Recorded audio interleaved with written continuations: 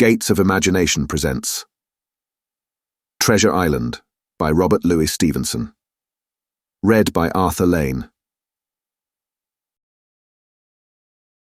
To S.L.O., an American gentleman in accordance with whose classic taste the following narrative has been designed, it is now, in return for numerous delightful hours, and with the kindest wishes, dedicated by his affectionate friend, the author.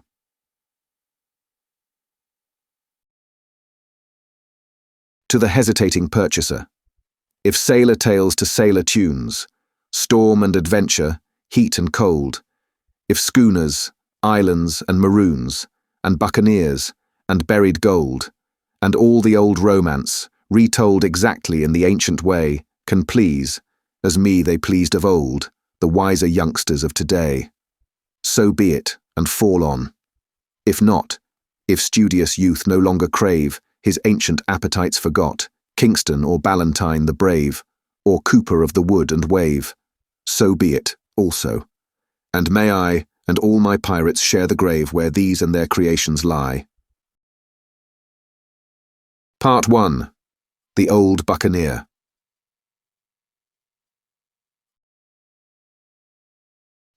Chapter 1. The Old Sea Dog at the Admiral Benbow. Squire Trelawney, Dr. Livesey, and the rest of these gentlemen having asked me to write down the whole particulars about Treasure Island, from the beginning to the end, keeping nothing back but the bearings of the island, and that only because there is still treasure not yet lifted. I take up my pen in the year of grace 17, unknown, and go back to the time when my father kept the Admiral Benbow Inn, and the brown old seaman with the sabre cut first took up his lodging under our roof. Remember him as if it were yesterday, as he came plodding to the inn door, his sea-chest following behind him in a hand-barrow. A tall, strong, heavy, nut-brown man, his tarry pigtail falling over the shoulder of his soiled blue coat, his hands ragged and scarred, with black broken nails, and the sabre cut across one cheek, a dirty, livid white. I remember him looking round the cove and whistling to himself as he did so, and then breaking out in that old sea song that he sang so often afterwards. 15 men on the dead man's chest, yo-ho-ho and a bottle of rum, in the high, old, tottering voice that seemed to have been tuned and broken at the capstan bars. Then he rapped on the door with a bit of stick like a handspike that he carried, and when my father appeared, called roughly for a glass of rum.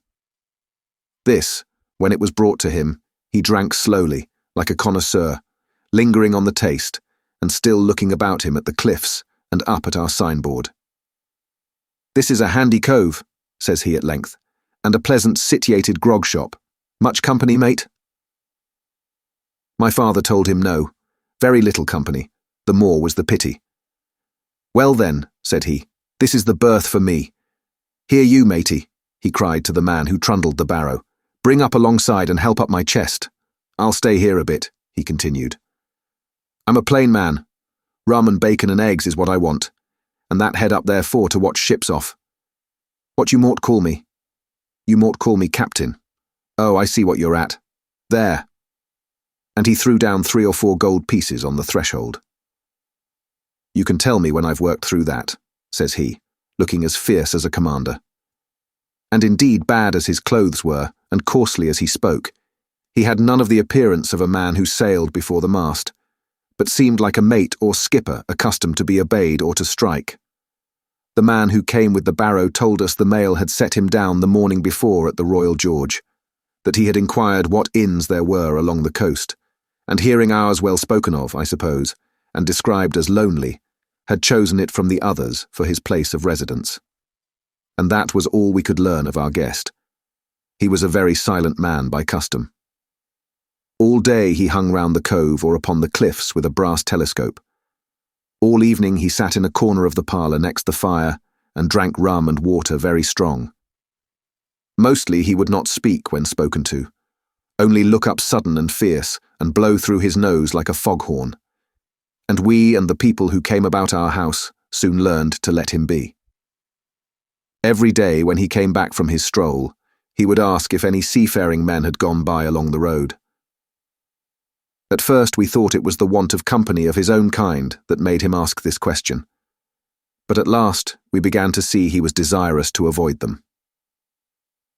When a seaman did put up at the Admiral Benbow, as now and then some did, making by the coast road for Bristol, he would look in at him through the curtained door before he entered the parlour, and he was always sure to be as silent as a mouse when any such was present. For me, at least, there was no secret about the matter, for I was, in a way, a sharer in his alarms. He had taken me aside one day and promised me a silver fourpenny on the 1st of every month if I would only keep my weather eye open for a seafaring man with one leg and let him know the moment he appeared. Often enough, when the 1st of the month came round and I applied to him for my wage, he would only blow through his nose at me and stare me down. But before the week was out, he was sure to think better of it, bring me my fourpenny piece, and repeat his orders to look out for the seafaring man with one leg. How that personage haunted my dreams, I need scarcely tell you. On stormy nights, when the wind shook the four corners of the house and the surf roared along the cove and up the cliffs, I would see him in 1,000 forms, and with 1,000 diabolical expressions. Now the leg would be cut off at the knee, now at the hip. Now he was a monstrous kind of a creature who had never had but the one leg, and that in the middle of his body. To see him leap and run and pursue me over hedge and ditch was the worst of nightmares. And altogether I paid pretty dear for my monthly fourpenny piece in the shape of these abominable fancies. But though I was so terrified by the idea of the seafaring man with one leg, I was far less afraid of the captain himself than anybody else who knew him. There were nights when he took a deal more rum and water than his head would carry, and then he would sometimes sit and sing his wicked, old, wild sea songs, minding nobody. But sometimes he would call for glasses round and force all the trembling company to listen to his stories, or bear a chorus to his singing. Often I have heard the house shaking with yo-ho-ho and a bottle of rum, all the neighbours joining in for dear life, with the fear of death upon them, and each singing louder than the other to avoid remark. For in these fits, he was the most overriding companion ever known. He would slap his hand on the table for silence all round. He would fly up in a passion of anger at a question, or sometimes because none was put, and so he judged the company was not following his story. Nor would he allow anyone to leave the inn till he had drunk himself sleepy and reeled off to bed. His stories were what frightened people worst of all. Dreadful stories they were, about hanging and walking the plank, and storms at sea, and the dry Tortugas, and wild deeds and places on the Spanish Main.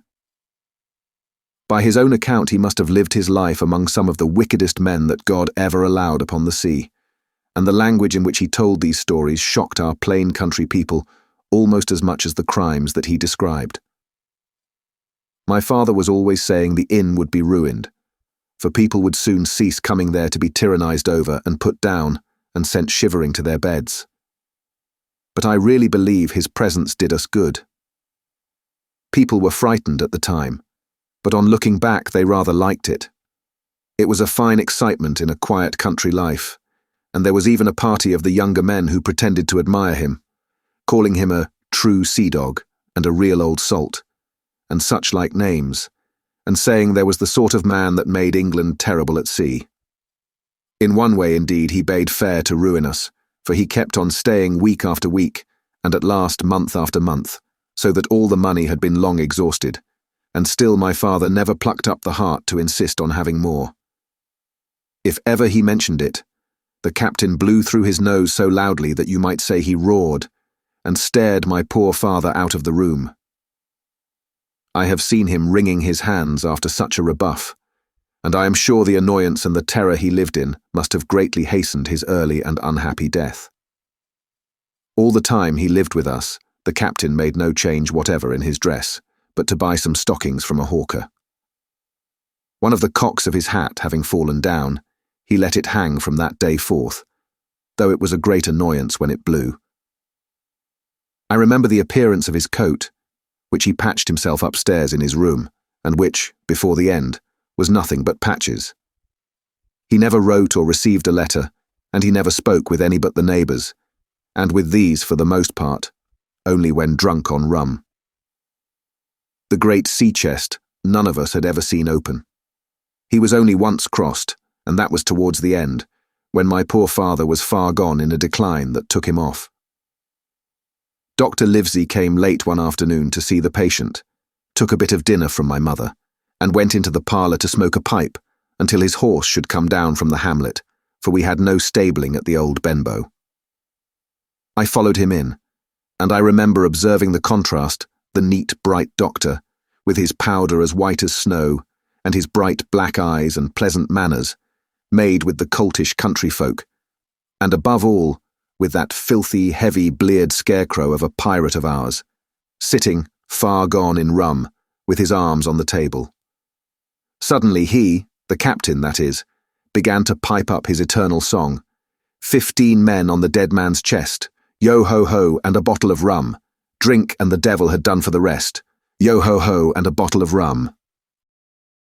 At first I had supposed the dead man's chest to be that identical big box of his upstairs in the front room, and the thought had been mingled in my nightmares with that of the one-legged seafaring man. But by this time we had all long ceased to pay any particular notice to the song. It was new that night, to nobody but Dr. Livesey, and on him I observed it did not produce an agreeable effect, for he looked up for a moment quite angrily, before he went on with his talk to old Taylor, the gardener, on a new cure for the rheumatics. In the meantime, the captain gradually brightened up at his own music, and at last flapped his hand upon the table before him, in a way we all knew to mean silence. The voices stopped at once, all but Dr. Livesey's. He went on as before, speaking clear and kind, and drawing briskly at his pipe between every word or two. The captain glared at him for a while, flapped his hand again, glared still harder, and at last broke out with a villainous low oath. "Silence there between decks!" "Were you addressing me, sir?" says the doctor, and when the ruffian had told him, with another oath, that this was so. "I have only one thing to say to you, sir," replies the doctor, "that if you keep on drinking rum, the world will soon be quit of a very dirty scoundrel." The old fellow's fury was awful. He sprang to his feet, drew and opened a sailor's clasp knife, and balancing it open on the palm of his hand, threatened to pin the doctor to the wall. The doctor never so much as moved. He spoke to him as before, over his shoulder, and in the same tone of voice, rather high, so that all the room might hear, but perfectly calm and steady. "If you do not put that knife this instant in your pocket, I promise, upon my honour, you shall hang at the next assizes." Then followed a battle of looks between them, but the captain soon knuckled under, put up his weapon, and resumed his seat, grumbling like a beaten dog. "And now, sir," continued the doctor, "since I now know there's such a fellow in my district, you may count I'll have an eye upon you day and night. I'm not a doctor only, I'm a magistrate, and if I catch a breath of complaint against you, if it's only for a piece of incivility like tonight's, I'll take effectual means to have you hunted down and routed out of this. Let that suffice." Soon after, Dr. Livesey's horse came to the door and he rode away, but the captain held his peace that evening, and for many evenings to come. Chapter 2. Black Dog appears and disappears. It was not very long after this that there occurred the first of the mysterious events that rid us at last of the captain, though not, as you will see, of his affairs. It was a bitter cold winter, with long, hard frosts and heavy gales, and it was plain from the first that my poor father was little likely to see the spring. He sank daily, and my mother and I had all the inn upon our hands, and were kept busy enough without paying much regard to our unpleasant guest. It was one January morning, very early, a pinching, frosty morning, the cove all grey with hoar-frost, the ripple lapping softly on the stones, the sun still low and only touching the hilltops and shining far to seaward. The captain had risen earlier than usual and set out down the beach, his cutlass swinging under the broad skirts of the old blue coat, his brass telescope under his arm, his hat tilted back upon his head. I remember his breath hanging like smoke in his wake as he strode off, and the last sound I heard of him as he turned the big rock was a loud snort of indignation, as though his mind was still running upon Dr. Livesey. Well, Mother was upstairs with Father, and I was laying the breakfast table against the captain's return when the parlour door opened, and a man stepped in on whom I had never set my eyes before. He was a pale, tallowy creature, wanting 2 fingers of the left hand, and though he wore a cutlass, he did not look much like a fighter. I had always my eye open for seafaring men, with 1 leg or 2, and I remember this one puzzled me. He was not sailorly, and yet he had a smack of the sea about him too. I asked him what was for his service, and he said he would take rum, but as I was going out of the room to fetch it, he sat down upon a table and motioned me to draw near. I paused where I was, with my napkin in my hand. "Come here, sonny," says he. "Come nearer here." I took a step nearer. "Is this here table for my mate Bill?" he asked with a kind of leer. I told him I did not know his mate Bill, and this was for a person who stayed in our house whom we called the Captain. "Well," said he, "my mate Bill would be called the Captain, as like as not. He has a cut on 1 cheek and a mighty pleasant way with him, particularly in drink, has my mate Bill. We'll put it, for argument like, that your captain has a cut on 1 cheek, and we'll put it, if you like, that that cheek's the right one. Ah, well, I told you. Now, is my mate Bill in this here house?"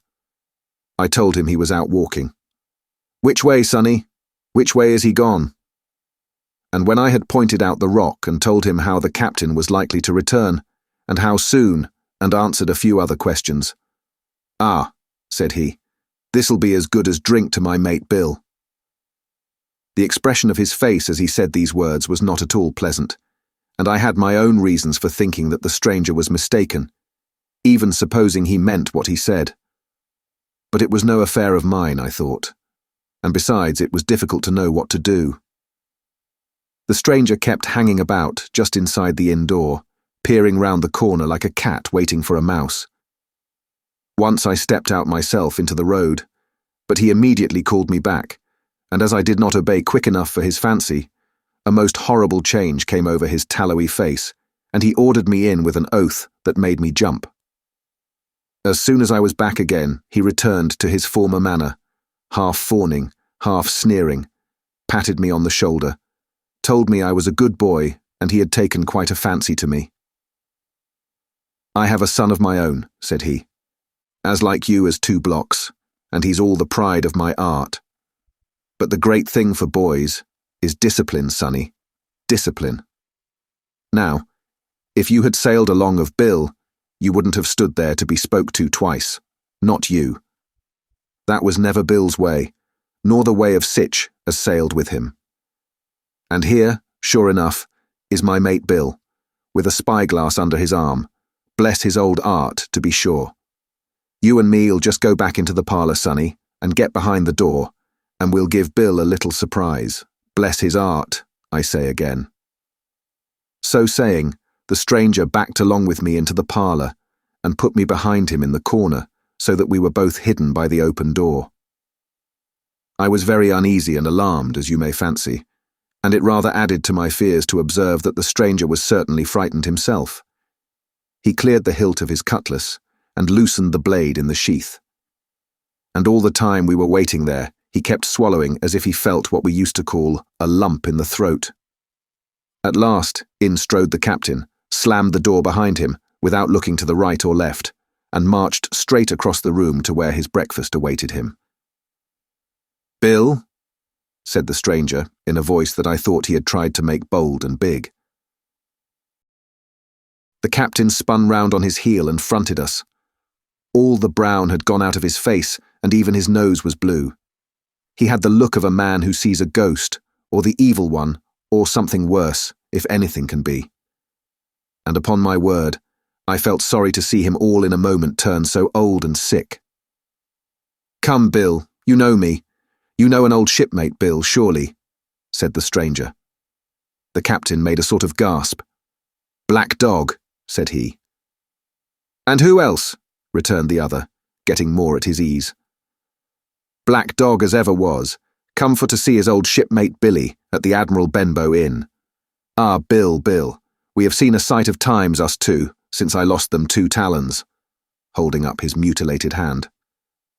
"Now look here," said the captain. "You've run me down. Here I am. Well then, speak up. What is it?" "That's you, Bill," returned Black Dog. "You're in the right of it, Billy. I'll have a glass of rum from this dear child here, as I've took such a liking to, and we'll sit down, if you please, and talk square, like old shipmates." When I returned with the rum, they were already seated on either side of the captain's breakfast table, Black Dog next to the door, and sitting sideways so as to have one eye on his old shipmate, and one, as I thought, on his retreat. He bade me go and leave the door wide open.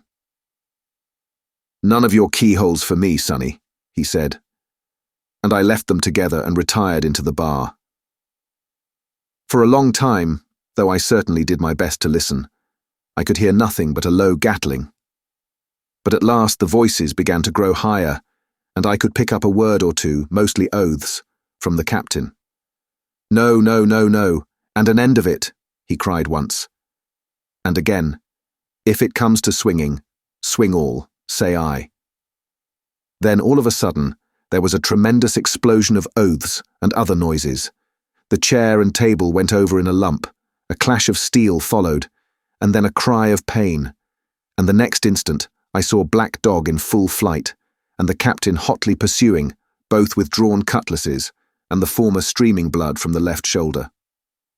Just at the door the captain aimed at the fugitive one last tremendous cut, which would certainly have split him to the chine had it not been intercepted by our big signboard of Admiral Benbow.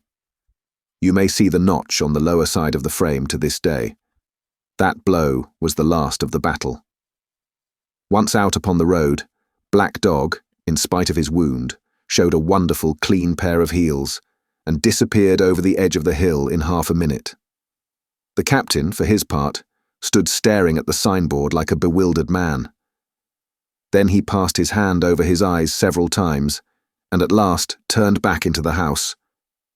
"Jim," says he, "rum." And as he spoke, he reeled a little, and caught himself with one hand against the wall. "Are you hurt?" cried I. "Rum," he repeated. "I must get away from here. Rum, rum." I ran to fetch it, but I was quite unsteadied by all that had fallen out, and I broke one glass and fouled the tap, and while I was still getting in my own way, I heard a loud fall in the parlour, and running in, beheld the captain lying full length upon the floor. At the same instant my mother, alarmed by the cries and fighting, came running downstairs to help me. Between us we raised his head. He was breathing very loud and hard, but his eyes were closed, and his face a horrible colour. "Dear, dearie me," cried my mother. "What a disgrace upon the house, and your poor father sick." In the meantime, we had no idea what to do to help the captain, nor any other thought, but that he had got his death hurt in the scuffle with the stranger. I got the rum, to be sure, and tried to put it down his throat, but his teeth were tightly shut, and his jaws as strong as iron. It was a happy relief for us when the door opened and Dr. Livesey came in, on his visit to my father. "Oh, doctor," we cried. "What shall we do? Where is he wounded?" "Wounded? A fiddlestick's end," said the doctor. "No more wounded than you or I. The man has had a stroke, as I warned him. Now, Mrs. Hawkins, just you run upstairs to your husband and tell him, if possible, nothing about it. For my part, I must do my best to save this fellow's trebly worthless life. Jim, you get me a basin." When I got back with the basin, the doctor had already ripped up the captain's sleeve and exposed his great sinewy arm. It was tattooed in several places. Here's luck. A fair wind, and Billy Bones, his fancy, were very neatly and clearly executed on the forearm, and up near the shoulder there was a sketch of a gallows and a man hanging from it, done, as I thought, with great spirit. "Prophetic," said the doctor, touching this picture with his finger. "And now, Master Billy Bones, if that be your name, we'll have a look at the colour of your blood." "Jim," he said, "are you afraid of blood?" "No, sir," said I. "Well then," said he, "you hold the basin." And with that, he took his lancet and opened a vein. A great deal of blood was taken before the captain opened his eyes and looked mistily about him. First he recognized the doctor with an unmistakable frown. Then his glance fell upon me, and he looked relieved. But suddenly his colour changed, and he tried to raise himself, crying, "Where's Black Dog?" "There is no black dog here," said the doctor, "except what you have on your own back. You have been drinking rum. You have had a stroke, precisely as I told you. And I have just, very much against my own will, dragged you head foremost out of the grave. Now, Mr. Bones—" "That's not my name," he interrupted. "Much I care," returned the doctor. "It's the name of a buccaneer of my acquaintance, and I call you by it for the sake of shortness, and what I have to say to you is this. One glass of rum won't kill you, but if you take one, you'll take another and another, and I stake my wig, if you don't break off short, you'll die. Do you understand that? Die, and go to your own place, like the man in the Bible. Come now, make an effort. I'll help you to your bed for once." Between us, with much trouble, we managed to hoist him upstairs and laid him on his bed, where his head fell back on the pillow as if he were almost fainting. "Now mind you," said the doctor, "I clear my conscience. The name of rum for you is death." And with that, he went off to see my father, taking me with him by the arm. "This is nothing," he said, as soon as he had closed the door. "I have drawn blood enough to keep him quiet a while. He should lie for a week where he is. That is the best thing for him and you. But another stroke would settle him." Chapter 3. The Black Spot. About noon I stopped at the captain's door with some cooling drinks and medicines. He was lying very much as we had left him, only a little higher, and he seemed both weak and excited. "Jim," he said, "you're the only one here that's worth anything, and you know I've been always good to you. Never a month but I've given you a silver fourpenny for yourself. And now you see, mate, I'm pretty low, and deserted by all. And Jim, you'll bring me one noggin of rum now, won't you, matey?"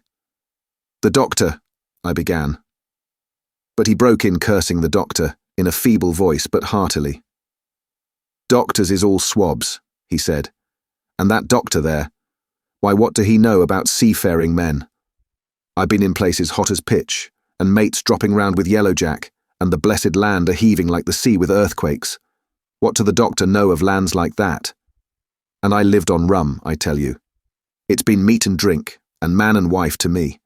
And if I'm not to have my rum now, I'm a poor old hulk on a lee shore.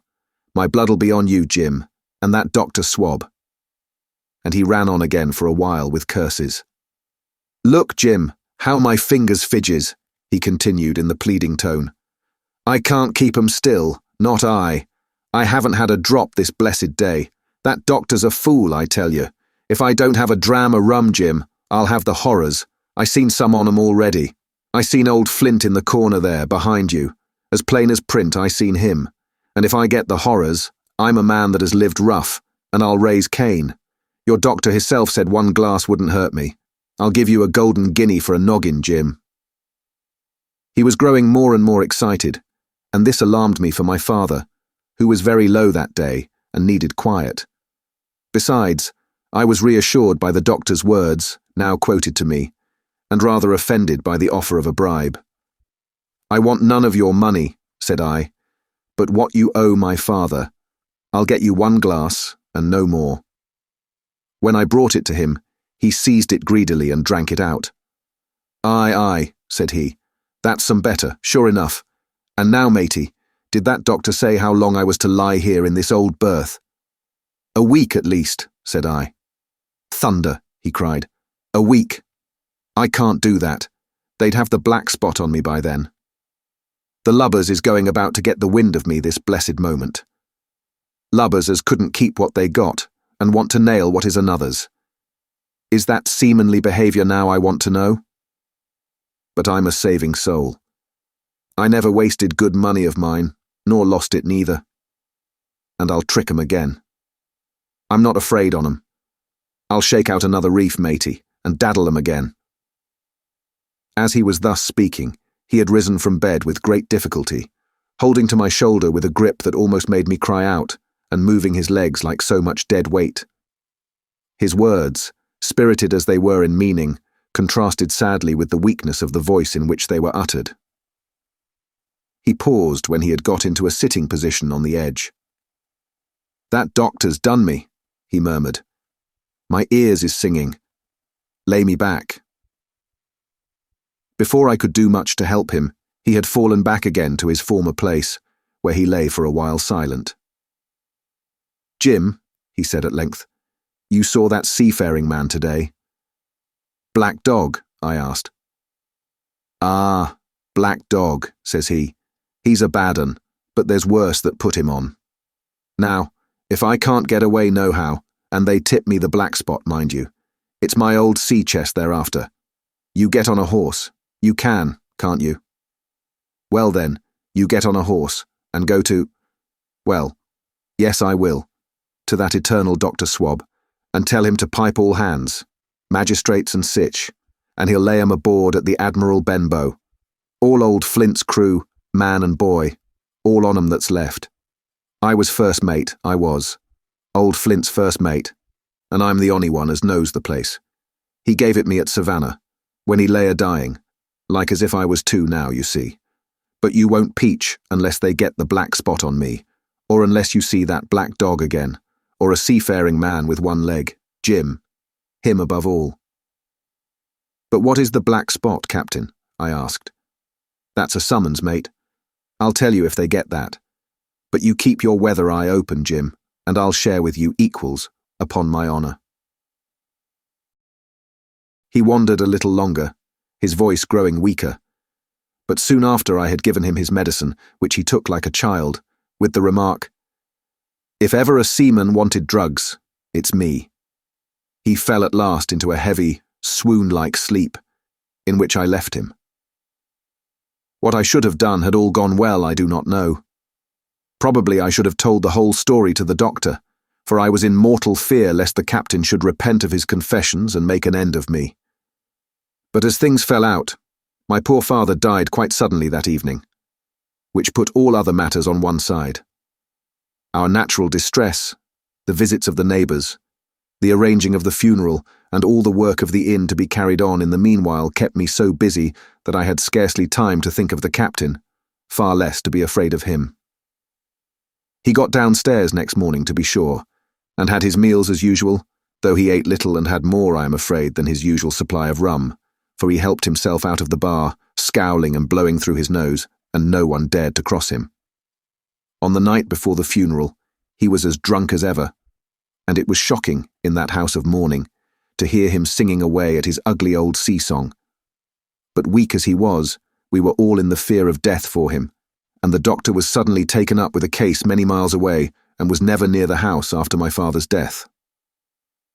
I have said the captain was weak, and indeed he seemed rather to grow weaker than regain his strength. He clambered up and down stairs, and went from the parlour to the bar and back again, and sometimes put his nose out of doors to smell the sea, holding on to the walls as he went for support, and breathing hard and fast like a man on a steep mountain. He never particularly addressed me, and it is my belief he had as good as forgotten his confidences. But his temper was more flighty, and allowing for his bodily weakness, more violent than ever. He had an alarming way now when he was drunk of drawing his cutlass and laying it bare before him on the table. But with all that, he minded people less and seemed shut up in his own thoughts and rather wandering.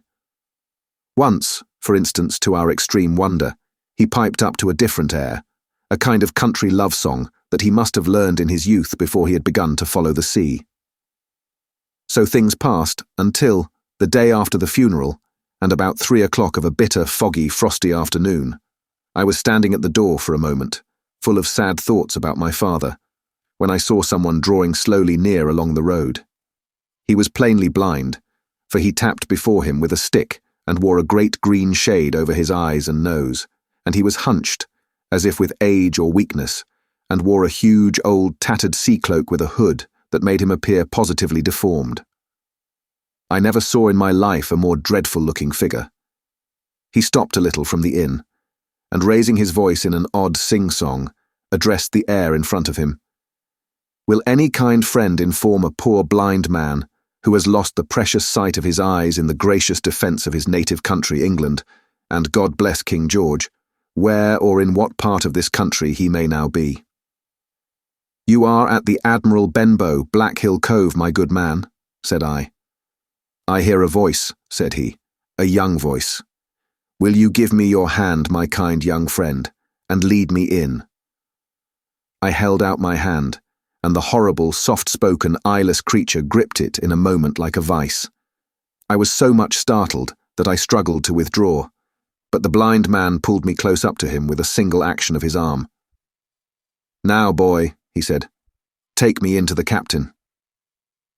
"Sir," said I, "upon my word I dare not." "Oh," he sneered, "that's it. Take me in straight or I'll break your arm." And he gave it as he spoke, a wrench that made me cry out. "Sir," said I, "it is for yourself I mean. The captain is not what he used to be. He sits with a drawn cutlass. Another gentleman—" "Come now, march," interrupted he. And I never heard a voice so cruel and cold and ugly as that blind man's. It cowed me more than the pain, and I began to obey him at once, walking straight in at the door and towards the parlour, where our sick old Buccaneer was sitting, dazed with rum. The blind man clung close to me, holding me in one iron fist and leaning almost more of his weight on me than I could carry. "Lead me straight up to him, and when I'm in view, cry out, 'Here's a friend for you, Bill.' If you don't, I'll do this." And with that, he gave me a twitch that I thought would have made me faint. Between this and that, I was so utterly terrified of the blind beggar that I forgot my terror of the captain, and as I opened the parlour door, cried out the words he had ordered in a trembling voice. The poor captain raised his eyes, and at one look the rum went out of him and left him staring sober. The expression of his face was not so much of terror as of mortal sickness. He made a movement to rise, but I do not believe he had enough force left in his body. "Now, Bill, sit where you are," said the beggar. "If I can't see, I can hear a finger stirring. Business is business. Hold out your left hand. Boy, take his left hand by the wrist and bring it near to my right." We both obeyed him to the letter, and I saw him pass something from the hollow of the hand that held his stick into the palm of the captain's, which closed upon it instantly. "And now that's done," said the blind man.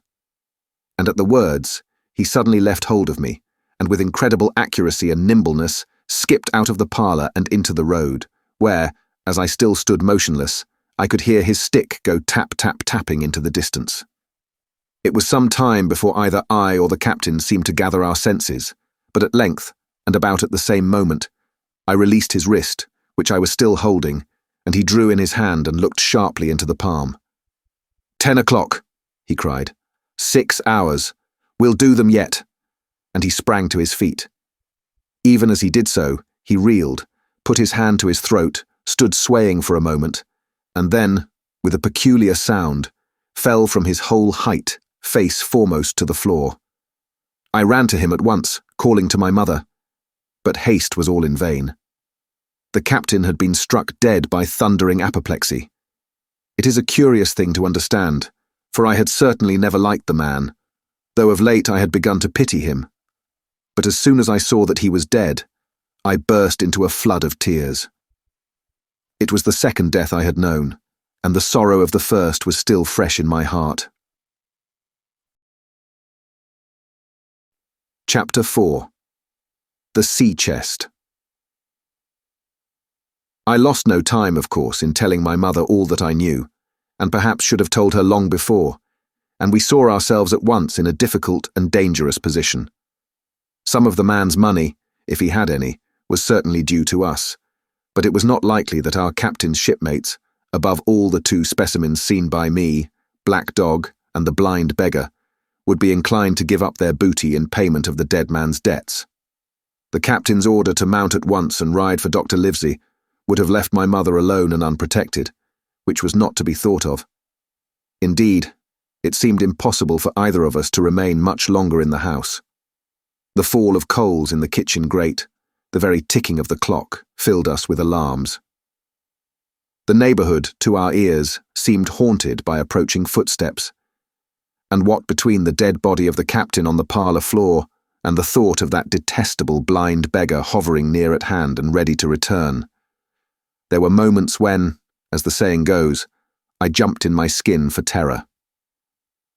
Something must speedily be resolved upon, and it occurred to us at last to go forth together and seek help in the neighbouring hamlet. No sooner said than done. Bareheaded as we were, we ran out at once in the gathering evening and the frosty fog. The hamlet lay not many 100 yards away, though out of view, on the other side of the next cove. And what greatly encouraged me, it was in an opposite direction from that whence the blind man had made his appearance, and whither he had presumably returned. We were not many minutes on the road, though we sometimes stopped to lay hold of each other and hearken. But there was no unusual sound, nothing but the low wash of the ripple and the croaking of the inmates of the wood. It was already candlelight when we reached the hamlet, and I shall never forget how much I was cheered to see the yellow shine in doors and windows. But that, as it proved, was the best of the help we were likely to get in that quarter. For, you would have thought men would have been ashamed of themselves, no soul would consent to return with us to the Admiral Benbow. The more we told of our troubles, the more, man, woman, and child, they clung to the shelter of their houses. The name of Captain Flint, though it was strange to me, was well enough known to some there and carried a great weight of terror. Some of the men who had been to field work on the far side of the Admiral Benbow remembered, besides, to have seen several strangers on the road, and taking them to be smugglers, to have bolted away, and one at least had seen a little lugger in what we called Kit's Hole. For that matter, anyone who was a comrade of the captain's was enough to frighten them to death. And the short and the long of the matter was, that while we could get several who were willing enough to ride to Dr. Livesey's, which lay in another direction, not one would help us to defend the inn. They say cowardice is infectious, but then argument is, on the other hand, a great emboldener. And so when each had said his say, my mother made them a speech. She would not, she declared, lose money that belonged to her fatherless boy. If none of the rest of you dare, she said, Jim and I dare. Back we will go, the way we came, and small thanks to you big, hulking, chicken-hearted men. We'll have that chest open, if we die for it. And I'll thank you for that bag, Mrs. Crossley, to bring back our lawful money in. Of course I said I would go with my mother, and of course they all cried out at our foolhardiness. But even then, not a man would go along with us. All they would do was to give me a loaded pistol lest we were attacked, and to promise to have horses ready saddled in case we were pursued on our return, while one lad was to ride forward to the doctors in search of armed assistance. My heart was beating finely when we two set forth in the cold night upon this dangerous venture. A full moon was beginning to rise and peered redly through the upper edges of the fog, and this increased our haste, for it was plain, before we came forth again, that all would be as bright as day, and our departure exposed to the eyes of any watchers. We slipped along the hedges, noiseless and swift, nor did we see or hear anything to increase our terrors, till, to our relief, the door of the Admiral Benbow had closed behind us. I slipped the bolt at once, and we stood and panted for a moment in the dark, alone in the house with the dead captain's body. Then my mother got a candle in the bar, and holding each other's hands, we advanced into the parlour. He lay as we had left him, on his back, with his eyes open and one arm stretched out. "Draw down the blind, Jim," whispered my mother, They might come and watch outside. And now, said she when I had done so, we have to get the key off that, and who's to touch it, I should like to know. And she gave a kind of sob as she said the words. I went down on my knees at once. On the floor, close to his hand, there was a little round of paper, blackened on the one side. I could not doubt that this was the black spot, and taking it up, I found written on the other side, in a very good, clear hand, this short message. You have till 10 tonight. He had till 10, Mother, said I. And just as I said it, our old clock began striking. This sudden noise startled us shockingly, but the news was good, for it was only 6. Now, Jim, she said, that key. I felt in his pockets, one after another, a few small coins, a thimble, and some thread and big needles, a piece of pigtail tobacco bitten away at the end, his gully with the crooked handle, a pocket compass, and a tinderbox were all that they contained, and I began to despair. Perhaps it's round his neck, suggested my mother. Overcoming a strong repugnance, I tore open his shirt at the neck, and there, sure enough, hanging to a bit of tarry string, which I cut with his own gully, we found the key. At this triumph, we were filled with hope and hurried upstairs without delay to the little room where he had slept so long and where his box had stood since the day of his arrival. It was like any other seaman's chest on the outside, the initial B burned on the top of it with a hot iron, and the corners somewhat smashed and broken as by long, rough usage. Give me the key, said my mother. And though the lock was very stiff, she had turned it and thrown back the lid in a twinkling. A strong smell of tobacco and tar rose from the interior, but nothing was to be seen on the top except a suit of very good clothes, carefully brushed and folded. They had never been worn, my mother said. Under that, the miscellany began. A quadrant, a tin cannikin, several sticks of tobacco, 2 brace of very handsome pistols, a piece of bar silver, an old Spanish watch, and some other trinkets of little value, and mostly of foreign make, a pair of compasses mounted with brass, and 5 or 6 curious West Indian shells. I have often wondered since why he should have carried about these shells with him in his wandering, guilty and hunted life. In the meantime, we had found nothing of any value but the silver and the trinkets, and neither of these were in our way. Underneath, there was an old boat cloak, whitened with sea salt on many a harbour bar.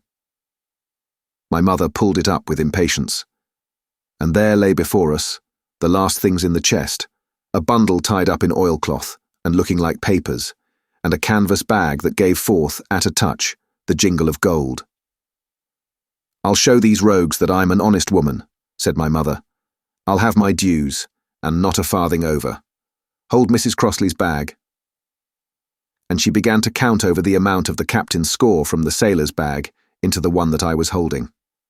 It was a long, difficult business, for the coins were of all countries and sizes, doubloons and louis d'ors and guineas and pieces of 8, and I know not what besides, all shaken together at random.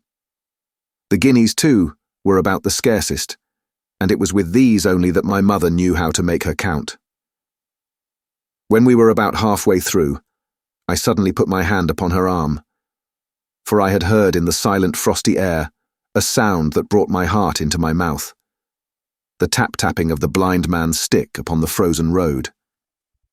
It drew nearer and nearer, while we sat holding our breath. Then it struck sharp on the inn door, and then we could hear the handle being turned, and the bolt rattling as the wretched being tried to enter. And then there was a long time of silence both within and without. At last the tapping recommenced, and to our indescribable joy and gratitude, died slowly away again, until it ceased to be heard. "Mother," said I, "take the whole and let's be going." For I was sure the bolted door must have seemed suspicious and would bring the whole hornet's nest about our ears.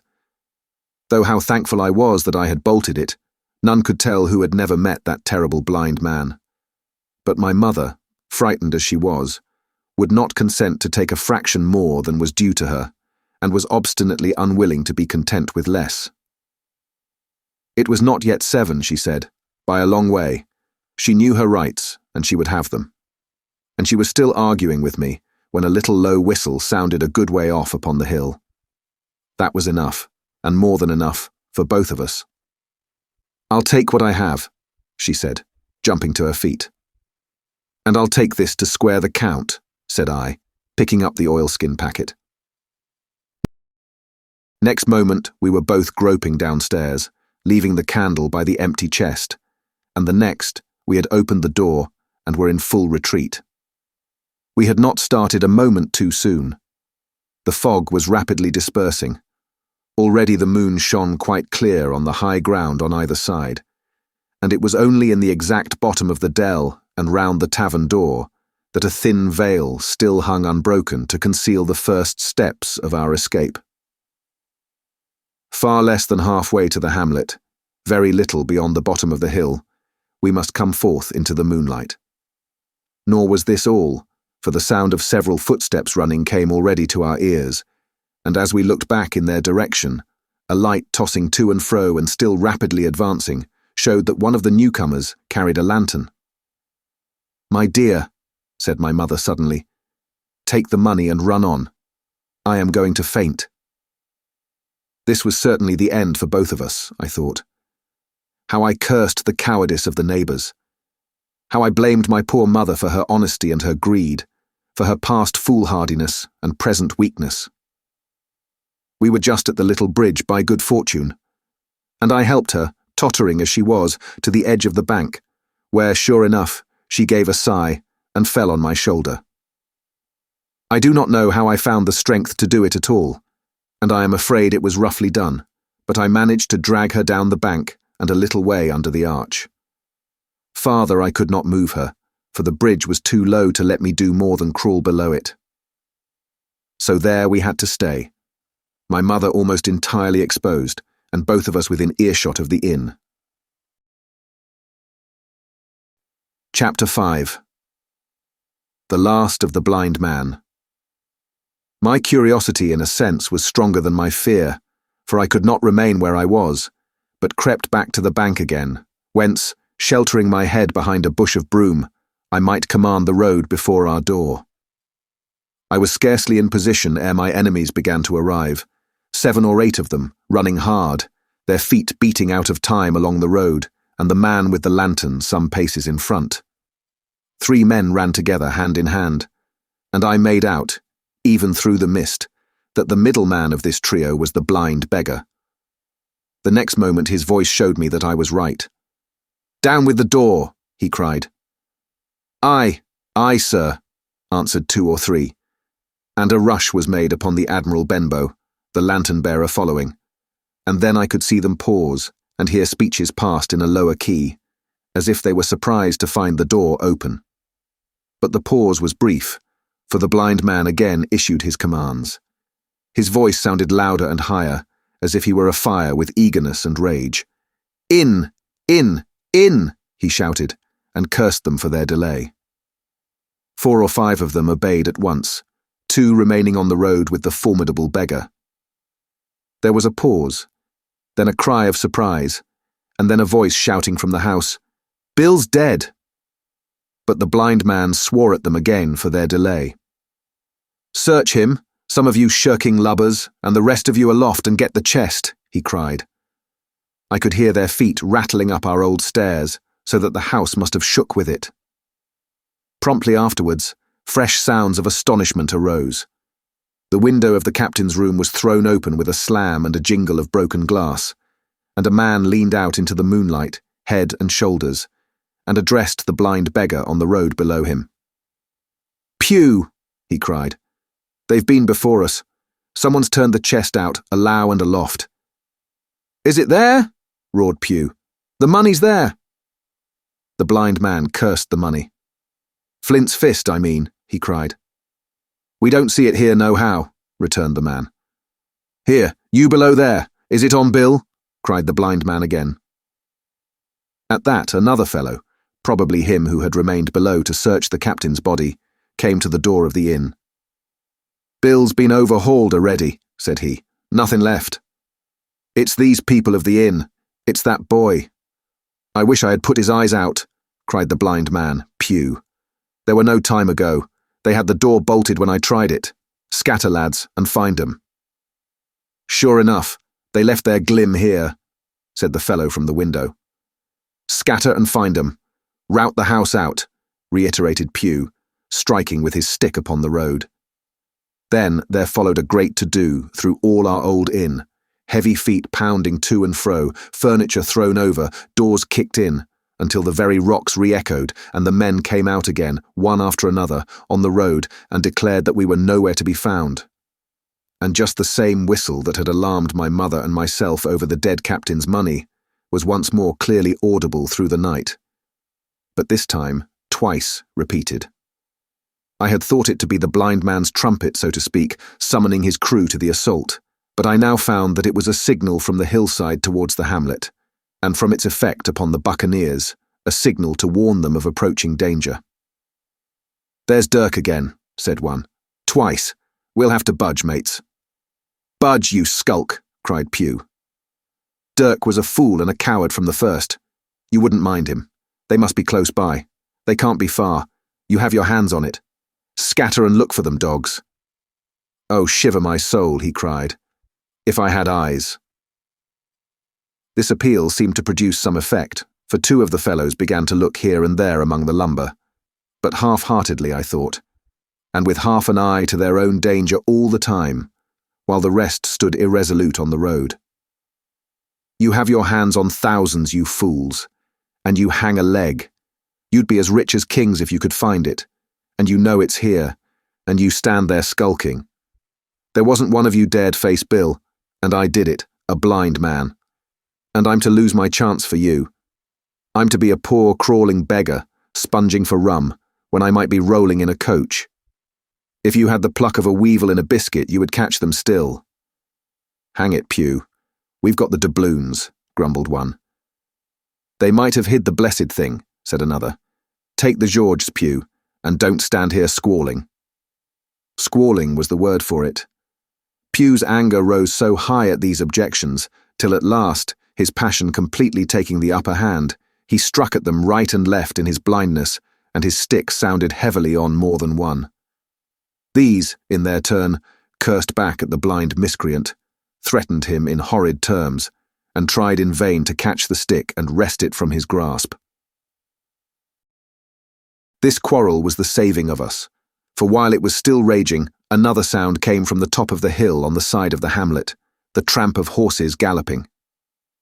Almost at the same time, a pistol shot, flash and report came from the hedge side. And that was plainly the last signal of danger, for the Buccaneers turned at once and ran, separating in every direction, one seaward along the cove, one slant across the hill, and so on, so that in half a minute not a sign of them remained, but Pew. Him they had deserted, whether in sheer panic or out of revenge for his ill words and blows I know not. But there he remained behind, tapping up and down the road in a frenzy and groping and calling for his comrades. Finally, he took a wrong turn and ran a few steps past me, towards the hamlet, crying, "Johnny, Black Dog, Dirk," and other names. "You won't leave old Pew, mates, not old Pew." Just then, the noise of horses topped the rise, and 4 or 5 riders came in sight in the moonlight and swept at full gallop down the slope. At this, Pew saw his error, turned with a scream, and ran straight for the ditch, into which he rolled. But he was on his feet again in a second, and made another dash, now utterly bewildered, right under the nearest of the coming horses. The rider tried to save him, but in vain. Down went Pew with a cry that rang high into the night, and the 4 hoofs trampled and spurned him and passed by. He fell on his side, then gently collapsed upon his face and moved no more. I leaped to my feet and hailed the riders. They were pulling up, at any rate, horrified at the accident, and I soon saw what they were. One, tailing out behind the rest, was a lad that had gone from the hamlet to Dr. Livesey's. The rest were revenue officers, whom he had met by the way, and with whom he had had the intelligence to return at once. Some news of the lugger in Kit's Hole had found its way to Supervisor Dance, and set him forth that night in our direction, and to that circumstance my mother and I owed our preservation from death.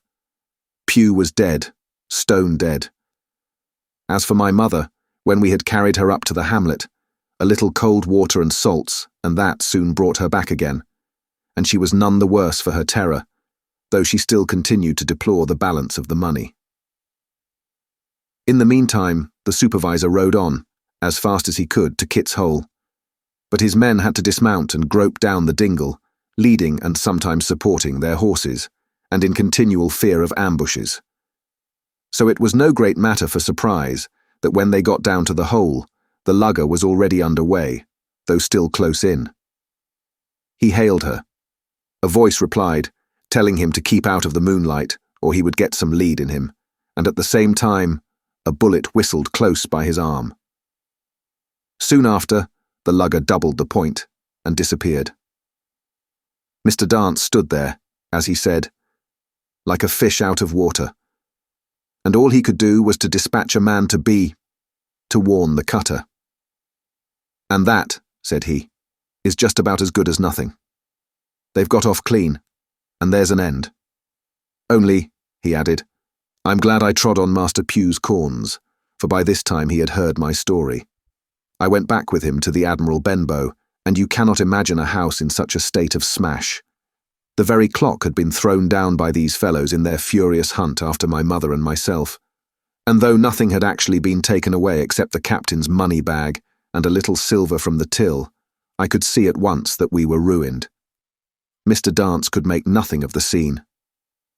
They got the money, you say? Well then, Hawkins, what in fortune were they after? More money, I suppose? No, sir, not money, I think, replied I. In fact, sir, I believe I have the thing in my breast pocket, and to tell you the truth, I should like to get it put in safety. To be sure, boy. Quite right, said he. I'll take it if you like. I thought perhaps Dr. Livesey, I began. Perfectly right, he interrupted very cheerily. Perfectly right, a gentleman and a magistrate. And now I come to think of it, I might as well ride round there myself and report to him or Squire. Master Pugh's dead when all's done. Not that I regret it. But he's dead, you see. And people will make it out against an officer of His Majesty's revenue, if make it out they can. Now, I'll tell you, Hawkins, if you like. I'll take you along. I thanked him heartily for the offer, and we walked back to the hamlet where the horses were. By the time I had told Mother of my purpose, they were all in the saddle. Dogger, said Mr. Dance, you have a good horse. Take up this lad behind you. As soon as I was mounted, holding on to Dogger's belt, the supervisor gave the word, and the party struck out at a bouncing trot on the road to Dr. Livesey's house. Chapter 6. The Captain's Papers. We rode hard all the way till we drew up before Dr. Livesey's door. The house was all dark to the front. Mr. Dance told me to jump down and knock, and Dogger gave me a stirrup to descend by. The door was opened almost at once by the maid. Is Dr. Livesey in? I asked. No, she said. He had come home in the afternoon but had gone up to the hall to dine and pass the evening with the squire. So there we go, boys, said Mr. Dance. This time, as the distance was short, I did not mount, but ran with Dogger's stirrup leather to the lodge gates and up the long, leafless, moonlit avenue to where the white line of the hall buildings looked on either hand on great old gardens. Here, Mr. Dance dismounted, and taking me along with him, was admitted at a word into the house. The servant led us down a matted passage and showed us at the end into a great library, all lined with bookcases and busts upon the top of them, where the squire and Dr. Livesey sat, pipe in hand, on either side of a bright fire. I had never seen the squire so near at hand. He was a tall man, over 6 feet high, and broad in proportion, and he had a bluff, rough and ready face, all roughened and reddened and lined in his long travels. His eyebrows were very black, and moved readily, and this gave him a look of some temper. Not bad, you would say, but quick and high. "Come in, Mr. Dance," says he, very stately and condescending. "Good evening, Dance," says the doctor with a nod. "And good evening to you, friend Jim. What good wind brings you here?" The supervisor stood up straight and stiff and told his story like a lesson. And you should have seen how the two gentlemen leaned forward and looked at each other and forgot to smoke in their surprise and interest. When they heard how my mother went back to the inn, Dr. Livesey fairly slapped his thigh, and the squire cried, "Bravo!" and broke his long pipe against the grate. Long before it was done, Mr. Trelawney, that, you will remember, was the squire's name, had got up from his seat and was striding about the room, and the doctor, as if to hear the better, had taken off his powdered wig and sat there looking very strange indeed with his own close-cropped black poll. At last, Mr. Dance finished the story. "Mr. Dance," said the squire, "you are a very noble fellow, and as for riding down that black, atrocious miscreant, I regard it as an act of virtue, sir, like stamping on a cockroach. This lad Hawkins is a trump, I perceive. Hawkins, will you ring that bell? Mr. Dance must have some ale." "And so, Jim," said the doctor, "you have the thing that they were after, have you?" "Here it is, sir," said I, and gave him the oilskin packet. The doctor looked it all over, as if his fingers were itching to open it. But instead of doing that, he put it quietly in the pocket of his coat. "Squire," said he, "when Dance has had his ale, he must, of course, be off on his Majesty's service. But I mean to keep Jim Hawkins here to sleep at my house, and with your permission, I propose we should have up the cold pie and let him sup." "As you will, Livesey," said the squire. "Hawkins has earned better than cold pie." So a big pigeon pie was brought in and put on a side table, and I made a hearty supper, for I was as hungry as a hawk, while Mr. Dance was further complimented and at last dismissed.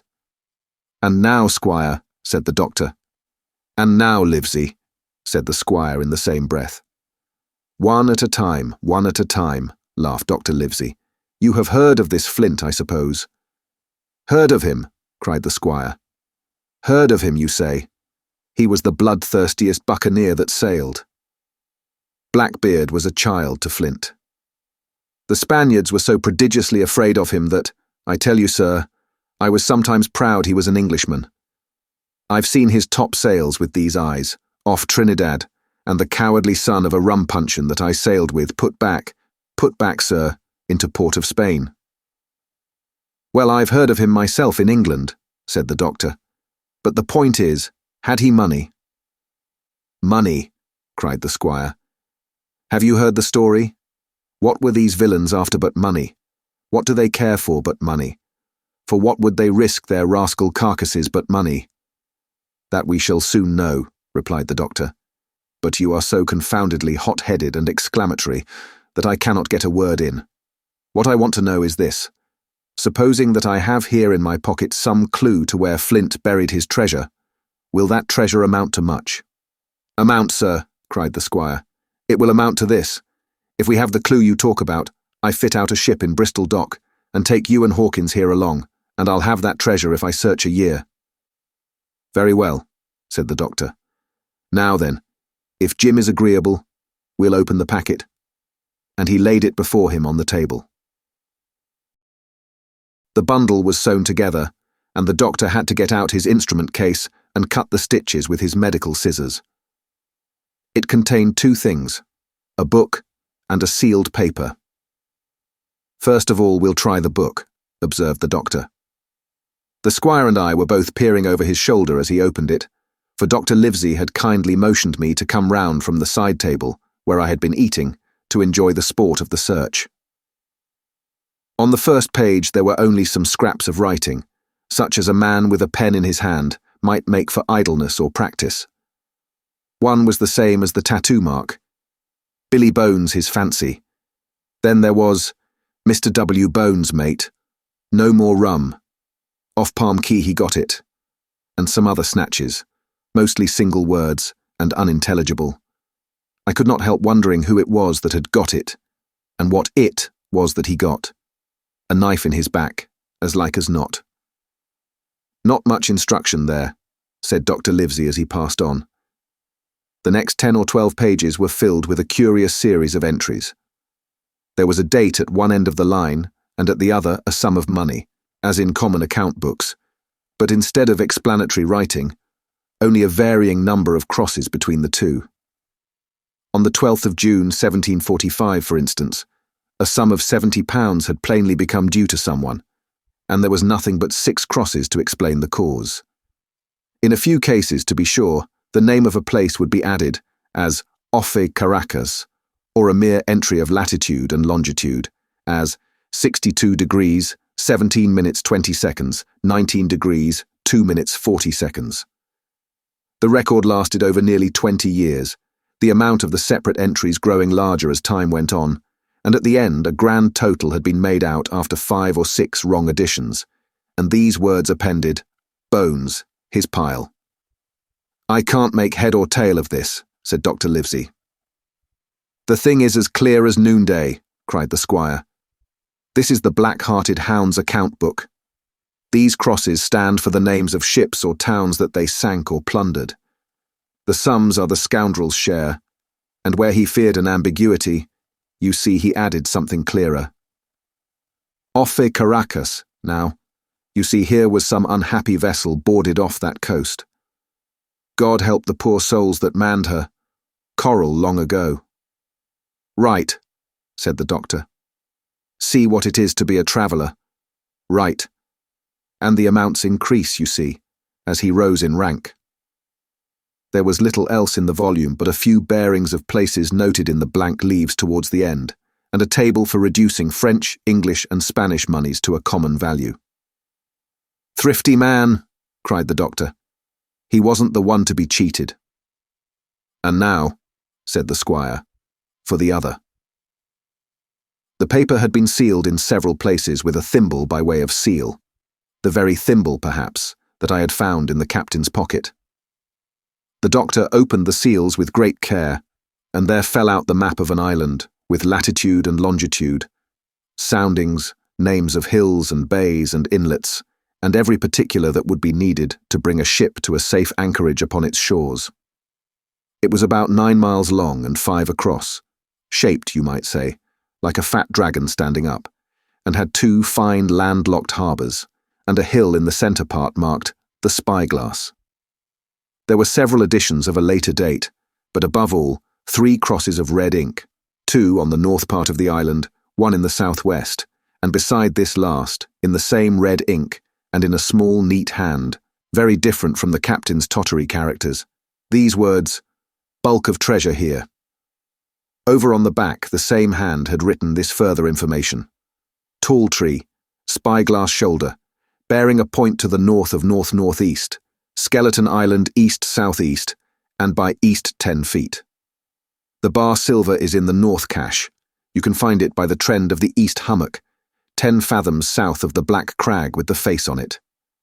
The arms are easy found, in the sand hill, north point of North Inlet Cape, bearing east and a quarter north. J.F." That was all. But brief as it was, and to me incomprehensible, it filled the squire and Dr. Livesey with delight. "Livesey," said the squire, "you will give up this wretched practice at once. Tomorrow I start for Bristol. In 3 weeks' time, 3 weeks, 2 weeks, 10 days, we'll have the best ship, sir, and the choicest crew in England. Hawkins shall come as cabin boy. You'll make a famous cabin boy, Hawkins. You, Livesey, are ship's doctor. I am Admiral. We'll take Redruth, Joyce, and Hunter. We'll have favourable winds, a quick passage, and not the least difficulty in finding the spot, and money to eat, to roll in, to play duck and drake with ever after." "Trelawney," said the doctor, "I'll go with you, and I'll go bail for it, so will Jim, and be a credit to the undertaking. There's only one man I'm afraid of." "And who's that?" cried the squire. "Name the dog, sir." "You," replied the doctor, "for you cannot hold your tongue. We are not the only men who know of this paper. These fellows who attacked the inn tonight, bold, desperate blades for sure, and the rest who stayed aboard that lugger, and more, I dare say, not far off, are, one and all, through thick and thin, bound that they'll get that money. We must none of us go alone till we get to sea. Jim and I shall stick together in the meanwhile. You'll take Joyce and Hunter when you ride to Bristol, and from first to last, not one of us must breathe a word of what we've found." "Livesey," returned the squire, "you are always in the right of it. I'll be as silent as the grave." Part 2. The Sea Cook.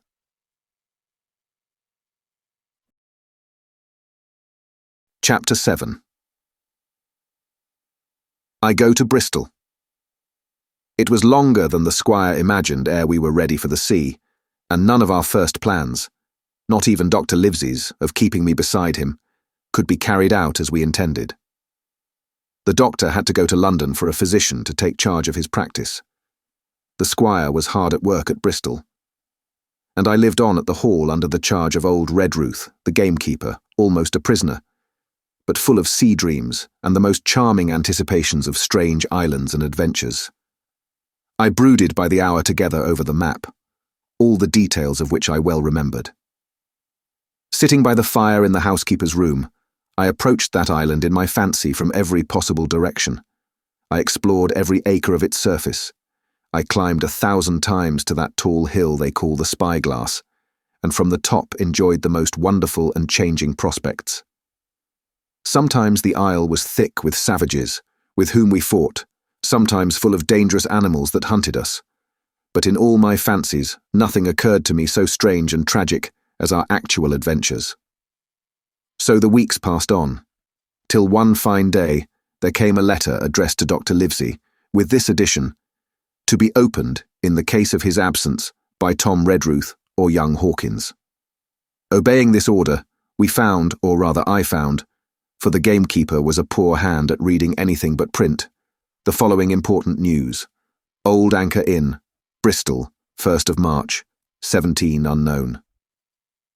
Dear Livesey, as I do not know whether you are at the Hall or still in London, I send this in double to both places. The ship is bought and fitted. She lies at anchor, ready for sea. You never imagined a sweeter schooner. A child might sail her, 200 tons. Name, Hispaniola. I got her through my old friend, Blandly, who has proved himself throughout the most surprising trump. The admirable fellow literally slaved in my interest, and so, I may say, did everyone in Bristol, as soon as they got wind of the port we sailed for. Treasure, I mean. Redruth, said I, interrupting the letter. Dr. Livesey will not like that. The squire has been talking after all. Well, who's a better right? Growled the gamekeeper. A pretty rum go if squire ain't to talk for Dr. Livesey, I should think. At that I gave up all attempts at commentary and read straight on. Blandly himself found the Hispaniola, and by the most admirable management got her for the merest trifle. There is a class of men in Bristol monstrously prejudiced against Blandly. They go the length of declaring that this honest creature would do anything for money, that the Hispaniola belonged to him, and that he sold it me absurdly high. The most transparent calumnies. None of them dare, however, to deny the merits of the ship. So far there was not a hitch. The workpeople, to be sure, riggers and what not, were most annoyingly slow, but time cured that. It was the crew that troubled me. I wished a round score of men, in case of natives, Buccaneers, or the odious French, and I had the worry of the deuce itself to find so much as half a dozen, till the most remarkable stroke of fortune brought me the very man that I required. I was standing on the dock, when, by the merest accident, I fell in talk with him. I found he was an old sailor, kept a public house, knew all the seafaring men in Bristol, had lost his health ashore, and wanted a good berth as cook to get to sea again. He had hobbled down there that morning, he said, to get a smell of the salt. I was monstrously touched. So would you have been. And, out of pure pity, I engaged him on the spot to be ship's cook. Long John Silver, he is called, and has lost a leg. But that I regarded as a recommendation, since he lost it in his country's service, under the immortal Hawk. He has no pension, Livesey. Imagine the abominable age we live in. Well, sir, I thought I had only found a cook, but it was a crew I had discovered. Between Silver and myself, we got together in a few days, a company of the toughest old salts imaginable, not pretty to look at, but fellows, by their faces, of the most indomitable spirit. I declare we could fight a frigate. Long John even got rid of 2 out of the 6 or 7 I had already engaged. He showed me in a moment that they were just the sort of freshwater swabs we had to fear in an adventure of importance. I am in the most magnificent health and spirits, eating like a bull, sleeping like a tree, yet I shall not enjoy a moment till I hear my old tarpaulins tramping round the capstan. Seaward ho, hang the treasure. It's the glory of the sea that has turned my head. So now, Livesey, come post. Do not lose an hour if you respect me. Let young Hawkins go at once to see his mother, with Redruth for a guard, and then both come full speed to Bristol. John Trelawney. Postscript. I did not tell you that Blandley, who, by the way, is to send a consort after us if we don't turn up by the end of August, had found an admirable fellow for sailing master, a stiff man, which I regret, but in all other respects, a treasure. Long John Silver unearthed a very competent man for a mate, a man named Arrow.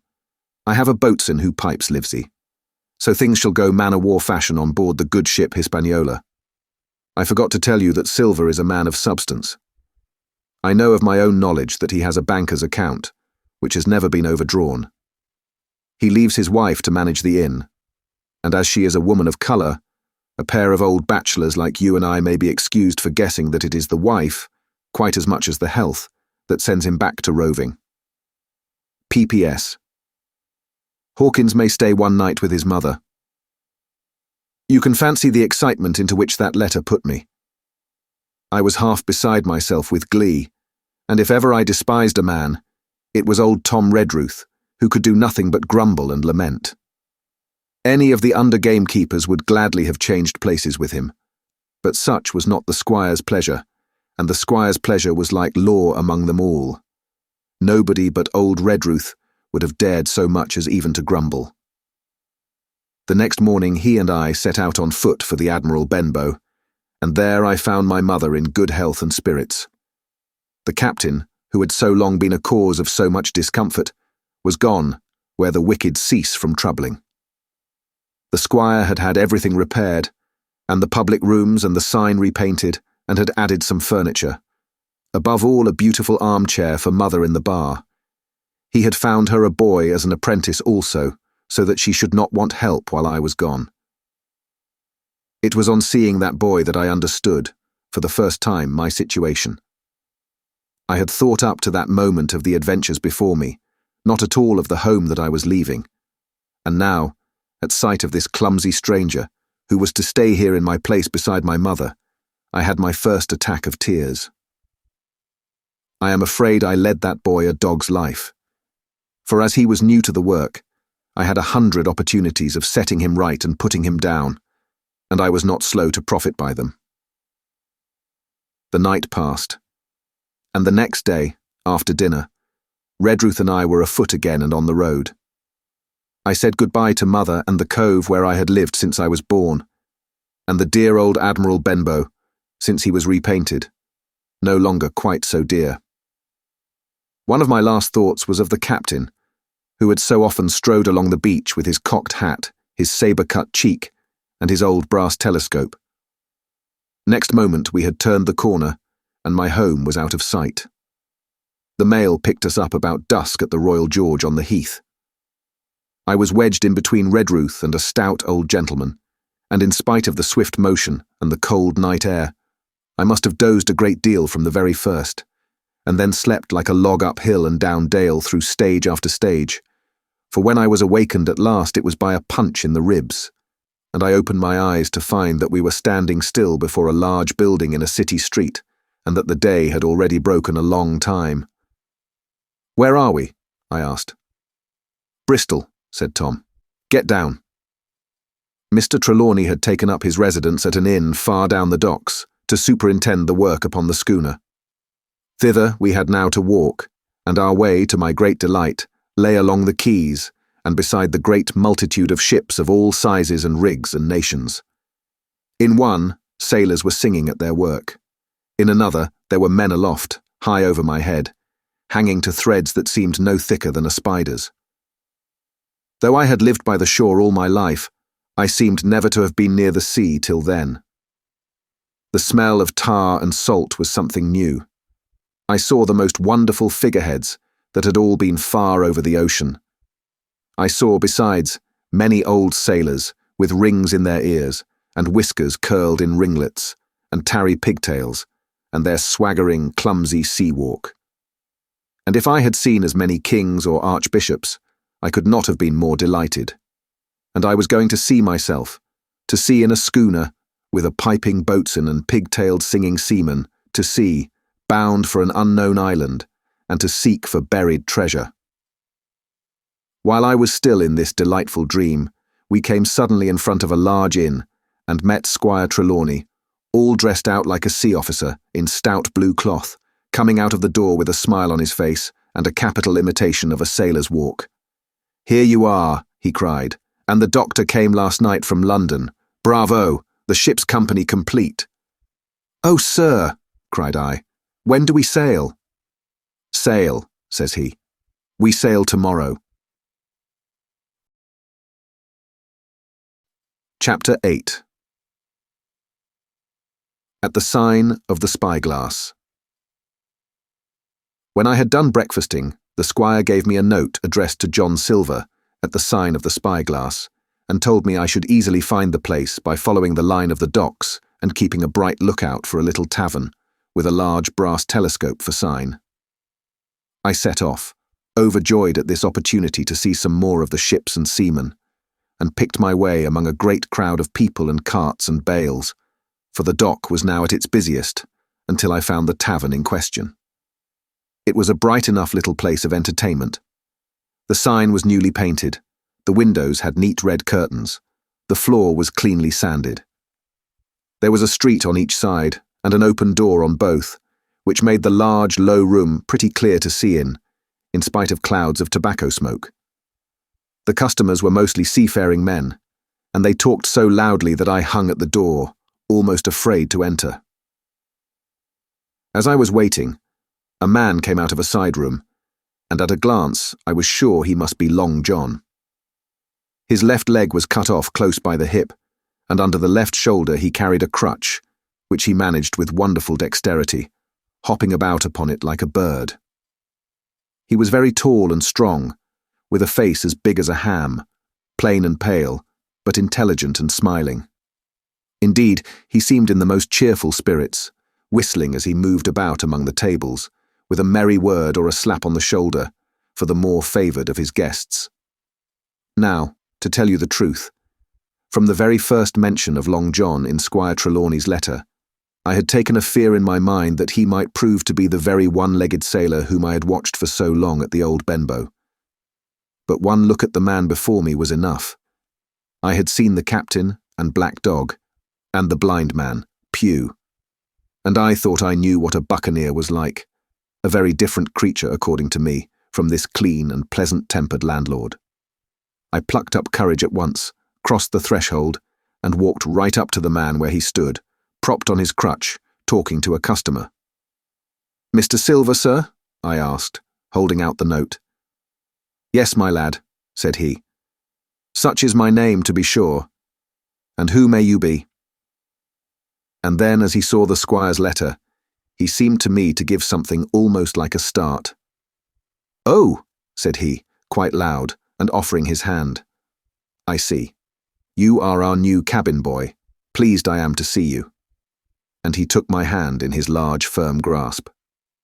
Just then, one of the customers at the far side rose suddenly and made for the door. It was close by him, and he was out in the street in a moment.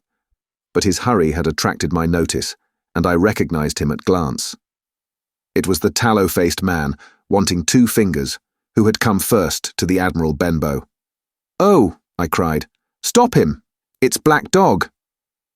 "I don't care 2 coppers who he is," cried Silver. "But he hasn't paid his score. Harry, run and catch him."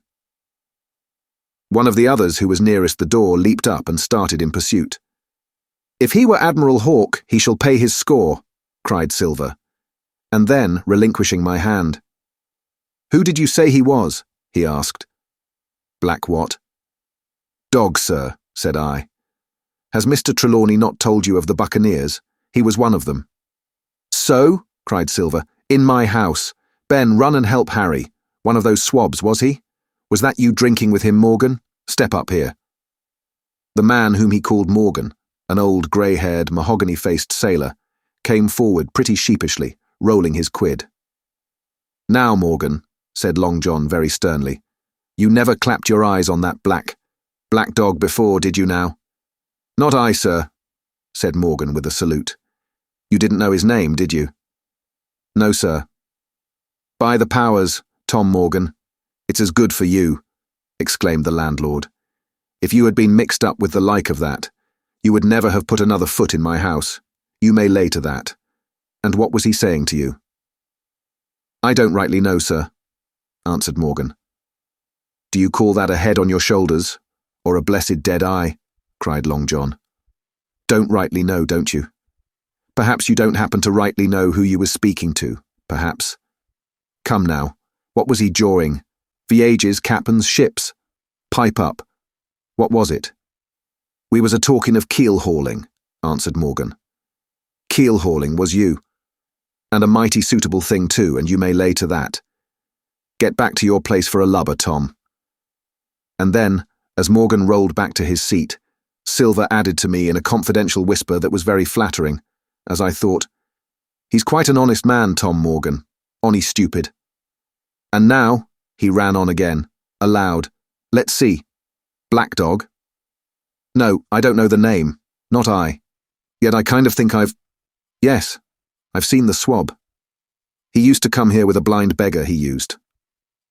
"That he did, you may be sure," said I. "I knew that blind man too. His name was Pugh." "It was," cried Silver, now quite excited. "Pugh, that were his name for certain. Ah, he looked a shark, he did. If we run down this black dog now, there'll be news for Captain Trelawney. Ben's a good runner. Few seamen run better than Ben. He should run him down hand over hand by the powers. He talked to keel-hauling, did he? I'll keel-haul him." All the time he was jerking out these phrases, he was stumping up and down the tavern on his crutch, slapping tables with his hand, and giving such a show of excitement as would have convinced an Old Bailey judge or a Bow Street runner. My suspicions had been thoroughly reawakened on finding Black Dog at the spyglass, and I watched the cook narrowly. But he was too deep and too ready, and too clever for me, and by the time the two men had come back out of breath and confessed that they had lost the track in a crowd and been scolded like thieves, I would have gone bail for the innocence of Long John Silver. "See here now, Hawkins," said he. "Here's a blessed hard thing on a man like me now, ain't it? There's Captain Trelawney. What's he to think? Here I have this confounded son of a Dutchman sitting in my own house drinking of my own rum. Here you comes and tells me of it plain, and here I let him give us all the slip before my blessed deadlights. Now, Hawkins, you do me justice with the captain. You're a lad, you are, but you're as smart as paint. I see that when you first come in. Now here it is. What could I do with this old timber I hobble on? When I was an A.B. master mariner, I'd have come up alongside of him, hand over hand, and broached him to in a brace of old shakes, I would. But now—" And then, all of a sudden, he stopped, and his jaw dropped as though he had remembered something. "The score," he burst out. 3 goes a rum. Why, shiver my timbers if I hadn't forgotten my score." And falling on a bench, he laughed until the tears ran down his cheeks. I could not help joining, and we laughed together, peal after peal, until the tavern rang again. "Why, what a precious old sea-calf I am," he said at last, wiping his cheeks. "You and me should get on well, Hawkins, for I'll take my Davy I should be rated ship's boy. But come now, stand by to go about. This won't do. Duty is duty, messmates. I'll put on my old cockerel hat and step along of you to Captain Trelawney and report this here affair. For mind you, it's serious, young Hawkins, and neither you nor me's come out of it with what I should make so bold as to call credit. Nor you neither, says you. Not smart, none of the pair of us smart. But dash my buttons, that was a good un about my score. And he began to laugh again, and that so heartily, that though I did not see the joke as he did, I was again obliged to join him in his mirth.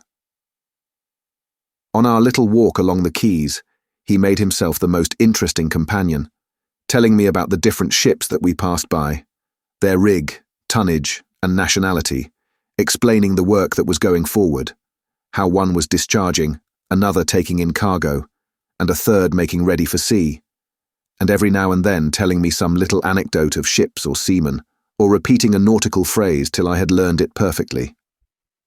I began to see that here was one of the best of possible shipmates. When we got to the inn, the squire and Dr. Livesey were seated together, finishing a quart of ale with a toast in it, before they should go aboard the schooner on a visit of inspection. Long John told the story from first to last, with a great deal of spirit and the most perfect truth. That was how it were now, weren't it, Hawkins? He would say, now and again, and I could always bear him entirely out. The two gentlemen regretted that Black Dog had got away, but we all agreed there was nothing to be done, and after he had been complimented, Long John took up his crutch and departed. "All hands aboard by 4 this afternoon," shouted the squire after him. "Aye, aye, sir," cried the cook in the passage. "Well, squire," said Dr. Livesey, "I don't put much faith in your discoveries as a general thing, but I will say this, John Silver suits me." "The man's a perfect trump," declared the squire. "And now," added the doctor, "Jim may come on board with us, may he not?" "To be sure he may," says Squire. "Take your hat, Hawkins, and we'll see the ship."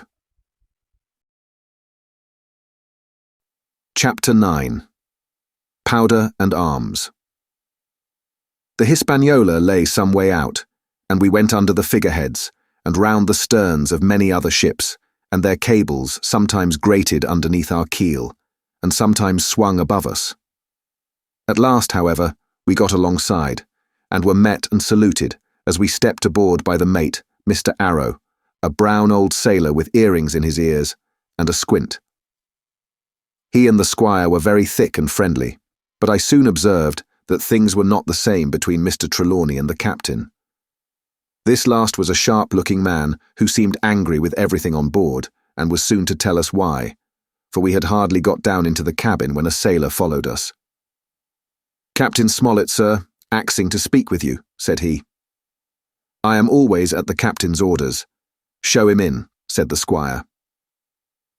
The captain, who was close behind his messenger, entered at once and shut the door behind him. "Well, Captain Smollett, what have you to say? All well, I hope? All shipshape and seaworthy?" "Well, sir," said the captain, "better speak plain, I believe, even at the risk of offence. I don't like this cruise, I don't like the men, and I don't like my officer. That's short and sweet." "Perhaps, sir, you don't like the ship?" inquired the squire, very angry, as I could see. "I can't speak as to that, sir, not having seen her tried," said the captain. "She seems a clever craft. More I can't say." "Possibly, sir, you may not like your employer either," says the squire. But here Dr. Livesey cut in. "Stay a bit," said he. "Stay a bit. No use of such questions as that but to produce ill feeling.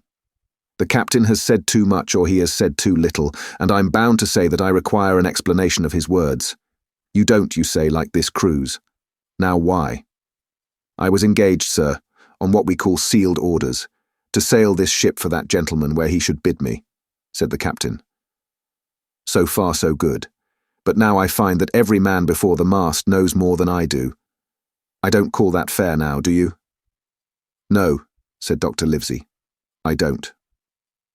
"Next," said the captain, "I learn we are going after treasure. Hear it from my own hands, mind you. Now, treasure is ticklish work. I don't like treasure voyages on any account, and I don't like them above all when they are secret and when, begging your pardon, Mr. Trelawney, the secret has been told to the parrot."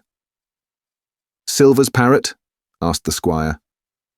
It's a way of speaking, said the captain. Blabbed, I mean.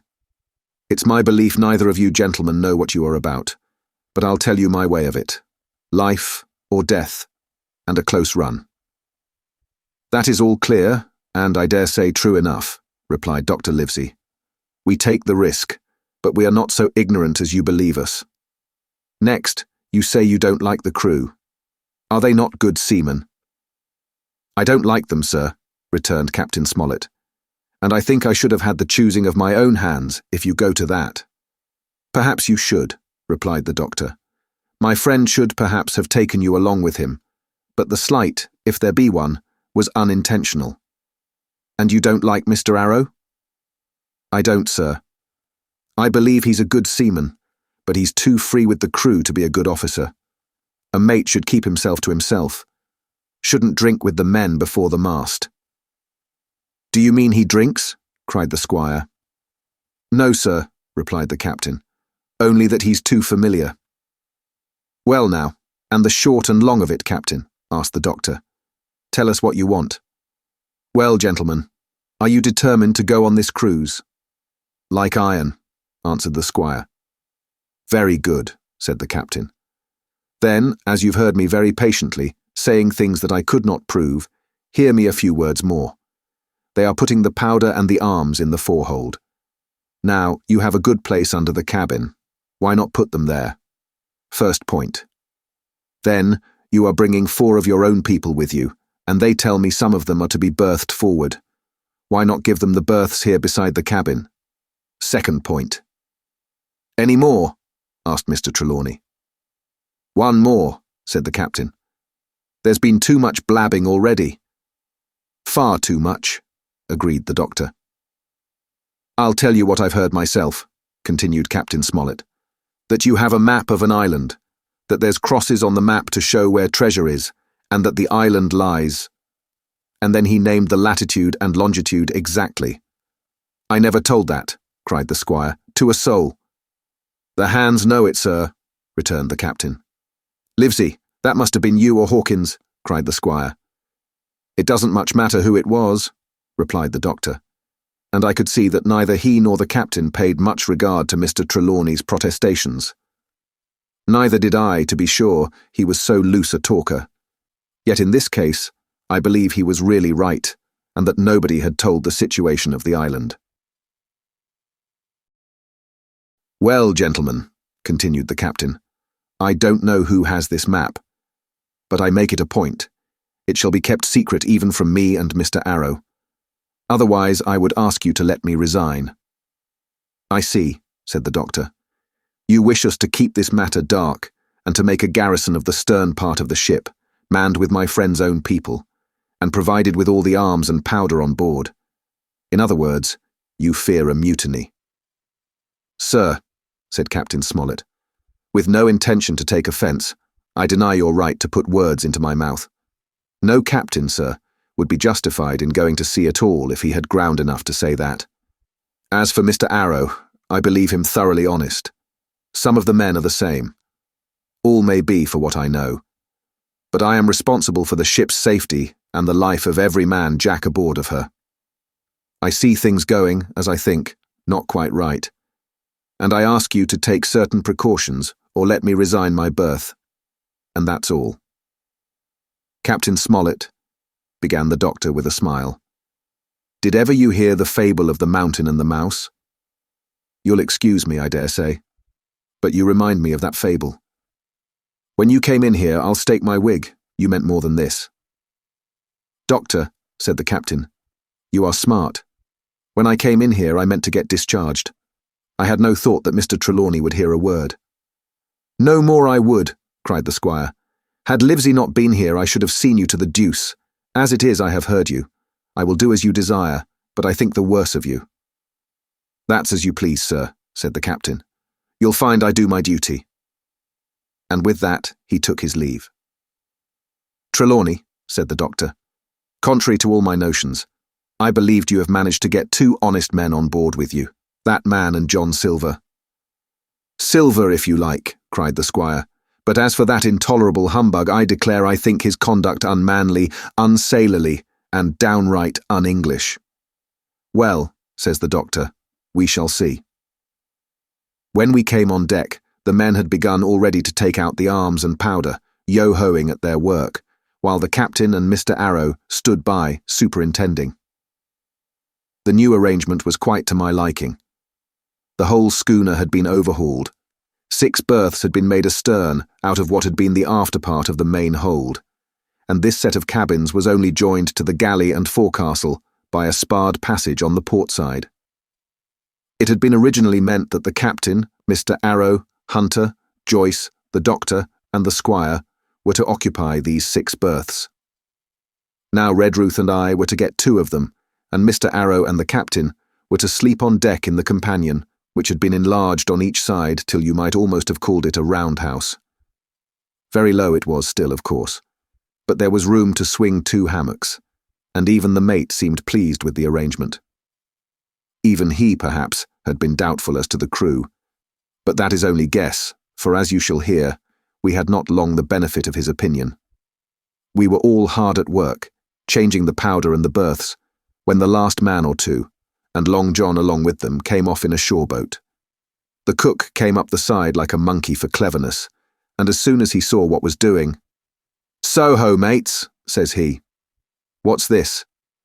"We're a-changing of the powder, Jack," answers one.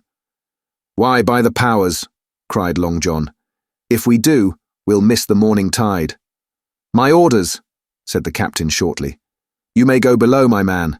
Hands will want supper." "Aye, aye, sir," answered the cook, and touching his forelock, he disappeared at once in the direction of his galley. "That's a good man, Captain," said the doctor. "Very likely, sir," replied Captain Smollett. "Easy with that, men. Easy," he ran on, to the fellows who were shifting the powder, and then suddenly observing me examining the swivel we carried amidships, a long brass 9. "Here, you ship's boy," he cried. "Out of that. Off with you to the cook and get some work." And then, as I was hurrying off, I heard him say, quite loudly to the doctor, "I'll have no favourites on my ship." I assure you I was quite of the squire's way of thinking, and hated the captain deeply. Chapter 10. The Voyage. All that night we were in a great bustle getting things stowed in their place, and boatfuls of the squire's friends, Mr. Blandley and the like, coming off to wish him a good voyage and a safe return. We never had a night at the Admiral Benbow when I had half the work, and I was dog-tired when, a little before dawn, the boatswain sounded his pipe and the crew began to man the capstan bars. I might have been twice as weary, yet I would not have left the deck. All was so new and interesting to me. The brief commands, the shrill note of the whistle, the men bustling to their places in the glimmer of the ship's lanterns. "Now, Barbecue, tip us a stave," cried one voice. "The old one," cried another. "Aye, aye, mates," said Long John, who was standing by with his crutch under his arm, and at once broke out in the air and words I knew so well. 15 men on the dead man's chest." And then the whole crew bore chorus. "Yo-ho-ho, and a bottle of rum." And at the third, ho, drove the bars before them with a will. Even at that exciting moment, it carried me back to the old Admiral Benbow in a second, and I seemed to hear the voice of the captain piping in the chorus. But soon the anchor was short up. Soon it was hanging dripping at the bows. Soon the sails began to draw, and the land and shipping to flit by on either side. And before I could lie down to snatch an hour of slumber, the Hispaniola had begun her voyage to the Isle of Treasure. I am not going to relate that voyage in detail. It was fairly prosperous. The ship proved to be a good ship, the crew were capable seamen, and the captain thoroughly understood his business. But before we came the length of Treasure Island, 2 or 3 things had happened which require to be known. Mr. Arrow, first of all, turned out even worse than the captain had feared. He had no command among the men, and people did what they pleased with him. But that was by no means the worst of it, for after a day or 2 at sea, he began to appear on deck with hazy eye, red cheeks, stuttering tongue, and other marks of drunkenness. Time after time he was ordered below in disgrace. Sometimes he fell and cut himself. Sometimes he lay all day long in his little bunk at one side of the companion. Sometimes for a day or two he would be almost sober and attend to his work at least passably. In the meantime, we could never make out where he got the drink. That was the ship's mystery. Watch him as we pleased, we could do nothing to solve it. And when we asked him to his face, he would only laugh if he were drunk, and if he were sober, deny solemnly that he ever tasted anything but water. He was not only useless as an officer and a bad influence amongst the men, but it was plain that at this rate he must soon kill himself outright, so nobody was much surprised, nor very sorry, when one dark night, with a head sea, he disappeared entirely and was seen no more. "Overboard," said the captain. "Well, gentlemen, that saves the trouble of putting him in irons." But there we were, without a mate, and it was necessary, of course, to advance one of the men. The boatswain, Job Anderson, was the likeliest man aboard, and though he kept his old title, he served in a way as mate. Mr. Trelawney had followed the sea, and his knowledge made him very useful, for he often took a watch himself in easy weather. And the coxswain, Israel Hands, was a careful, wily, old, experienced seaman who could be trusted at a pinch with almost anything. He was a great confidant of Long John Silver, and so the mention of his name leads me on to speak of our ship's cook, Barbecue, as the men called him. Aboard ship he carried his crutch by a lanyard round his neck, to have both hands as free as possible. It was something to see him wedge the foot of the crutch against a bulkhead, and propped against it, yielding to every movement of the ship, get on with his cooking like someone safe ashore. Still more strange was it to see him in the heaviest of weather cross the deck. He had a line or two rigged up to help him across the widest spaces. Long John's earrings, they were called, and he would hand himself from one place to another, now using the crutch, now trailing it alongside by the lanyard, as quickly as another man could walk. Yet some of the men who had sailed with him before expressed their pity to see him so reduced. "He's no common man, Barbecue," said the coxswain to me. "He had good schooling in his young days and can speak like a book when so minded, and brave, a lion's nothing alongside of Long John. I seen him grapple four and knock their heads together, him unarmed." All the crew respected and even obeyed him. He had a way of talking to each and doing everybody some particular service. To me he was unweariedly kind, and always glad to see me in the galley, which he kept as clean as a new pin, the dishes hanging up burnished, and his parrot in a cage in one corner. "Come away, Hawkins," he would say. "Come and have a yarn with John. Nobody more welcome than yourself, my son. Sit you down and hear the news. Here's Captain Flint. I calls my parrot Captain Flint after the famous Buccaneer. Here's Captain Flint predicting success to our voyage. Wasn't you, Captain?" And the parrot would say, with great rapidity, "Pieces of 8, pieces of 8, pieces of 8, till you wondered that it was not out of breath, or till John threw his handkerchief over the cage. "Now, that bird," he would say, "is, maybe, 200 years old, Hawkins. They live forever, mostly. And if anybody's seen more wickedness, it must be the devil himself. She sailed with England, the great Captain England, the pirate. She's been at Madagascar, and at Malabar, and Suriname, and Providence, and Portobello. She was at the fishing up of the wrecked plate ships. It's there she learned pieces of 8, and little wonder, 350,000 of 'em, Hawkins. She was at the boarding of the Viceroy of the Indies out of Goa, she was. And to look at her, you would think she was a baby. But you smelt powder, didn't you, Captain? 'Stand by to go about,' the parrot would scream. 'Ah, she's a handsome craft, she is,' the cook would say, and give her sugar from his pocket, and then the bird would peck at the bars and swear straight on, passing belief for wickedness. 'There,' John would add, 'you can't touch pitch and not be mucked, lad. Here's this poor old innocent bird of mine swearing blue fire, and none the wiser, you may lay to that.' She would swear the same, in a manner of speaking, before Chaplain. And John would touch his forelock with a solemn way he had, that made me think he was the best of men. In the meantime, the squire and Captain Smollett were still on pretty distant terms with one another. The squire made no bones about the matter. He despised the captain. The captain, on his part, never spoke but when he was spoken to, and then sharp and short and dry, and not a word wasted.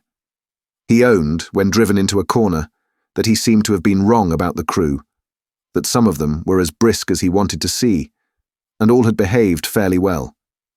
As for the ship, he had taken a downright fancy to her. She'll lie a point nearer the wind than a man has a right to expect of his own married wife, sir. But, he would add, all I say is, we're not home again, and I don't like the cruise. The squire, at this, would turn away and march up and down the deck, chin in air. A trifle more of that, man, he would say, and I shall explode. We had some heavy weather, which only proved the qualities of the Hispaniola.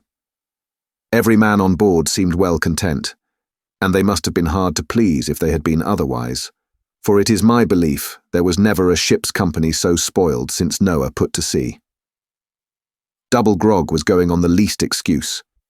There was duff on odd days, as for instance, if the squire heard it was any man's birthday, and always a barrel of apples standing broached in the waist for anyone to help himself that had a fancy. Never knew good come of it yet, the captain said to Dr. Livesey. Spoil forecastle hands make devils, that's my belief. But good did come of the apple barrel, as you shall hear, for if it had not been for that, we should have had no note of warning, and might all have perished by the hand of treachery. This was how it came about. We had run up the trades to get the wind of the island we were after. I am not allowed to be more plain. And now we were running down for it with a bright lookout day and night. It was about the last day of our outward voyage by the largest computation. Sometime that night, or at latest before noon of the morrow, we should sight the treasure island. We were heading SSW, and had a steady breeze abeam and a quiet sea. The Hispaniola rolled steadily, dipping her bowsprit now and then with a whiff of spray. All was drawing alow and aloft. Everyone was in the bravest spirits, because we were now so near an end of the first part of our adventure.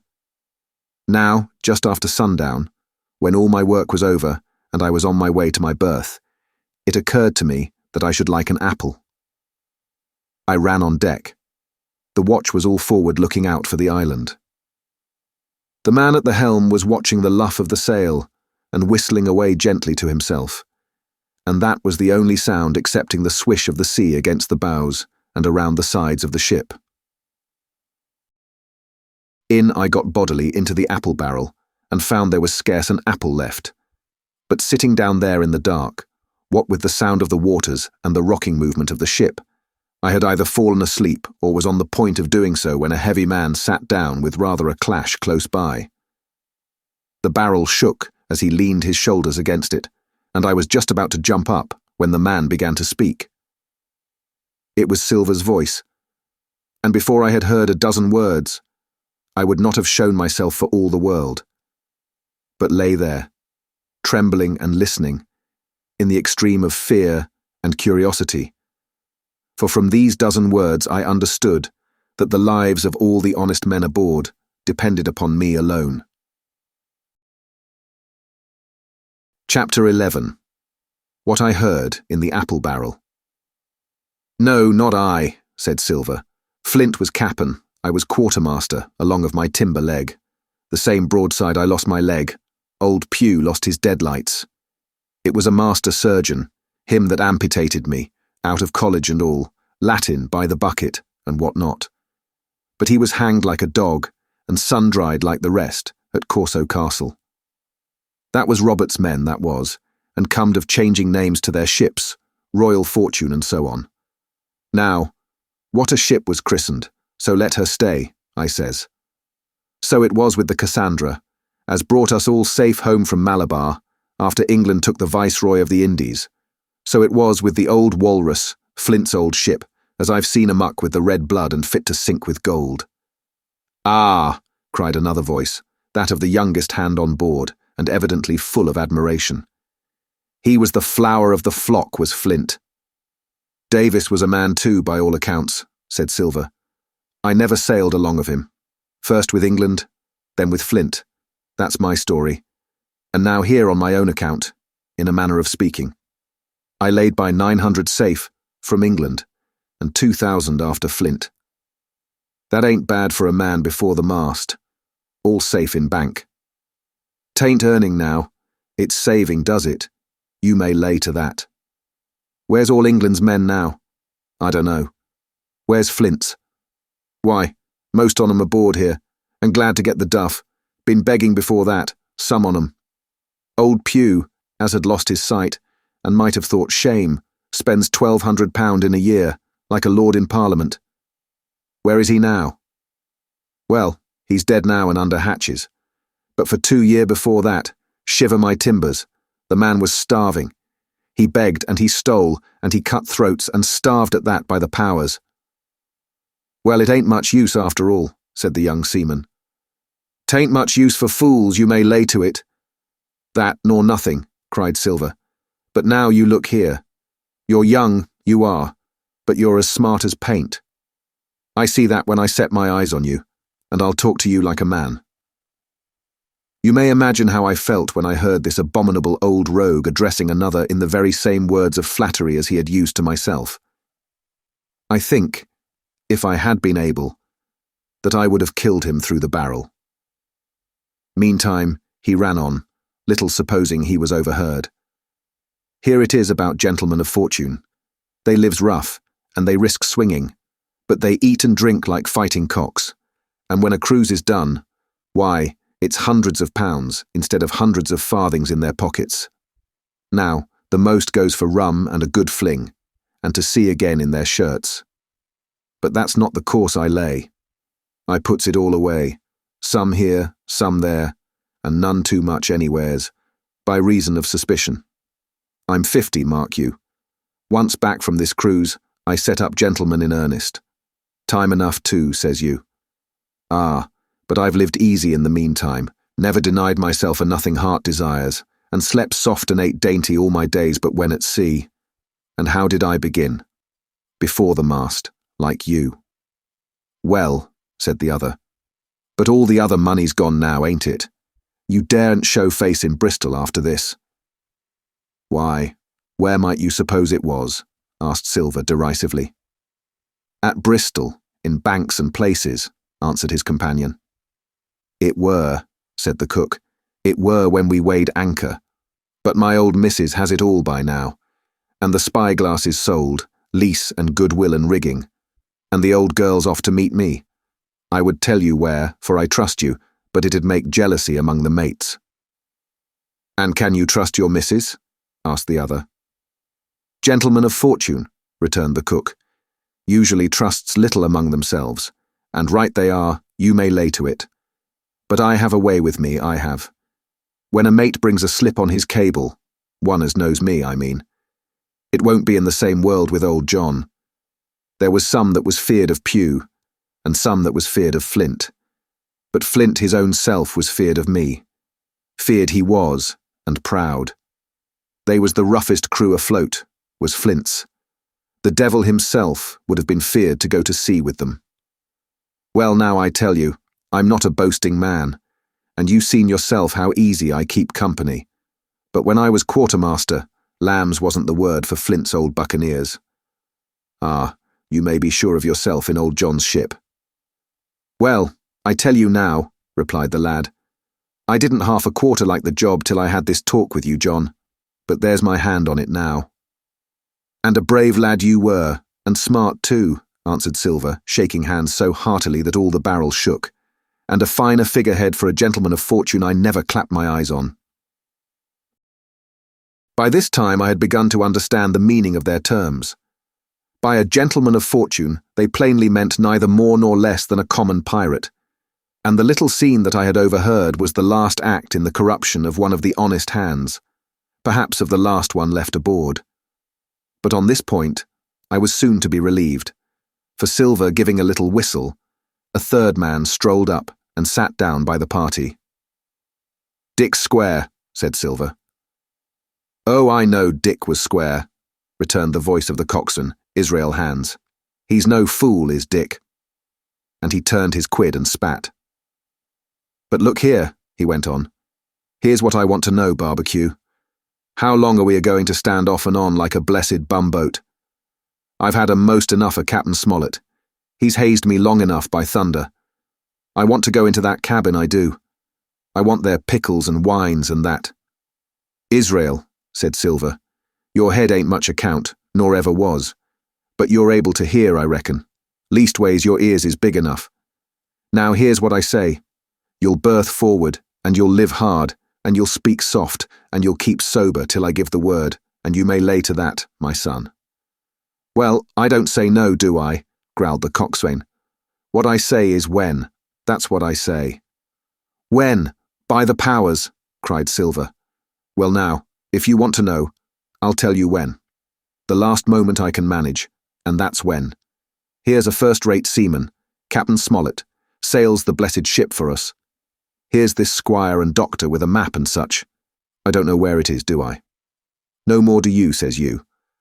Well then, I mean this squire and doctor shall find the stuff and help us to get it aboard by the powers. Then we'll see. If I was sure of you all, sons of double Dutchmen, I'd have Captain Smollett navigate us halfway back again before I struck." "Why, we're all seamen aboard here, I should think," said the lad Dick. "We're all forecastle hands, you mean?" snapped Silver. "We can steer a course, but who's to set one? That's what all you gentlemen split on first and last. If I had my way, I'd have Captain Smollett work us back into the trades at least. Then we'd have no blessed miscalculations and a spoonful of water a day.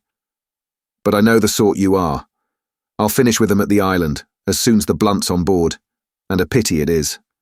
But you're never happy till you're drunk. Split my sides, I've a sick heart to sail with the likes of you." "Easy all, Long John," cried Israel. "Who's a crossing of you? Why, how many tall ships, think ye now, have I seen laid aboard, and how many brisk lads drying in the sun at Execution Dock?" cried Silver. "And all for this same hurry and hurry and hurry. You hear me? I seen a thing or two at sea, I have. If you would only lay your course, and a pint to windward, you would ride in carriages, you would. But not you. I know you. You'll have your mouthful of rum tomorrow, and go hang." "Everybody knowed you was a kind of a chaplain, John, but there's others as could hand and steer as well as you," said Israel. "They liked a bit of fun, they did. They wasn't so high and dry nohow, but took their fling, like jolly companions everyone." "So?" says Silver. "Well, and where are they now? Pugh was that sort, and he died a beggar man. Flint was, and he died of rum at Savannah. Ah, they was a sweet crew, they was. Onny, where are they?" "But," asked Dick, "when we do lay 'em athwart, what are we to do with 'em anyhow?" "There's the man for me," cried the cook admiringly. "That's what I call business. Well, what would you think? Put 'em ashore like maroons. That would have been England's way. Or cut 'em down like that much pork. That would have been Flint's or Billy Bones's." "Billy was the man for that," said Israel. "Dead men don't bite," says he. "Well, he's dead now hisself. He knows the long and short on it now. And if ever a rough hand come to port, it was Billy." "Right you are," said Silver. "Rough and ready. But mark you here, I'm an easy man. I'm quite the gentleman, says you. But this time it's serious. Duty is duty, mates. I give my vote. Death. When I'm in Parliament and riding in my coach, I don't want none of these sea lawyers in the cabin a-coming home, unlooked for, like the devil at prayers. Wait is what I say. But when the time comes, why, let her rip." "John," cries the coxswain, "you're a man." "You'll say so, Israel, when you see," said Silver. "Only one thing I claim. I claim Trelawney. I'll wring his calf's head off his body with these hands, Dick," he added, breaking off. "You just jump up like a sweet lad, and get me an apple, to wet my pipe like." You may fancy the terror I was in. I should have leaped out and run for it if I had found the strength, but my limbs and heart alike misgave me. I heard Dick begin to rise, and then someone seemingly stopped him, and the voice of Hans exclaimed, "Oh, stow that! Don't you get sucking of that bilge, John. Let's have a go of the rum." "Dick," said Silver, "I trust you. I've a gauge on the keg, mind. There's the key. You fill a pannikin and bring it up." Terrified as I was, I could not help thinking to myself that this must have been how Mr. Arrow got the strong waters that destroyed him. Dick was gone, but a little while, and during his absence, Israel spoke straight on in the cook's ear. It was but a word or two that I could catch, and yet I gathered some important news, for besides other scraps that tended to the same purpose, this whole clause was audible. "Not another man of them'll jine." Hence there were still faithful men on board. When Dick returned, one after another of the trio took the pannikin and drank, one to luck, another with a "Here's to old Flint," and Silver himself saying in a kind of song, "Here's to ourselves, and hold your luff, plenty of prizes, and plenty of duff." Just then a sort of brightness fell upon me in the barrel, and looking up, I found the moon had risen and was silvering the mizzen top and shining white on the luff of the foresail, and almost at the same time the voice of the lookout shouted, "Land ho!" Chapter 12. Council of War. There was a great rush of feet across the deck. I could hear people tumbling up from the cabin and the forecastle, and slipping in an instant outside my barrel, I dived behind the foresail, made a double towards the stern, and came out upon the open deck in time to join Hunter and Dr. Livesey in the rush for the weather bow. There all hands were already congregated. A belt of fog had lifted almost simultaneously with the appearance of the moon. Away to the southwest of us, we saw two low hills, about a couple of miles apart, and rising behind one of them, a third and higher hill, whose peak was still buried in the fog. All three seemed sharp and conical in figure. So much I saw, almost in a dream, for I had not yet recovered from my horrid fear of a minute or two before. And then I heard the voice of Captain Smollett issuing orders. The Hispaniola was laid a couple of points nearer the wind, and now sailed a course that would just clear the island on the east. "And now, men," said the captain, when all was sheeted home, "has any one of you ever seen that land ahead?" "I have, sir," said Silver. "I've watered there with a trader I was cooking." "The anchorage is on the south, behind an islet, I fancy?" asked the captain. "Yes, sir. Skeleton Island, they calls it. It were a main place for pirates once, and a hand we had on board knowed all their names for it. That hill to the nor'ard they calls the foremast hill. There are 3 hills in a row running southward, fore, main, and mizzen, sir. But the main, that's the big un, with the cloud on it, they usually calls the spyglass, by reason of a lookout they kept when they was in the anchorage cleaning. For it's there they cleaned their ships, sir, asking your pardon." "I have a chart here," says Captain Smollett. "See if that's the place." Long John's eyes burned in his head as he took the chart, but by the fresh look of the paper I knew he was doomed to disappointment. This was not the map we found in Billy Bones's chest, but an accurate copy, complete in all things, names and heights and soundings, with the single exception of the red crosses and the written notes. Sharp as must have been his annoyance, Silver had the strength of mind to hide it. "Yes, sir," said he, "this is the spot to be sure, and very prettily drawed out. Who might have done that, I wonder? The pirates were too ignorant, I reckon. Aye, here it is. Captain Kidd's anchorage, just the name my shipmate called it. There's a strong current runs along the south, and then away nor'ard up the west coast. Right you was, sir," says he, "to haul your wind and keep the weather of the island. Leastways, if such was your intention as to enter and careen, and there ain't no better place for that in these waters." "Thank you, my man," says Captain Smollett. "I'll ask you later on to give us a help. You may go."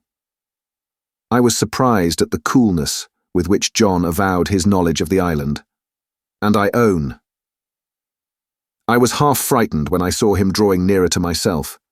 He did not know, to be sure, that I had overheard his counsel from the apple barrel, and yet I had by this time taken such a horror of his cruelty, duplicity, and power that I could scarce conceal a shudder when he laid his hand upon my arm.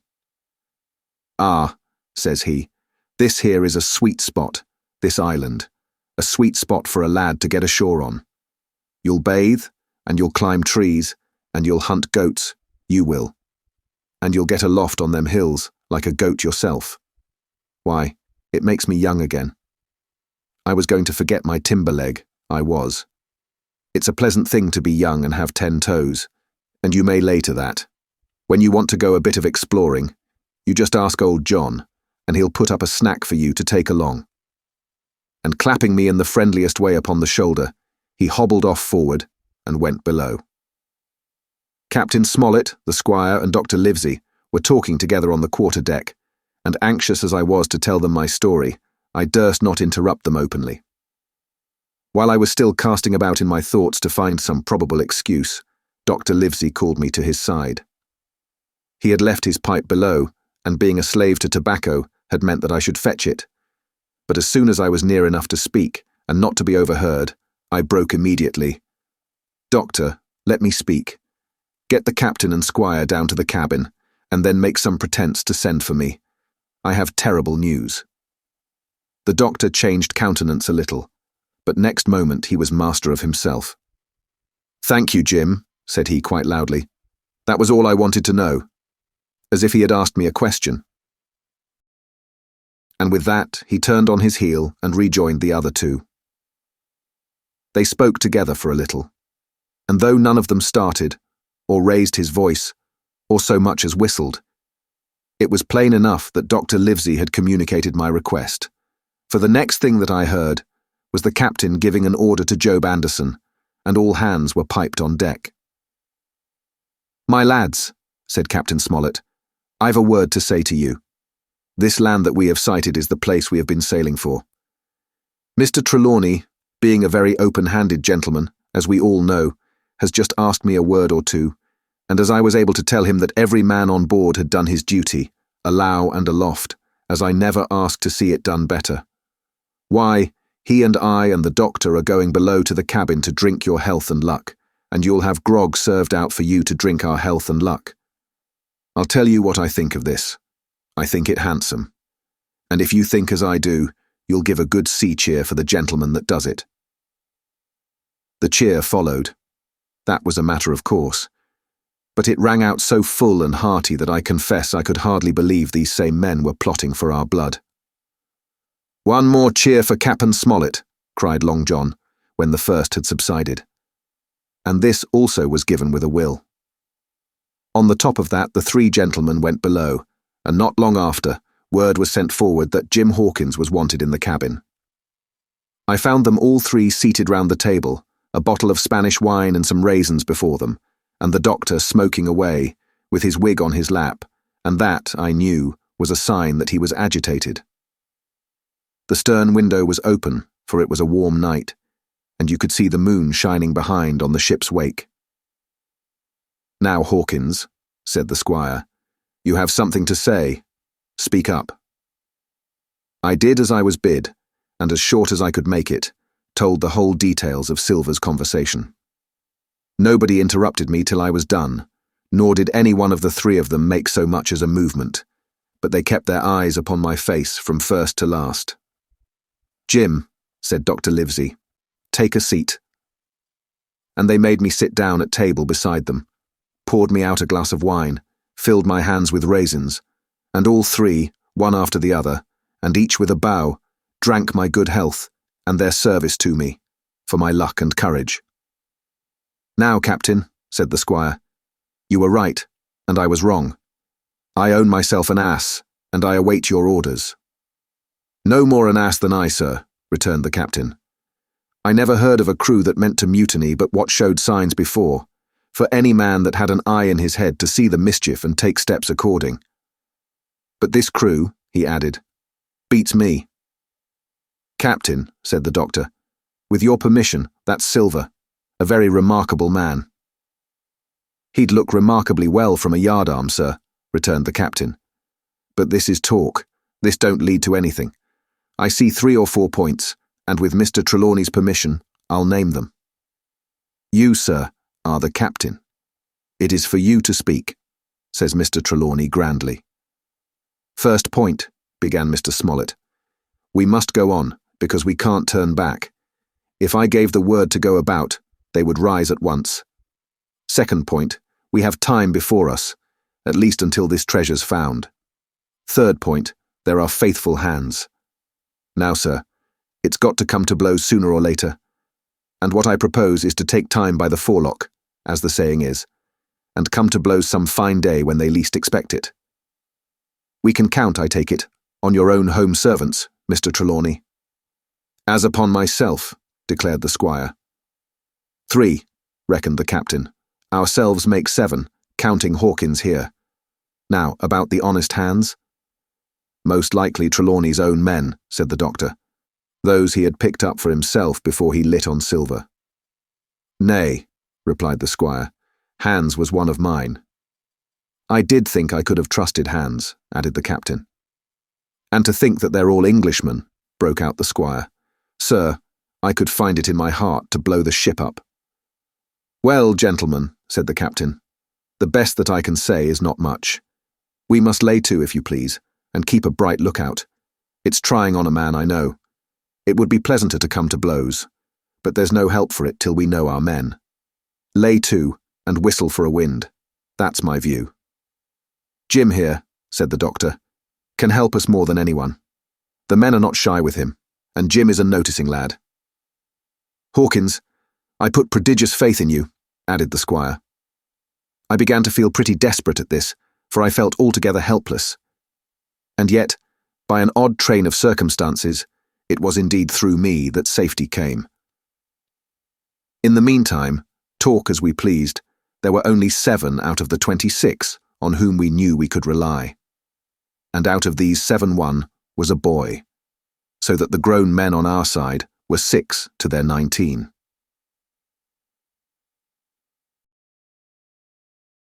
Part 3.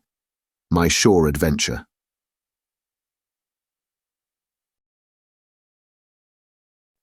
Chapter 14. The First Blow. The appearance of the island when I came on deck next morning was altogether changed. Although the breeze had now utterly ceased, we had made a great deal of way during the night, and were now lying becalmed about half a mile to the southeast of the low eastern coast. Grey-coloured woods covered a large part of the surface. This even tint was indeed broken up by streaks of yellow sandbreak in the lower lands, and by many tall trees of the pine family, outtopping the others, some singly, some in clumps. But the general colouring was uniform and sad. The hills ran up clear above the vegetation in spires of naked rock. All were strangely shaped, and the spyglass, which was by 300 or 400 feet the tallest on the island, was likewise the strangest in configuration, running up sheer from almost every side, and then suddenly cut off at the top like a pedestal to put a statue on. The Hispaniola was rolling scuppers under in the ocean swell. The booms were tearing at the blocks, the rudder was banging to and fro, and the whole ship creaking, groaning, and jumping like a manufactory. I had to cling tight to the backstay, and the world turned giddily before my eyes, for though I was a good enough sailor when there was way on, this standing still and being rolled about like a bottle was a thing I never learned to stand without a qualm or so, above all in the morning, on an empty stomach. Perhaps it was this. Perhaps it was the look of the island, with its grey, melancholy woods and wild stone spires, and the surf that we could both see and hear foaming and thundering on the steep beach. At least, although the sun shone bright and hot, and the shorebirds were fishing and crying all around us, and you would have thought anyone would have been glad to get to land after being so long at sea, my heart sank, as the saying is, into my boots. And from the first look onward, I hated the very thought of Treasure Island. We had a dreary morning's work before us, for there was no sign of any wind, and the boats had to be got out and manned, and the ship warped 3 or 4 miles round the corner of the island and up the narrow passage to the haven behind Skeleton Island. I volunteered for one of the boats, where I had, of course, no business. The heat was sweltering, and the men grumbled fiercely over their work.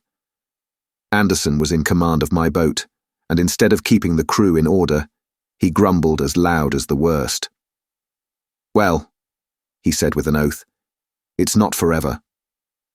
I thought this was a very bad sign, for up to that day the men had gone briskly and willingly about their business. But the very sight of the island had relaxed the cords of discipline. All the way in, Long John stood by the steersman and conned the ship. He knew the passage like the palm of his hand, and though the man in the chains got everywhere more water than was down in the chart, John never hesitated once. "There's a strong scour with the ebb," he said, "and this here passage has been dug out, in a manner of speaking, with a spade." We brought up just where the anchor was in the chart, about 1/3 of a mile from each shore, the mainland on one side and Skeleton Island on the other. The bottom was clean sand. The plunge of our anchor sent up clouds of birds wheeling and crying over the woods, but in less than a minute they were down again, and all was once more silent. The place was entirely landlocked, buried in woods, the trees coming right down to high water mark, the shores mostly flat, and the hilltops standing round at a distance in a sort of amphitheatre, one here, one there. 2 little rivers, or rather 2 swamps, emptied out into this pond, as you might call it, and the foliage round that part of the shore had a kind of poisonous brightness. From the ship we could see nothing of the house or stockade, for they were quite buried among trees. And if it had not been for the chart on the companion, we might have been the first that had ever anchored there since the island arose out of the seas. There was not a breath of air moving, nor a sound but that of the surf booming 1/2 a mile away along the beaches and against the rocks outside. A peculiar stagnant smell hung over the anchorage, a smell of sodden leaves and rotting tree trunks. I observed the doctor sniffing and sniffing, like someone tasting a bad egg. "I don't know about treasure," he said, "but I'll stake my wig there's fever here." If the conduct of the men had been alarming in the boat, it became truly threatening when they had come aboard. They lay about the deck growling together in talk. The slightest order was received with a black look, and grudgingly and carelessly obeyed. Even the honest hands must have caught the infection, for there was not one man aboard to mend another. Mutiny, it was plain, hung over us like a thundercloud. And it was not only we of the cabin party who perceived the danger. Long John was hard at work going from group to group, spending himself in good advice, and as for example, no man could have shown a better. He fairly outstripped himself in willingness and civility. He was all smiles to everyone. If an order were given, John would be on his crutch in an instant, with the cheeriest "Aye, aye, sir" in the world, and when there was nothing else to do, he kept up one song after another, as if to conceal the discontent of the rest. Of all the gloomy features of that gloomy afternoon, this obvious anxiety on the part of Long John appeared the worst. We held a council in the cabin. "Sir," said the captain, "if I risk another order, the whole ship'll come about our ears by the run. You see, sir, here it is. I get a rough answer, do I not? Well, if I speak back, Pikes will be going in 2 shakes. If I don't, Silver will see there's something under that and the game's up. Now we've only one man to rely on." "And who is that?" asked the squire. "Silver, sir," returned the captain. "He's as anxious as you and I to smother things up. This is a tiff. He'd soon talk 'em out of it if he had the chance, and what I propose to do is to give him the chance. Let's allow the men an afternoon ashore. If they all go, why, we'll fight the ship. If they none of them go, well then, we hold the cabin, and God defend the right. If some go, you mark my words, sir, Silver'll bring 'em aboard again as mild as lambs." It was so decided. Loaded pistols were served out to all the shore men. Hunter, Joyce, and Redruth were taken into our confidence and received the news with less surprise and a better spirit than we had looked for. And then the captain went on deck and addressed the crew. "My lads," said he, "we've had a hot day and are all tired and out of sorts. A turn ashore'll hurt nobody. The boats are still in the water, You can take the gigs, and as many as please may go ashore for the afternoon. I'll fire a gun half an hour before sundown." I believe the silly fellows must have thought they would break their shins over treasure as soon as they were landed, for they all came out of their sulks in a moment and gave a cheer that started the echo in a faraway hill and sent the birds once more flying and squalling round the anchorage. The captain was too bright to be in the way. He whipped out of sight in a moment, leaving Silver to arrange the party, and I fancy it was as well he did so. Had he been on deck, he could no longer so much as have pretended not to understand the situation. It was as plain as day. Silver was the captain, and a mighty rebellious crew he had of it. The honest hands, and I was soon to see it proved that there were such on board, must have been very stupid fellows. Or rather, I suppose the truth was this, that all hands were disaffected by the example of the ringleaders. Only some more, some less. And a few, being good fellows in the main, could neither be led nor driven any further. It is one thing to be idle and skulk, and quite another to take a ship and murder a number of innocent men. At last, however, the party was made up. 6 fellows were to stay on board, and the remaining 13, including Silver, began to embark. Then it was that there came into my head the first of the mad notions that contributed so much to save our lives. If 6 men were left by Silver, it was plain our party could not take and fight the ship. And since only 6 were left, it was equally plain that the cabin party had no present need of my assistance. It occurred to me at once to go ashore. In a jiffy, I had slipped over the side and curled up in the foresheets of the nearest boat, and almost at the same moment she shoved off. No one took notice of me, only the bow oar saying, "Is that you, Jim? Keep your head down." But Silver, from the other boat, looked sharply over and called out to know if that were me, and from that moment I began to regret what I had done. The crews raced for the beach, but the boat I was in, having some start and being at once the lighter and the better manned, shot far ahead of her consort, and the bow had struck among the shoreside trees, and I had caught a branch and swung myself out and plunged into the nearest thicket, while Silver and the rest were still 100 yards behind. "Jim! Jim!" I heard him shouting. But you may suppose I paid no heed. Jumping, ducking and breaking through, I ran straight before my nose till I could run no longer. Chapter 14. The First Blow. I was so pleased at having given the slip to Long John that I began to enjoy myself and look around me with some interest on the strange land that I was in. I had crossed a marshy tract full of willows, bulrushes, and odd, outlandish, swampy trees. And I had now come out upon the skirts of an open piece of undulating, sandy country, about a mile long, dotted with a few pines and a great number of contorted trees, not unlike the oak in growth, but pale in the foliage, like willows. On the far side of the open stood one of the hills, with 2 quaint, craggy peaks shining vividly in the sun. I now felt for the first time the joy of exploration. The isle was uninhabited. My shipmates I had left behind, and nothing lived in front of me but dumb brutes and fowls.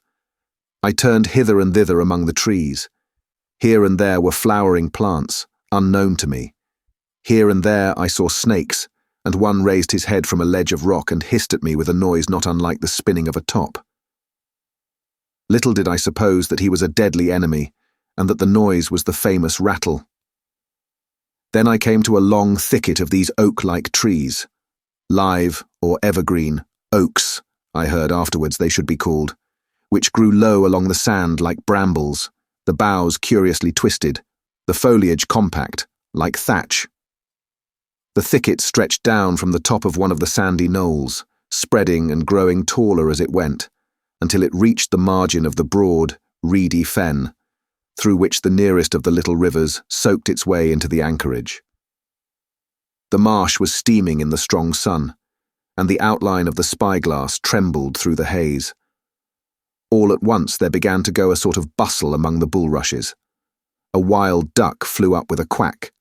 Another followed, and soon over the whole surface of the marsh a great cloud of birds hung screaming and circling in the air. I judged at once that some of my shipmates must be drawing near along the borders of the fen. Nor was I deceived, for soon I heard the very distant and low tones of a human voice, which, as I continued to give ear, grew steadily louder and nearer. This put me in a great fear, and I crawled under cover of the nearest live oak and squatted there, hearkening, as silent as a mouse. Another voice answered, and then the first voice, which I now recognized to be Silver's, once more took up the story and ran on for a long while in a stream, only now and again interrupted by the other. By the sound they must have been talking earnestly and almost fiercely, but no distinct word came to my hearing. At last the speakers seemed to have paused, and perhaps to have sat down, for not only did they cease to draw any nearer, but the birds themselves began to grow more quiet and to settle again to their places in the swamp. And now I began to feel that I was neglecting my business, that since I had been so foolhardy as to come ashore with these desperadoes, the least I could do was to overhear them at their councils, and that my plain and obvious duty was to draw as close as I could manage, under the favourable ambush of the crouching trees. I could tell the direction of the speakers pretty exactly, not only by the sound of their voices, but by the behaviour of the few birds that still hung in alarm above the heads of the intruders. Crawling on all fours, I made steadily but slowly towards them, till at last, raising my head to an aperture among the leaves, I could see clear down into a little green dell beside the marsh, and closely set about with trees, where Long John Silver and another of the crew stood face to face in conversation. The sun beat full upon them. Silver had thrown his hat beside him on the ground, and his great, smooth, blonde face, all shining with heat, was lifted to the other man's in a kind of appeal. "Mate," he was saying, "it's because I think's gold dust of you. Gold dust, and you may lay to that. If I hadn't took to you like pitch, do you think I'd have been here a warning of you? All's up, you can't make nor mend. It's to save your neck that I'm a-speaking, and if one of the wild uns knew it, where'd I be, Tom? Now tell me, where'd I be?" "Silver," said the other man, and I observed he was not only red in the face, but spoke as hoarse as a crow, and his voice shook too, like a taut rope. "Silver," says he, "you're old and you're honest, or has the name for it, and you've money too, which lots of poor sailors hasn't, and you're brave, or I'm mistook. And will you tell me you'll let yourself be led away with that kind of a mess of swabs? Not you. As sure as God sees me, I'd sooner lose my hand. If I turn agin my duty—" And then all of a sudden he was interrupted by a noise. I had found one of the honest hands. Well, here, at that same moment, came news of another. Far away out in the marsh there arose all of a sudden a sound like the cry of anger, then another on the back of it, and then one horrid long-drawn scream. The rocks of the spyglass re-echoed it a score of times. The whole troop of marsh birds rose again, darkening heaven with a simultaneous whir. And long after that death yell was still ringing in my brain, silence had re-established its empire, and only the rustle of the redescending birds and the boom of the distant surges disturbed the languor of the afternoon. Tom had leaped at the sound like a horse at the spur, but Silver had not winked an eye. He stood where he was, resting lightly on his crutch, watching his companion like a snake about to spring. "John," said the sailor, stretching out his hand. "Hands off!" cried Silver, leaping back a yard, as it seemed to me, with the speed and security of a trained gymnast. "Hands off, if you like, John Silver," said the other. "It's a black conscience that can make you feared of me, but in heaven's name tell me, what was that?" "That?" returned Silver, smiling away, but warier than ever, his eye a mere pinpoint in his big face, but gleaming like a crumb of glass. "That? Oh, I reckon that'll be Alan." And at this point Tom flashed out like a hero. "Alan!" he cried. "Then rest his soul for a true seaman. And as for you, John Silver, long you've been a mate of mine, but you're mate of mine no more. If I die like a dog, I'll die in my duty. You've killed Alan, have you? Kill me too if you can. But I defies you." And with that, this brave fellow turned his back directly on the cook and set off walking for the beach. But he was not destined to go far.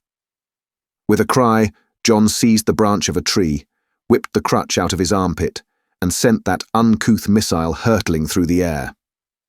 It struck poor Tom, point foremost, and with stunning violence, right between the shoulders in the middle of his back. His hands flew up, he gave a sort of gasp, and fell. Whether he were injured much or little, none could ever tell. Like enough, to judge from the sound, his back was broken on the spot. But he had no time given him to recover. Silver, agile as a monkey even without leg or crutch, was on the top of him next moment, and had twice buried his knife up to the hilt in that defenceless body. From my place of ambush, I could hear him pant aloud as he struck the blows. I do not know what it rightly is to faint, but I do know that for the next little while the whole world swam away from before me in a whirling mist. Silver and the birds, and the tall spyglass hilltop, going round and topsy-turvy before my eyes, and all manner of bells ringing and distant voices shouting in my ear. When I came again to myself, the monster had pulled himself together, his crutch under his arm, his hat upon his head. Just before him, Tom lay motionless upon the sward, but the murderer minded him not a whit, cleansing his blood-stained knife the while upon a wisp of grass. Everything else was unchanged, the sun still shining mercilessly on the steaming marsh and the tall pinnacle of the mountain, and I could scarce persuade myself that murder had been actually done, and a human life cruelly cut short a moment since before my eyes. But now John put his hand into his pocket, brought out a whistle, and blew upon it several modulated blasts that rang far across the heated air. I could not tell, of course, the meaning of the signal, but it instantly awoke my fears. More men would be coming. I might be discovered. They had already slain 2 of the honest people. After Tom and Alan, might not I come next? Instantly I began to extricate myself and crawl back again, with what speed and silence I could manage, to the more open portion of the wood.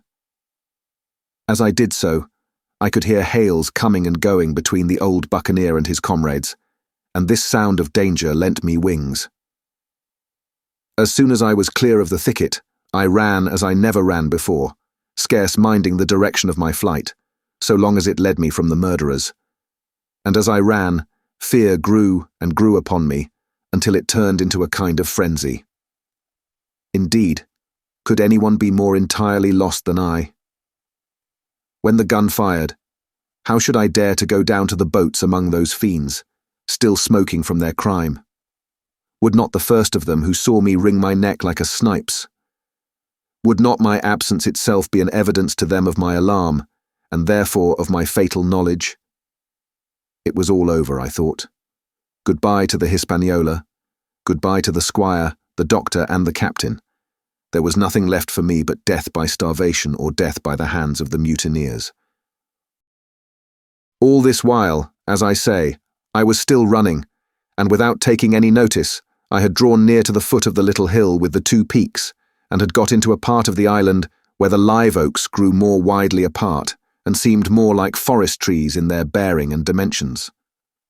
Mingled with these were a few scattered pines, some 50, some nearer 70, feet high. The air too smelt more freshly than down beside the marsh, and here a fresh alarm brought me to a standstill with a thumping heart. Chapter 15. The Man of the Island.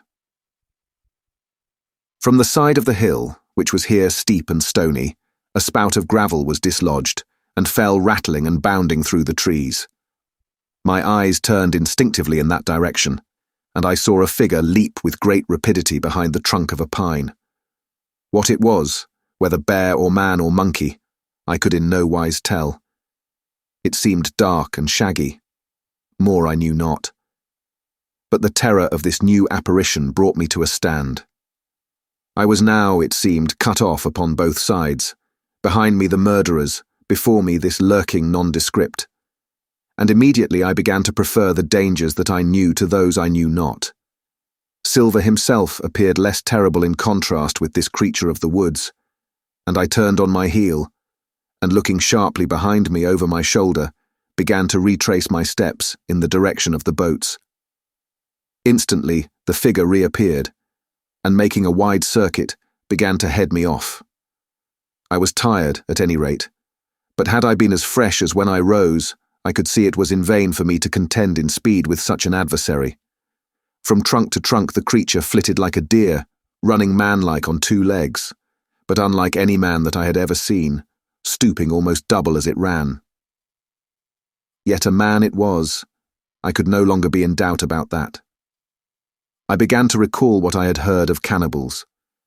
I was within an ace of calling for help. But the mere fact that he was a man, however wild, had somewhat reassured me, and my fear of Silver began to revive in proportion.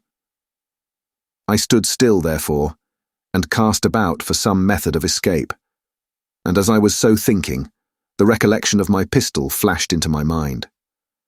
As soon as I remembered I was not defenceless, courage glowed again in my heart, and I set my face resolutely for this man of the island and walked briskly towards him.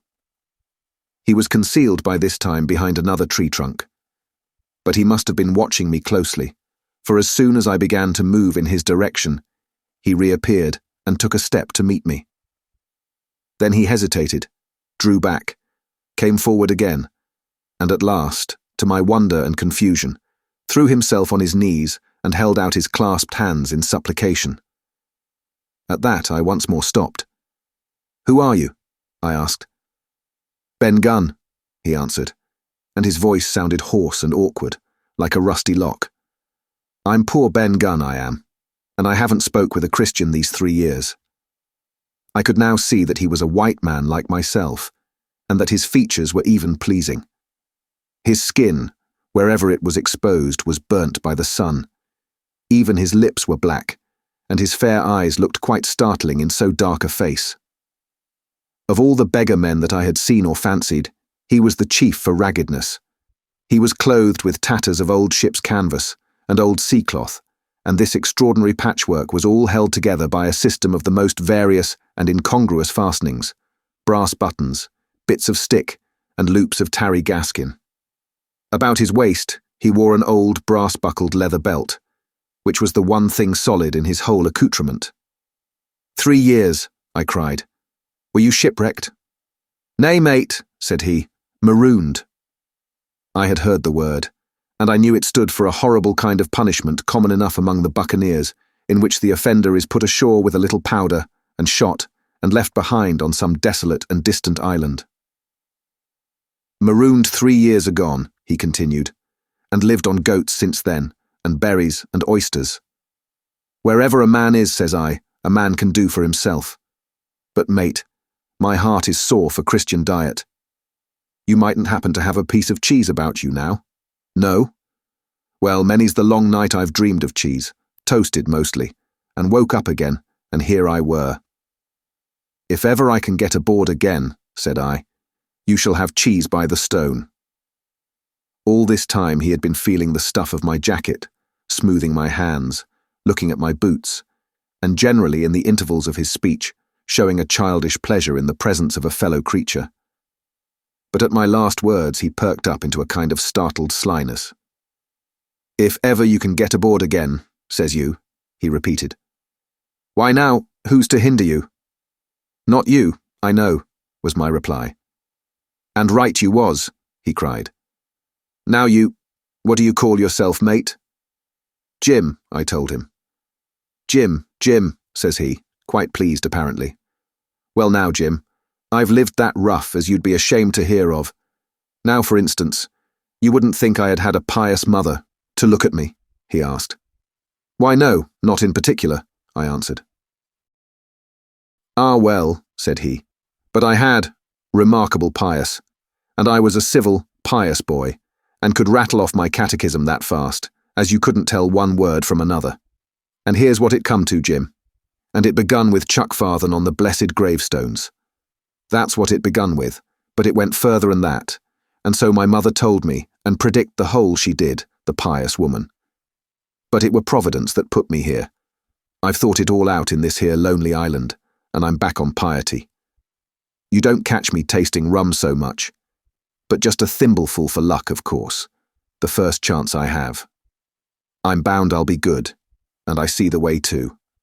And Jim, looking all round him and lowering his voice to a whisper, I'm rich. I now felt sure that the poor fellow had gone crazy in his solitude, and I suppose I must have shown the feeling in my face, for he repeated the statement hotly. Rich, rich, I says. And I'll tell you what, I'll make a man of you, Jim. Ah, Jim, you'll bless your stars, you will. You was the first that found me. And at this there came suddenly a lowering shadow over his face, and he tightened his grasp upon my hand and raised a forefinger threateningly before my eyes. Now, Jim, you tell me true.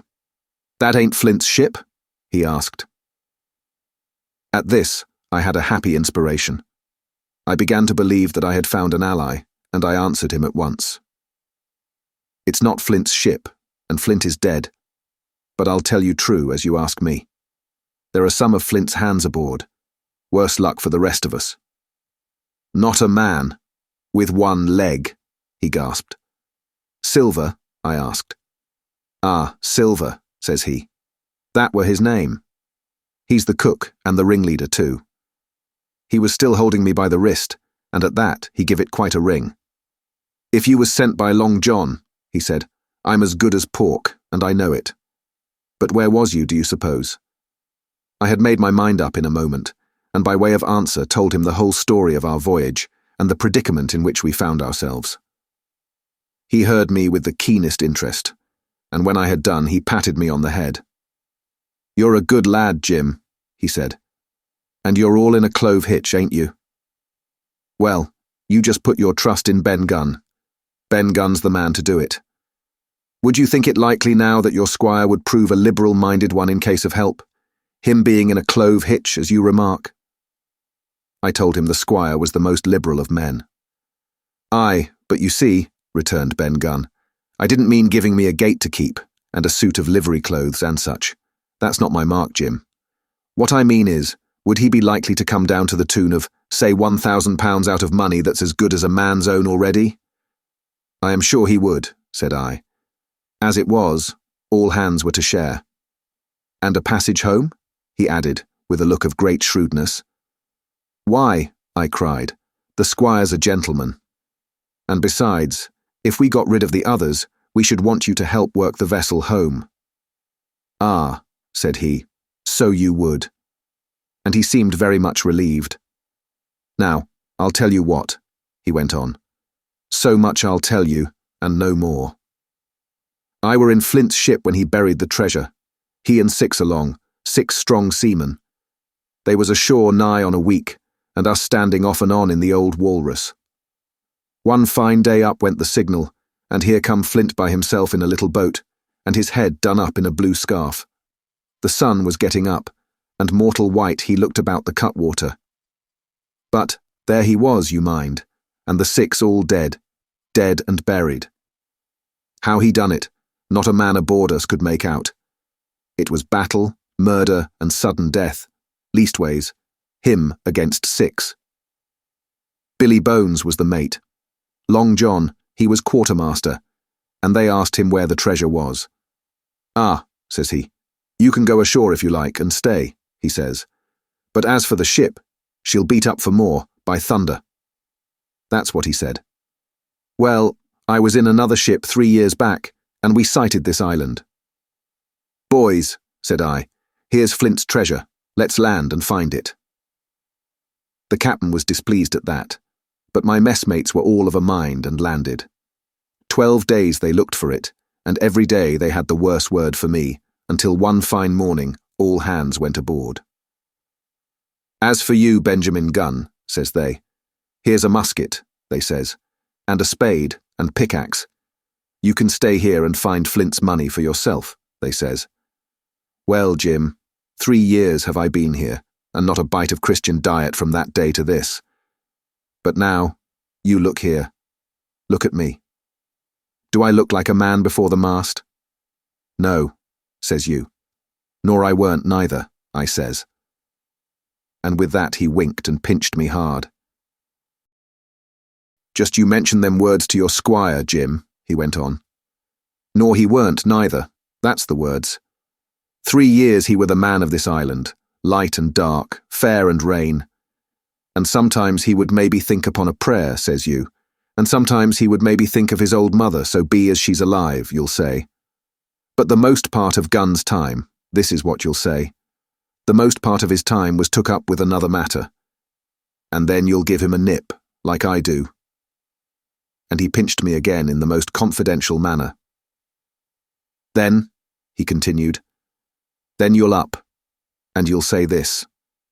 Gunn is a good man, you'll say, and he puts a precious sight more confidence, a precious sight, mind that, in a gentleman born than in these gentlemen of fortune, having been one himself. Well, I said, I don't understand one word that you've been saying, but that's neither here nor there, for how am I to get on board? Ah, said he, that's the hitch, for sure. Well, there's my boat, that I made with my 2 hands. I keep her under the White Rock. If the worst come to the worst, we might try that after dark. Hi, he broke out. What's that? For just then, although the sun had still an hour or 2 to run, all the echoes of the island awoke and bellowed to the thunder of a cannon. They have begun to fight, I cried. Follow me. And I began to run towards the anchorage, my terrors all forgotten, while close at my side, the marooned man in his goatskins trotted easily and lightly. Left, left, says he. Keep to your left hand, mate Jim. Under the trees with you. There's where I killed my first goat. They don't come down here now. They're all mast-headed on the mountings for the fear of Benjamin Gunn. Ah, and there's the cemetery. Cemetery, he must have meant. You see the mounds. I come here and prayed, nows and thens, when I thought maybe a Sunday would be about due. It weren't quite a chapel, but it seemed more solemn-like. And then, says you, Ben Gunn was short-handed. No chaplain, nor so much as a Bible and a flag, you says. So he kept talking as I ran, neither expecting nor receiving any answer. The cannon shot was followed after a considerable interval by a volley of small arms. Another pause, and then, not a quarter of a mile in front of me, I beheld the Union Jack flutter in the air above a wood. Part 4. The Stockade.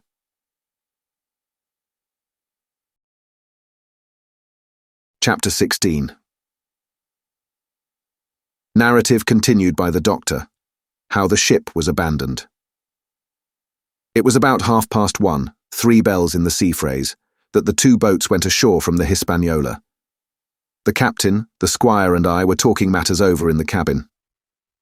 Had there been a breath of wind, we should have fallen on the 6 mutineers who were left aboard with us, slipped our cable, and away to sea. But the wind was wanting, and to complete our helplessness, down came Hunter with the news that Jim Hawkins had slipped into a boat and was gone ashore with the rest. It never occurred to us to doubt Jim Hawkins, but we were alarmed for his safety. With the men in the temper they were in, it seemed an even chance if we should see the lad again. We ran on deck. The pitch was bubbling in the seams. The nasty stench of the place turned me sick. If ever a man smelt fever and dysentery, it was in that abominable anchorage. The 6 scoundrels were sitting grumbling under a sail in the forecastle. Ashore we could see the gigs made fast, and a man sitting in each, hard by where the river runs in. One of them was whistling Lilibolero. Waiting was a strain, and it was decided that Hunter and I should go ashore with the jolly boat in quest of information. The gigs had leaned to their right, but Hunter and I pulled straight in the direction of the stockade upon the chart. The 2 who were left guarding their boats seemed in a bustle at our appearance. Lilibolero stopped off, and I could see the pair discussing what they ought to do. Had they gone and told Silver, all might have turned out differently. But they had their orders, I suppose, and decided to sit quietly where they were and hark back again to Lilibolero. There was a slight bend in the coast, and I steered so as to put it between us. Even before we landed, we had thus lost sight of the gigs. I jumped out and came as near running as I durst, with a big silk handkerchief under my hat for coolness' sake, and a brace of pistols ready primed for safety. I had not gone 100 yards when I reached the stockade. This was how it was. A spring of clear water rose almost at the top of a knoll. Well, on the knoll, and enclosing the spring, they had clapped a stout log-house fit to hold 20 people on a pinch, and loopholed for musketry on either side. All round this they had cleared a wide space, and then the thing was completed by a paling 6 feet high, without door or opening, too strong to pull down without time and labour, and too open to shelter the besiegers. The people in the log-house had them in every way. They stood quiet in shelter and shot the others like partridges. All they wanted was a good watch and food, for short of a complete surprise, they might have held the place against a regiment. What particularly took my fancy was the spring, for though we had a good enough place of it in the cabin of the Hispaniola, with plenty of arms and ammunition, and things to eat, and excellent wines, there had been one thing overlooked. We had no water. I was thinking this over when there came ringing over the island the cry of a man at the point of death. I was not new to violent death. I have served His Royal Highness the Duke of Cumberland, and got a wound myself at Fontenoy. But I know my pulse went dot and carry one. Jim Hawkins is gone, was my first thought. It is something to have been an old soldier, but more still, to have been a doctor. There is no time to dilly-dally in our work. And so now I made up my mind instantly, and with no time lost, returned to the shore, and jumped on board the jolly boat. By good fortune, Hunter pulled a good oar. We made the water fly, and the boat was soon alongside, and I aboard the schooner. I found them all shaken, as was natural. The squire was sitting down, as white as a sheet, thinking of the harm he had led us to, the good soul. And one of the 6 forecastle hands was little better. "There's a man," says Captain Smollett, nodding towards him, "new to this work. He came nigh-hand fainting, Doctor, when he heard the cry. Another touch of the rudder, and that man would join us." I told my plan to the captain, and between us, we settled on the details of its accomplishment. We put old Redruth in the gallery between the cabin and the forecastle, with 3 or 4 loaded muskets and a mattress for protection. Hunter brought the boat round under the stern port, and Joyce and I set to work loading her with powder tins, muskets, bags of biscuits, kegs of pork, a cask of cognac, and my invaluable medicine chest. In the meantime, the squire and the captain stayed on deck, and the latter hailed the coxswain, who was the principal man aboard. "Mr. Hands," he said, "here are 2 of us with a brace of pistols each. If any one of you 6 make a signal of any description, that man's dead." They were a good deal taken aback, and after a little consultation, one and all tumbled down the fore companion, thinking no doubt to take us on the rear. But when they saw Redruth waiting for them in the sparred galley, they went about ship at once, and a head popped out again on deck. "Down, dog!" cries the captain, and the head popped back again, and we heard no more, for the time, of these 6 very faint-hearted seamen. By this time, tumbling things in as they came, we had the jolly boat loaded as much as we dared. Joyce and I got out through the stern port, and we made for shore again as fast as oars could take us. This second trip fairly aroused the watchers along shore. Lillibulero was dropped again, and just before we lost sight of them behind the little point, one of them whipped ashore and disappeared. I had half a mind to change my plan and destroy their boats, but I feared that Silver and the others might be close at hand, and all might very well be lost by trying for too much. We had soon touched land in the same place as before, and set to provision the blockhouse. All 3 made the first journey, heavily laden, and tossed our stores over the palisade. Then, leaving Joyce to guard them, 1 man to be sure, but with half a dozen muskets, Hunter and I returned to the jolly boat and loaded ourselves once more. So we proceeded without pausing to take breath, till the whole cargo was bestowed, when the two servants took up their position in the blockhouse, and I, with all my power, sculled back to the Hispaniola. That we should have risked a second boatload seems more daring than it really was. They had the advantage of numbers, of course, but we had the advantage of arms. Not one of the men ashore had a musket, and before they could get within range for pistol shooting, we flattered ourselves we should be able to give a good account of a half-dozen at least. The squire was waiting for me at the stern window, all his faintness gone from him. He caught the painter and made it fast, and we fell to loading the boat for our very lives. Pork, powder and biscuit was the cargo, with only a musket and a cutlass apiece for the squire and me and Redruth and the captain. The rest of the arms and powder we dropped overboard in 2.5 fathoms of water, so that we could see the bright steel shining far below us in the sun, on the clean, sandy bottom. By this time the tide was beginning to ebb, and the ship was swinging round to her anchor. Voices were heard faintly hallooing in the direction of the two gigs, and though this reassured us for Joyce and Hunter, who were well to the eastward, it warned our party to be off. Redruth retreated from his place in the gallery and dropped into the boat, which we then brought round to the ship's counter, to be handier for Captain Smollett. "Now, men," said he, "do you hear me?" There was no answer from the forecastle. "It's to you, Abraham Gray. It's to you I am speaking." Still no reply. "Gray," resumed Mr. Smollett, a little louder, "I am leaving this ship, and I order you to follow your captain. I know you are a good man at bottom, and I dare say not one of the lot of you's as bad as he makes out. I have my watch here in my hand. I give you 30 seconds to join me in." There was a pause. "Come, my fine fellow," continued the captain. "Don't hang so long in stays. I'm risking my life and the lives of these good gentlemen every second." There was a sudden scuffle, a sound of blows, and out burst Abraham Gray with a knife cut on the side of the cheek, and came running to the captain like a dog to the whistle. "I'm with you, sir," said he.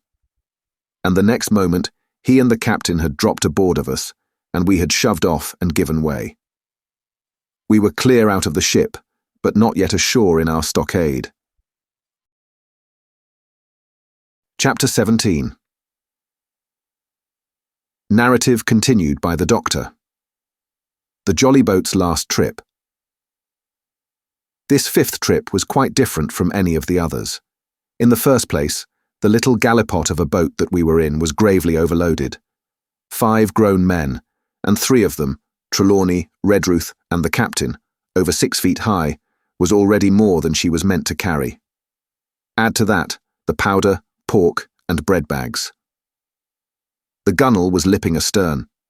Several times we shipped a little water, and my breeches and the tails of my coat were all soaking wet before we had gone 100 yards. The captain made us trim the boat, and we got her to lie a little more evenly. All the same, we were afraid to breathe. In the second place, the ebb was now making. A strong rippling current running westward through the basin, and then southward and seaward down the straits by which we had entered in the morning. Even the ripples were a danger to our overloaded craft, but the worst of it was that we were swept out of our true course and away from our proper landing place behind the point. If we let the current have its way, we should come ashore beside the gigs, where the pirates might appear at any moment. "I cannot keep her head for the stockade, sir," said I to the captain. I was steering, while he and Redruth, 2 fresh men, were at the oars. "The tide keeps washing her down. Could you pull a little stronger?" "Not without swamping the boat," said he. "You must bear up, sir, if you please. Bear up until you see you're gaining." I tried and found by experiment that the tide kept sweeping us westward until I had laid her head due east, or just about right angles to the way we ought to go.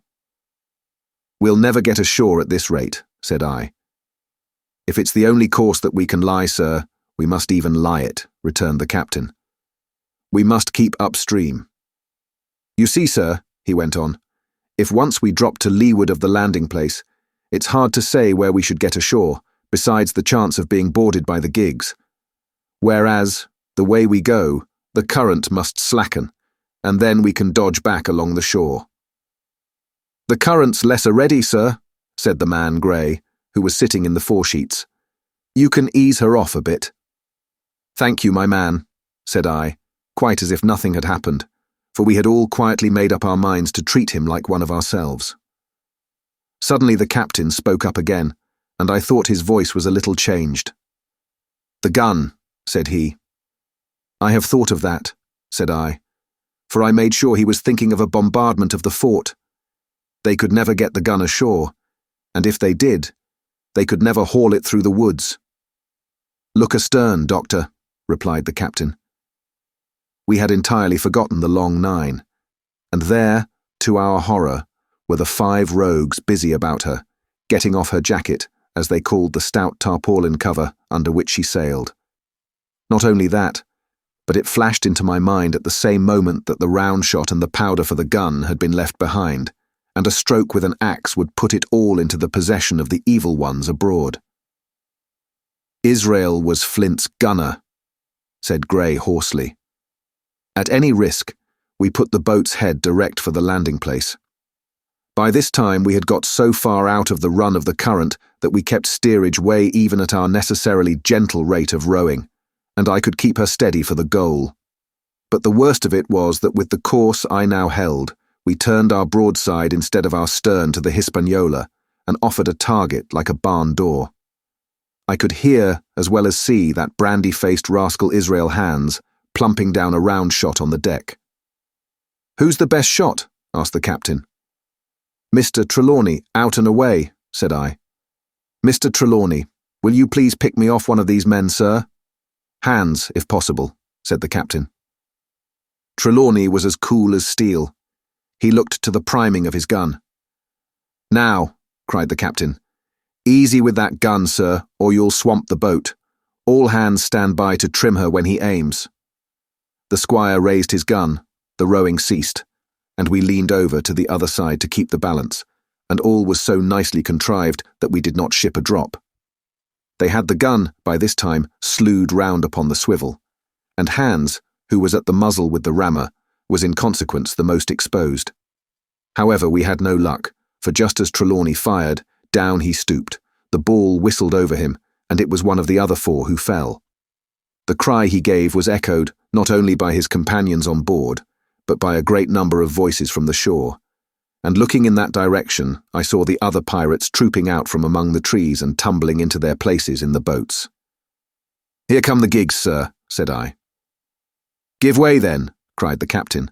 "We mustn't mind if we swamp her now. If we can't get ashore, all's up."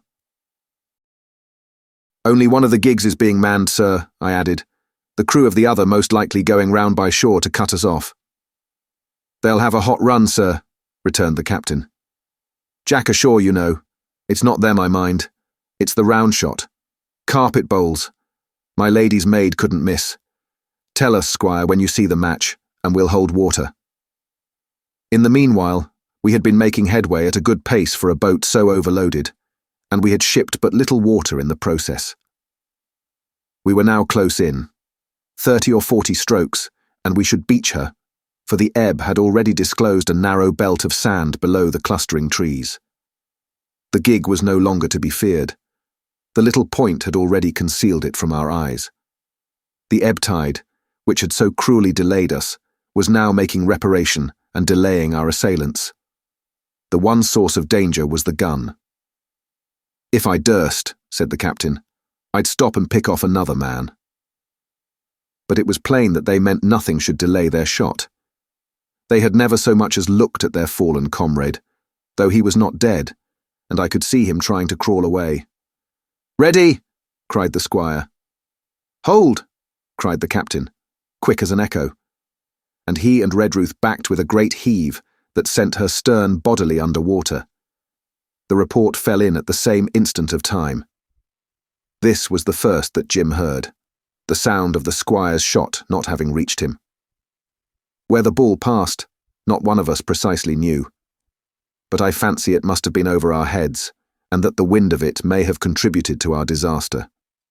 At any rate, the boat sank by the stern, quite gently, in 3 feet of water, leaving the captain and myself facing each other on our feet.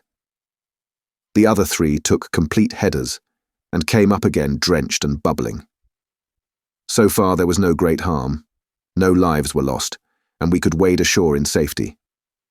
But there were all our stores at the bottom, and to make things worse, only 2 guns out of 5 remained in a state for service. Mine I had snatched from my knees and held over my head by a sort of instinct. As for the captain, he had carried his over his shoulder by a bandolier and, like a wise man, lock uppermost. The other 3 had gone down with the boat.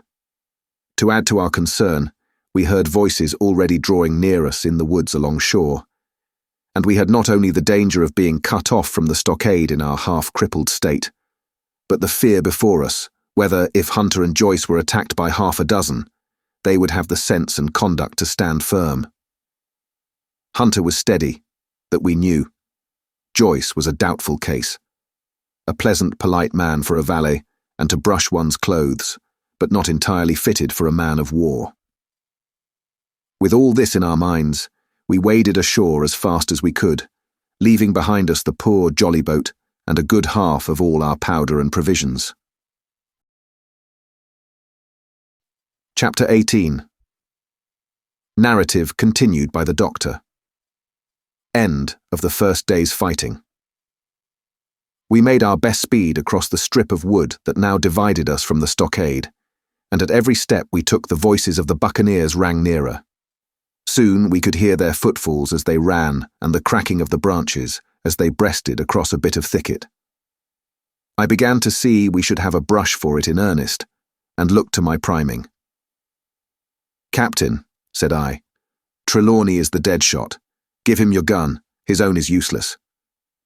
They exchanged guns, and Trelawney, silent and cool as he had been since the beginning of the bustle, hung a moment on his heel to see that all was fit for service. At the same time, observing Grey to be unarmed, I handed him my cutlass. It did all our hearts good to see him spit in his hand, knit his brows, and make the blade sing through the air. It was plain from every line of his body that our new hand was worth his salt. 40 paces farther, we came to the edge of the wood and saw the stockade in front of us.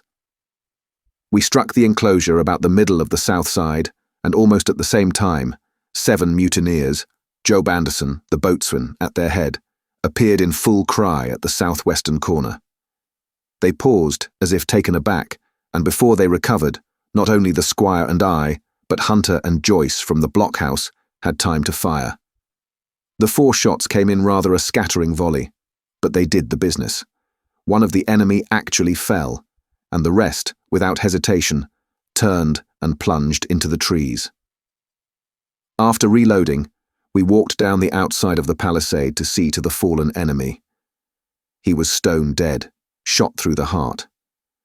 We began to rejoice over our good success when just at that moment a pistol cracked in the bush. A ball whistled close past my ear, and poor Tom Redruth stumbled and fell his length on the ground. Both the squire and I returned the shot, but as we had nothing to aim at, it is probable we only wasted powder. Then we reloaded and turned our attention to poor Tom.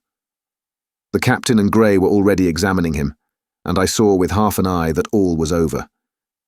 I believed the readiness of our return volley had scattered the mutineers once more, for we were suffered without further molestation to get the poor old gamekeeper hoisted over the stockade and carried, groaning and bleeding, into the log-house. Poor old fellow, he had not uttered one word of surprise, complaint, fear, or even acquiescence from the very beginning of our troubles till now, when we had laid him down in the log-house to die. He had lain like a Trojan behind his mattress in the gallery. He had followed every order silently, doggedly, and well. He was the oldest of our party by a score of years, and now, sullen, old, serviceable servant, it was he that was to die. The squire dropped down beside him on his knees and kissed his hand, crying like a child. "Be I going, doctor?" he asked. "Tom, my man," said I, "you're going home." "I wish I had had a lick at them with the gun first," he replied.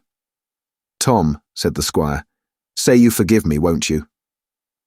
"Would that be respectful like, from me to you, squire?" was the answer.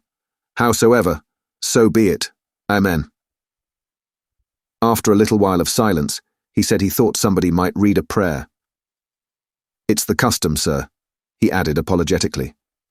And not long after, without another word, he passed away.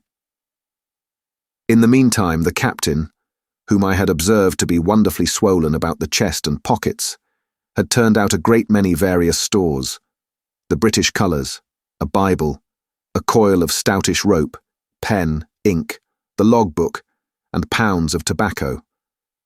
He had found a longish fir tree lying felled and trimmed in the enclosure, and with the help of Hunter, he had set it up at the corner of the log house where the trunks crossed and made an angle.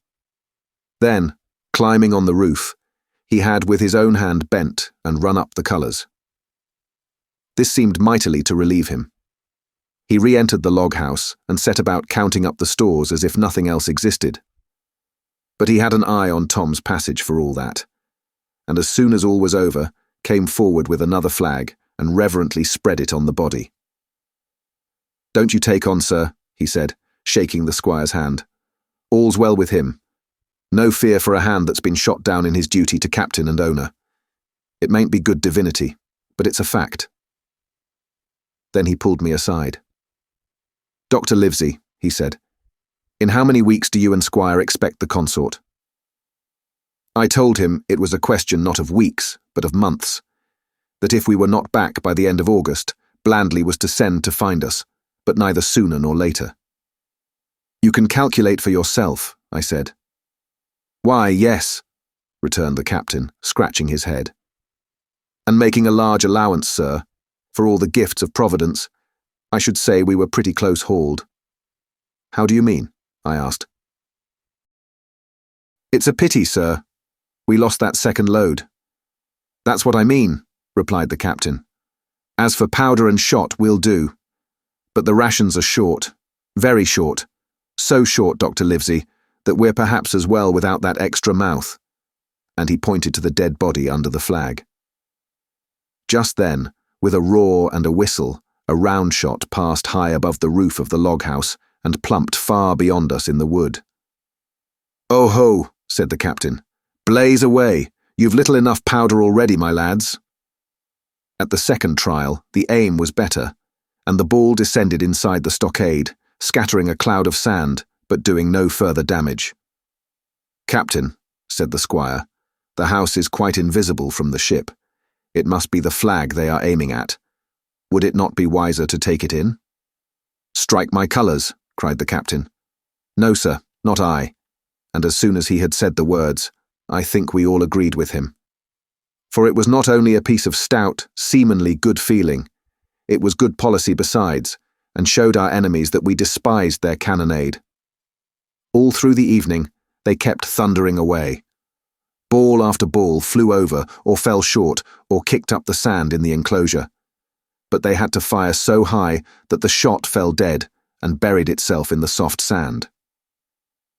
We had no ricochet to fear, and though one popped in through the roof of the log house and out again through the floor, we soon got used to that sort of horseplay and minded it no more than cricket.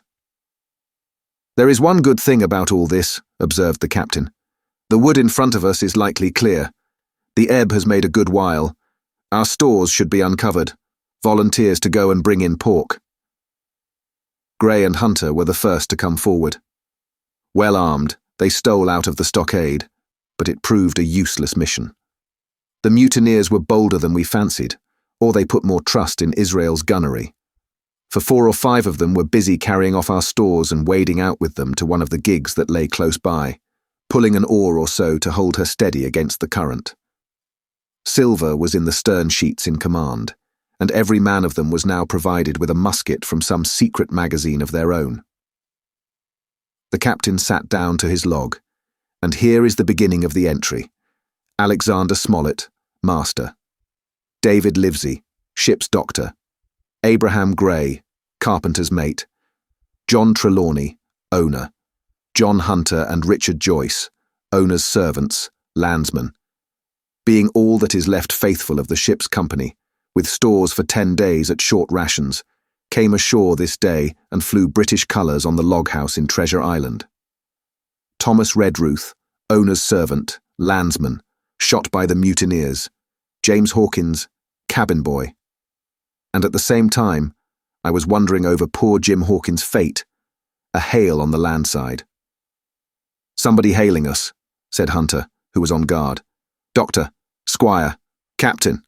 "Hello, Hunter. Is that you?" came the cries. And I ran to the door in time to see Jim Hawkins, safe and sound, come climbing over the stockade.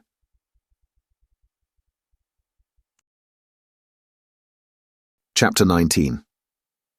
Narrative resumed by Jim Hawkins, the garrison in the stockade. As soon as Ben Gunn saw the colours, he came to a halt, stopped me by the arm, and sat down. "Now," said he, "there's your friends, sure enough." "Far more likely it's the mutineers," I answered. "That!" he cried. "Why, in a place like this, where nobody puts in but gentlemen of fortune, silver would fly the Jolly Roger, you don't make no doubt of that. No, that's your friends. There's been blows too, and I reckon your friends has had the best of it, and here they are ashore in the old stockade, as was made years and years ago by Flint. Ah, he was the man to have a headpiece, was Flint. Barring rum, his match were never seen. He were afraid of none, not he. Only silver was that genteel." "Well," said I, "that may be so, and so be it. All the more reason that I should hurry on and join my friends." "Nay, mate," returned Ben. "Not you. You're a good boy, or I'm mistook. But you're only a boy, all told. Now Ben Gunn is fly. Rum wouldn't bring me there where you're going. Not rum wouldn't, till I see you're born gentleman and gets it on his word of honour. And you won't forget my words. A precious sight, that's what you'll say. A precious sight more confidence. And then nips him." And he pinched me the third time with the same air of cleverness. "And when Ben Gunn is wanted, you know where to find him, Jim. Just where you found him today. And him that comes is to have a white thing in his hand, and he's to come alone. Oh, and you'll say this. Ben Gunn, says you, has reasons of his own. Well, said I believe I understand. You have something to propose, and you wish to see the squire or the doctor, and you're to be found where I found you. Is that all? And when, says you, he added. Why, from about noon observation to about 6 bells. Good, said I, and now may I go? You won't forget? He inquired anxiously. Precious sight, and reasons of his own, says you. Reasons of his own, that's the mainstay, as between man and man. Well then, still holding me, I reckon you can go, Jim. And Jim, if you was to see silver, you wouldn't go for to sell Ben Gunn. Wild horses wouldn't draw it from you? No, says you. And if them pirates camp ashore, Jim, what would you say but there'd be widders in the morning? Here he was, interrupted by a loud report, and a cannonball came tearing through the trees and pitched in the sand not 100 yards from where we two were talking. The next moment, each of us had taken to his heels in a different direction. For a good hour to come, frequent reports shook the island, and balls kept crashing through the woods. I moved from hiding place to hiding place, always pursued, or so it seemed to me, by these terrifying missiles. But towards the end of the bombardment, though still I durst not venture in the direction of the stockade, where the balls fell oftenest, I had begun, in a manner, to pluck up my heart again, and after a long detour to the east, crept down among the shoreside trees. The sun had just set. The sea breeze was rustling and tumbling in the woods, and ruffling the grey surface of the anchorage. The tide, too, was far out, and great tracts of sand lay uncovered. The air, after the heat of the day, chilled me through my jacket. The Hispaniola still lay where she had anchored, but sure enough, there was the Jolly Roger, the black flag of piracy, flying from her peak. Even as I looked, there came another red flash, and another report that sent the echoes clattering, and one more round shot whistled through the air. It was the last of the cannonade. I lay for some time watching the bustle which succeeded the attack. Men were demolishing something with axes on the beach near the Stockade, the poor jolly boat, I afterwards discovered. Away, near the mouth of the river, a great fire was glowing among the trees, and between that point and the ship, one of the gigs kept coming and going, the men, whom I had seen so gloomy, shouting at the oars like children. But there was a sound in their voices, which suggested rum. At length I thought I might return towards the Stockade. I was pretty far down on the low, sandy spit that encloses the anchorage to the east, and is joined at half water to Skeleton Island. And now, as I rose to my feet, I saw, some distance further down the spit, and rising from among low bushes, an isolated rock, pretty high, and peculiarly white in colour. It occurred to me that this might be the white rock of which Ben Gunn had spoken, and that some day or other a boat might be wanted, and I should know where to look for one. Then I skirted among the woods until I had regained the rear, or shoreward side, of the Stockade, and was soon warmly welcomed by the faithful party. I had soon told my story and began to look about me. The log house was made of unsquared trunks of pine, roof, walls, and floor. The latter stood in several places as much as a foot or a foot and a half above the surface of the sand. There was a porch at the door, and under this porch the little spring welled up into an artificial basin of a rather odd kind, no other than a great ship's kettle of iron, with the bottom knocked out, and sunk to her bearings, as the captain said, among the sand. Little had been left besides the framework of the house, but in one corner there was a stone slab laid down by way of hearth, and an old rusty iron basket to contain the fire. The slopes of the knoll and all the inside of the stockade had been cleared of timber to build the house, and we could see by the stumps what a fine and lofty grove had been destroyed. Most of the soil had been washed away or buried in drift after the removal of the trees. Only where the streamlet ran down from the kettle, a thick bed of moss and some ferns and little creeping bushes were still green among the sand. Very close around the stockade, too close for defence, they said, the wood still flourished high and dense, all of fir on the land side, but towards the sea with a large admixture of live oaks. The cold evening breeze, of which I have spoken, whistled through every chink of the rude building and sprinkled the floor with a continual rain of fine sand. There was sand in our eyes, sand in our teeth, sand in our suppers, sand dancing in the spring at the bottom of the kettle, for all the world like porridge beginning to boil. Our chimney was a square hole in the roof. It was but a little part of the smoke that found its way out, and the rest eddied about the house and kept us coughing and piping the eye. Add to this that Gray, the new man, had his face tied up in a bandage for a cut he had got in breaking away from the mutineers, and that poor old Tom Redruth, still unburied, lay along the wall, stiff and stark, under the Union Jack. If we had been allowed to sit idle, we should all have fallen in the blues, but Captain Smollett was never the man for that. All hands were called up before him, and he divided us into watches. The doctor and Gray and I for one, the squire, Hunter and Joyce upon the other. Tired though we all were, 2 were sent out for firewood. 2 more were set to dig a grave for Redruth. The doctor was named Cook. I was put sentry at the door, and the captain himself went from one to another, keeping up our spirits and lending a hand wherever it was wanted. From time to time the doctor came to the door for a little air and to rest his eyes, which were almost smoked out of his head, and whenever he did so, he had a word for me.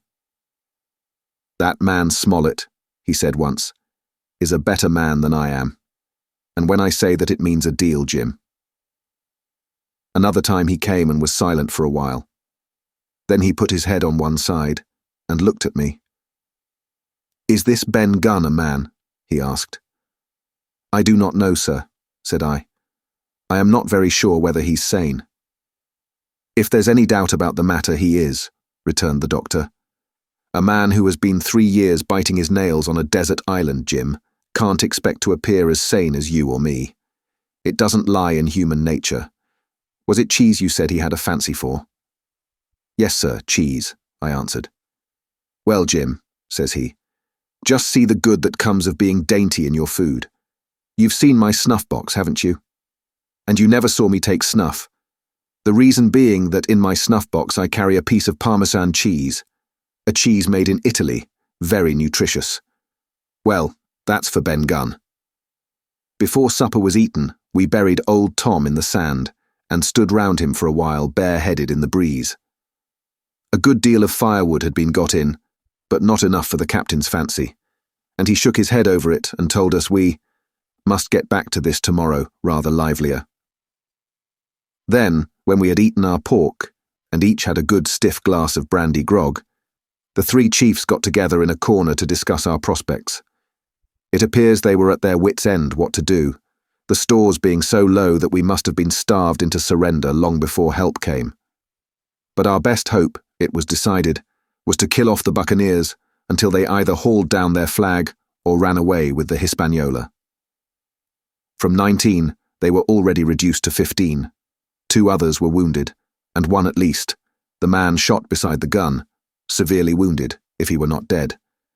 Every time we had a crack at them, we were to take it, saving our own lives, with the extremest care. And besides that, we had 2 able allies, rum and the climate. As for the first, though we were about half a mile away, we could hear them roaring and singing late into the night. And as for the second, the doctor staked his wig that, camped where they were in the marsh and unprovided with remedies, the half of them would be on their backs before a week. "So," he added, "if we are not all shot down first, they'll be glad to be packing in the schooner. It's always a ship, and they can get to buccaneering again, I suppose." "First ship that ever I lost," said Captain Smollett. "I was dead tired, as you may fancy, and when I got to sleep, which was not till after a great deal of tossing, I slept like a log of wood. The rest had long been up, and had already breakfasted, and increased the pile of firewood by about half as much again when I was wakened by a bustle and the sound of voices. "Flag of truce," I heard someone say. And then, immediately after, with a cry of surprise, "Silver himself!" And at that, up I jumped, and rubbing my eyes, ran to a loophole in the wall. Chapter 20. Silver's Embassy. Sure enough, there were 2 men just outside the stockade, one of them waving a white cloth, the other, no less a person than Silver himself, standing placidly by. It was still quite early, and the coldest morning that I think I ever was abroad in, a chill that pierced into the marrow. The sky was bright and cloudless overhead, and the tops of the trees shone rosily in the sun. But where Silver stood with his lieutenant, all was still in shadow, and they waded knee-deep in a low white vapour that had crawled during the night out of the morass. The chill and the vapour taken together told a poor tale of the island. It was plainly a damp, feverish, unhealthy spot. "Keep indoors, men," said the captain. 10 to 1, this is a trick." Then he hailed the Buccaneer. "Who goes? Stand, or we fire." "Flag of truce!" cried Silver.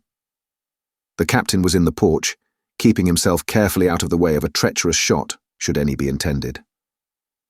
He turned and spoke to us. "Doctor's watch on the lookout. Dr. Livesey take the north side, if you please. Jim, the east. Gray, west. The watch below, all hands to load muskets. Lively, men, and careful."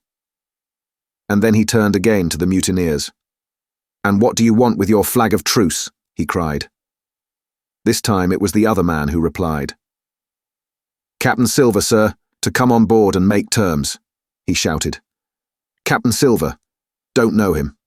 "Who's he?" cried the captain. And we could hear him adding to himself, "Captain, is it? My heart, and here's promotion." Long John answered for himself. "Me, sir. These poor lads have chosen me captain after your desertion, sir," laying a particular emphasis upon the word desertion. "We're willing to submit, if we can come to terms, and no bones about it. All I ask is your word, Captain Smollett, to let me safe and sound out of this here stockade, and 1 minute to get out a shot before a gun is fired." "My man," said Captain Smollett, I have not the slightest desire to talk to you. If you wish to talk to me, you can come. That's all. If there's any treachery, it'll be on your side, and the Lord help you." "That's enough, Captain," shouted Long John cheerily. "A word from you's enough. I know a gentleman, and you may lay to that." We could see the man who carried the flag of truce attempting to hold Silver back.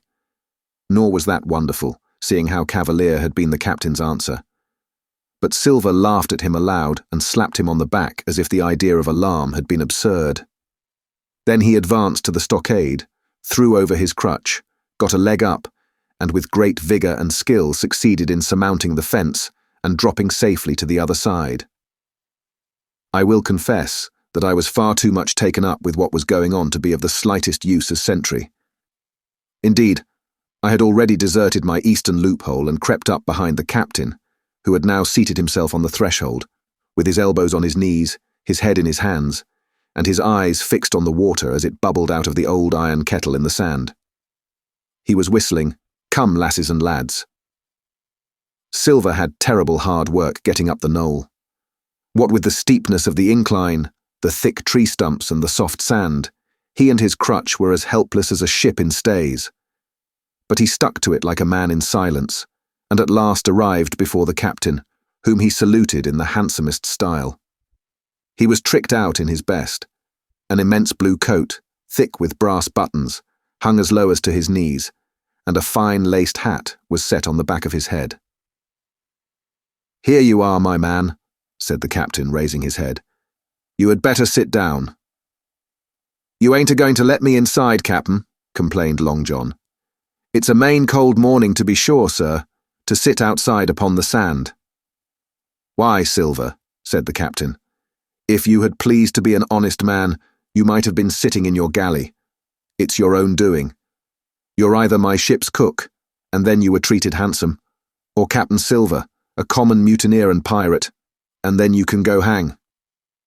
"Well, well, Captain," returned the sea cook, sitting down as he was bidden on the sand. "You'll have to give me a hand up again, that's all. A sweet pretty place you have of it here. Ah, there's Jim. The top of the morning to you, Jim. Doctor, here's my service. Why, there you all are together, like a happy family, in a manner of speaking. If you have anything to say, my man, better say it," said the captain. "Right you were, Captain Smollett," replied Silver. "Duty is duty, to be sure. Well now, you look here, that was a good lay of yours last night. I don't deny it was a good lay. Some of you pretty handy with a handspike end. And I'll not deny neither but what some of my people was shook. Maybe all was shook. Maybe I was shook myself. Maybe that's why I'm here for terms. But you mark me, Captain, it won't do twice, by thunder. We'll have to do sentry go and ease off a point or so on the rum. Maybe you think we were all a sheet in the wind's eye. But I'll tell you, I was sober. I was onny dog tired. And if I'd awoke a second sooner, I'd have caught you at the act, I would. He wasn't dead when I got round to him, not he." "Well," says Captain Smollett as cool as can be. All that Silver said was a riddle to him, but you would never have guessed it from his tone. As for me, I began to have an inkling. Ben Gunn's last words came back to my mind. I began to suppose that he had paid the Buccaneers a visit, while they all lay drunk together round their fire, and I reckoned up with glee that we had only 14 enemies to deal with. "Well, here it is," said Silver. "We want that treasure, and we'll have it. That's our point. You would just as soon save your lives, I reckon, and that's yours. You have a chart, haven't you?" "That's as may be," replied the captain. "Oh, well, you have, I know that," returned Long John. "You needn't be so husky with a man. There ain't a particle of service in that, and you may lay to it. What I mean is, we want your chart. Now, I never meant you no harm myself." "That won't do with me, my man," interrupted the captain. "We know exactly what you meant to do, and we don't care, for now, you see, you can't do it." And the captain looked at him calmly and proceeded to fill a pipe. "If Abe Gray," Silver broke out. "Avast there," cried Mr. Smollett. "Gray told me nothing, and I asked him nothing. And what's more, I would see you and him and this whole island blown clean out of the water into blazes first." So there's my mind for you, my man, on that." This little whiff of temper seemed to cool Silver down. He had been growing nettled before, but now he pulled himself together. "Like enough," said he. "I would set no limits to what gentlemen might consider shipshape, or might not, as the case were. And seeing as how you are about to take a pipe, Captain, I'll make so free as do likewise." And he filled a pipe and lighted it, and the two men sat silently smoking for quite a while, now looking each other in the face, now stopping their tobacco, now leaning forward to spit. It was as good as the play to see them. "Now," resumed Silver, "here it is. You give us the chart to get the treasure by, and drop shooting poor seamen and stoving of their heads in while asleep. You do that, and we'll offer you a choice. Either you come aboard along of us, once the treasure shipped, and then I'll give you my affidavy, upon my word of honour, to clap you somewhere safe ashore, or if that ain't to your fancy, some of my hands being rough and having old scores on account of hazing, then you can stay here, you can. We'll divide stores with you, man for man, and I'll give my affidavy, as before to speak the first ship I sight, and send 'em here to pick you up. Now, you'll own that's talking. Handsomer you couldn't look to get now you. And I hope," raising his voice, "that all hands in this here blockhouse will overhaul my words, for what is spoke to one is spoke to all." Captain Smollett rose from his seat and knocked out the ashes of his pipe in the palm of his left hand. "Is that all?" he asked. "Every last word, by thunder," answered John. "Refuse that, and you've seen the last of me but musket balls." "Very good," said the captain. "Now you'll hear me.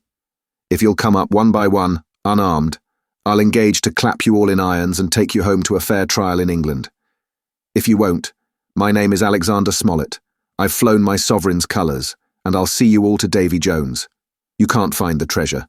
You can't sail the ship. There's not a man among you fit to sail the ship. You can't fight us. Grey, there, got away from 5 of you. Your ship's in irons, Master Silver. You're on a lee shore, and so you'll find. I stand here and tell you so. And they're the last good words you'll get from me, for in the name of heaven, I'll put a bullet in your back when next I meet you. Tramp, my lad. Bundle out of this, please, hand over hand and double quick." Silver's face was a picture. His eyes started in his head with wrath. He shook the fire out of his pipe. "Give me a hand up," he cried. "Not I," returned the captain. "Who'll give me a hand up?" he roared. Not a man among us moved. Growling the foulest imprecations, he crawled along the sand till he got hold of the porch and could hoist himself again upon his crutch. Then he spat into the spring. "There," he cried. "That's what I think of you. Before an hour's out, I'll stove in your old blockhouse like a rum puncheon. Laugh, by thunder, laugh. Before an hour's out, you'll laugh upon the other side. Them that die'll be the lucky ones." And with a dreadful oath he stumbled off, ploughed down the sand, was helped across the stockade, after 4 or 5 failures, by the man with the flag of truce, and disappeared in an instant afterwards among the trees. Chapter 21. The Attack. As soon as Silver disappeared, the captain, who had been closely watching him, turned towards the interior of the house and found not a man of us at his post, but Grey. It was the first time we had ever seen him angry. "Quarters!" he roared. And then, as we all slunk back to our places, "Grey," he said, "I'll put your name in the log. You've stood by your duty like a seaman. Mr. Trelawney, I'm surprised at you, sir. Doctor, I thought you had worn the king's coat. If that was how you served at Fontenoy, sir, you'd have been better in your berth." The doctor's watch were all back at their loopholes. The rest were busy loading the spare muskets, and everyone with a red face, you may be certain, and a flea in his ear, as the saying is. The captain looked on for a while in silence. Then he spoke. "My lads," said he, "I've given Silver a broadside. I pitched it in red hot on purpose, and before the hour's out, as he said, we shall be boarded. We're outnumbered, I needn't tell you that, but we fight in shelter, and a minute ago I should have said we fought with discipline.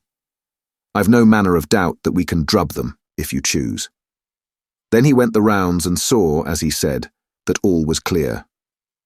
On the two short sides of the house, east and west, there were only 2 loopholes. On the south side where the porch was, 2 again, and on the north side, 5. There was a round score of muskets for the 7 of us. The firewood had been built into 4 piles, tables you might say, one about the middle of each side, and on each of these tables some ammunition and 4 loaded muskets were laid ready to the hand of the defenders. In the middle, the cutlasses lay ranged. "Toss out the fire," said the captain. "The chill is past, and we mustn't have smoke in our eyes." The iron fire basket was carried bodily out by Mr. Trelawney, and the embers smothered among sand. "Hawkins hasn't had his breakfast. Hawkins, help yourself and back to your post to eat it," continued Captain Smollett. "Lively now, my lad. You'll want it before you've done. Hunter, serve out a round of brandy to all hands." And while this was going on, the captain completed, in his own mind, the plan of the defence. "Doctor, you will take the door," he resumed. "See, and don't expose yourself.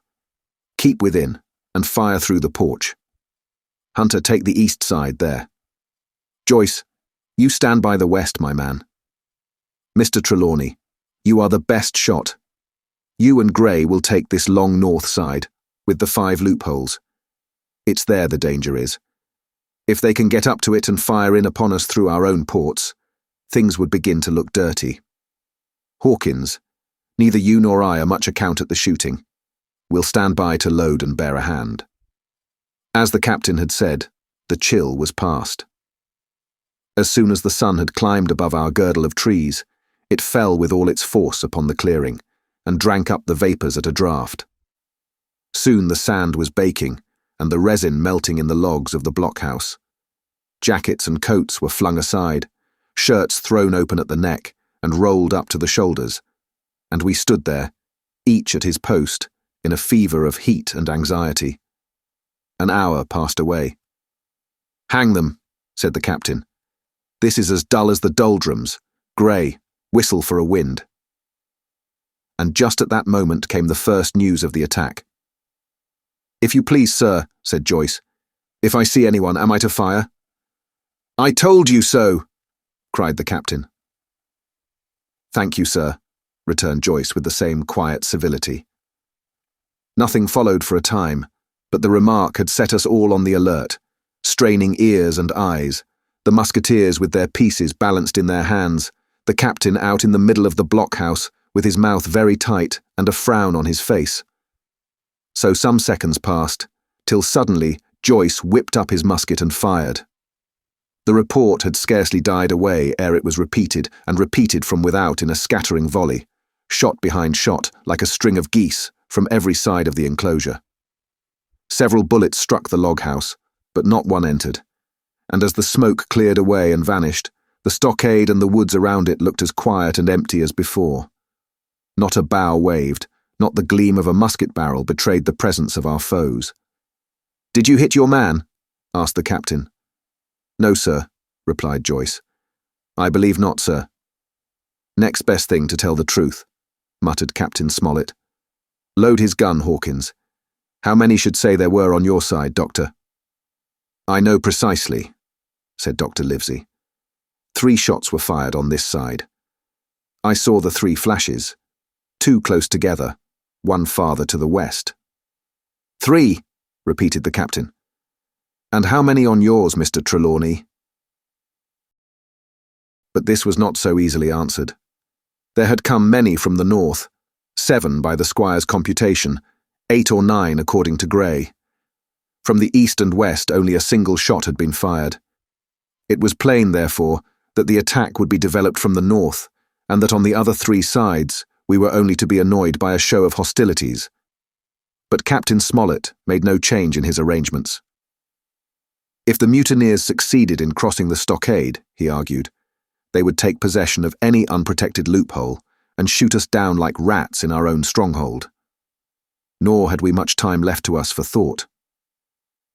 Suddenly, with a loud huzzah, a little cloud of pirates leaped from the woods on the north side and ran straight on the stockade.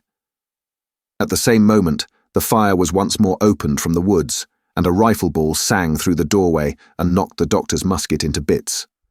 The boarders swarmed over the fence like monkeys. Squire and Grey fired again and yet again. 3 men fell, 1 forwards into the enclosure, 2 back on the outside. But of these, 1 was evidently more frightened than hurt, for he was on his feet again in a crack and instantly disappeared among the trees. 2 had bit the dust, 1 had fled, 4 had made good their footing inside our defences, while from the shelter of the woods, 7 or 8 men, each evidently supplied with several muskets, kept up a hot though useless fire on the log-house. The 4 who had boarded made straight before them for the building, shouting as they ran, and the men among the trees shouted back to encourage them. Several shots were fired, but such was the hurry of the marksmen that not one appears to have taken effect.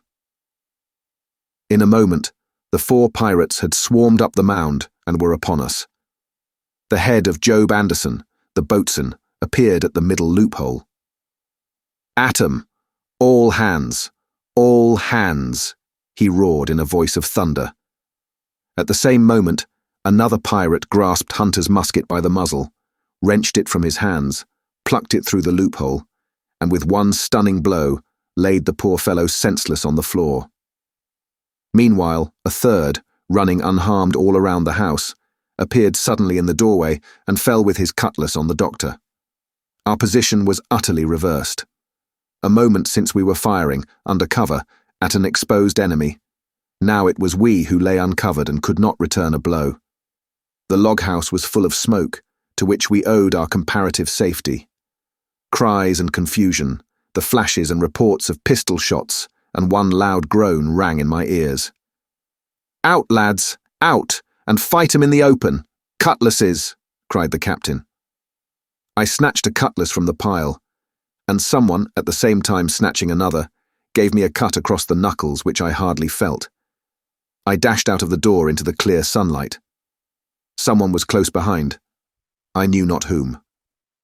Right in front, the doctor was pursuing his assailant down the hill, and just as my eyes fell upon him, beat down his guard and sent him sprawling on his back with a great slash across the face.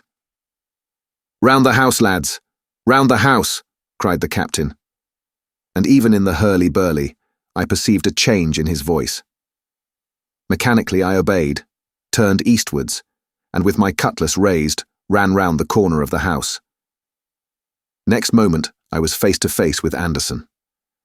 He roared aloud, and his hanger went up above his head, flashing in the sunlight. I had not time to be afraid, but as the blow still hung impending, leaped in a trice upon one side, and missing my foot in the soft sand, rolled headlong down the slope. When I had first sallied from the door, the other mutineers had been already swarming up the palisade to make an end of us. One man, in a red nightcap, with his cutlass in his mouth, had even got upon the top and thrown a leg across. Well, so short had been the interval, that when I found my feet again, all was in the same posture, the fellow with the red nightcap still halfway over, another still just showing his head above the top of the stockade. And yet, in this breath of time, the fight was over, and the victory was ours. Grey, following close behind me, had cut down the big boatswain ere he had time to recover from his last blow. Another had been shot at a loophole in the very act of firing into the house, and now lay in agony, the pistol still smoking in his hand. A third, as I had seen, the doctor had disposed of at a blow. Of the 4 who had scaled the palisade, 1 only remained unaccounted for, and he, having left his cutlass on the field, was now clambering out again with the fear of death upon him. "Fire! Fire from the house!" cried the doctor. "And you, lads, back into cover." But his words were unheeded. No shot was fired, and the last boarder made good his escape and disappeared with the rest into the wood. In 3 seconds nothing remained of the attacking party, but the 5 who had fallen, 4 on the inside and 1 on the outside of the palisade. The doctor and Gray and I ran full speed for shelter. The survivors would soon be back where they had left their muskets, and at any moment the fire might recommence. The house was by this time somewhat cleared of smoke, and we saw at a glance the price we had paid for victory. Hunter lay beside his loophole, stunned. Joyce by his, shot through the head, never to move again. While right in the centre, the squire was supporting the captain, one as pale as the other. "The captain's wounded," said Mr. Trelawney. "Have they run?" asked Mr. Smollett. "All that could, you may be bound," returned the doctor. "But there's 5 of them will never run again." "5!" cried the captain. "Come, that's better. 5 against 3 leaves us 4 to 9. That's better odds than we had at starting. We were 7 to 19 then, or thought we were, and that's as bad to bear." The mutineers were soon only 8 in number, for the man shot by Mr. Trelawney on board the schooner died that same evening of his wound. But this was, of course, not known till after by the faithful party. Part 5. My Sea Adventure.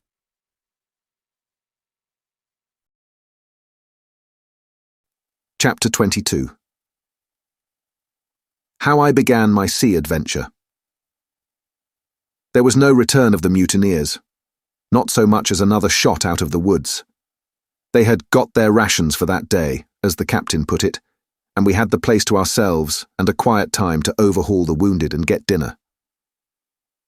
Squire and I cooked outside in spite of the danger, and even outside we could hardly tell what we were at, for horror of the loud groans that reached us from the doctor's patients.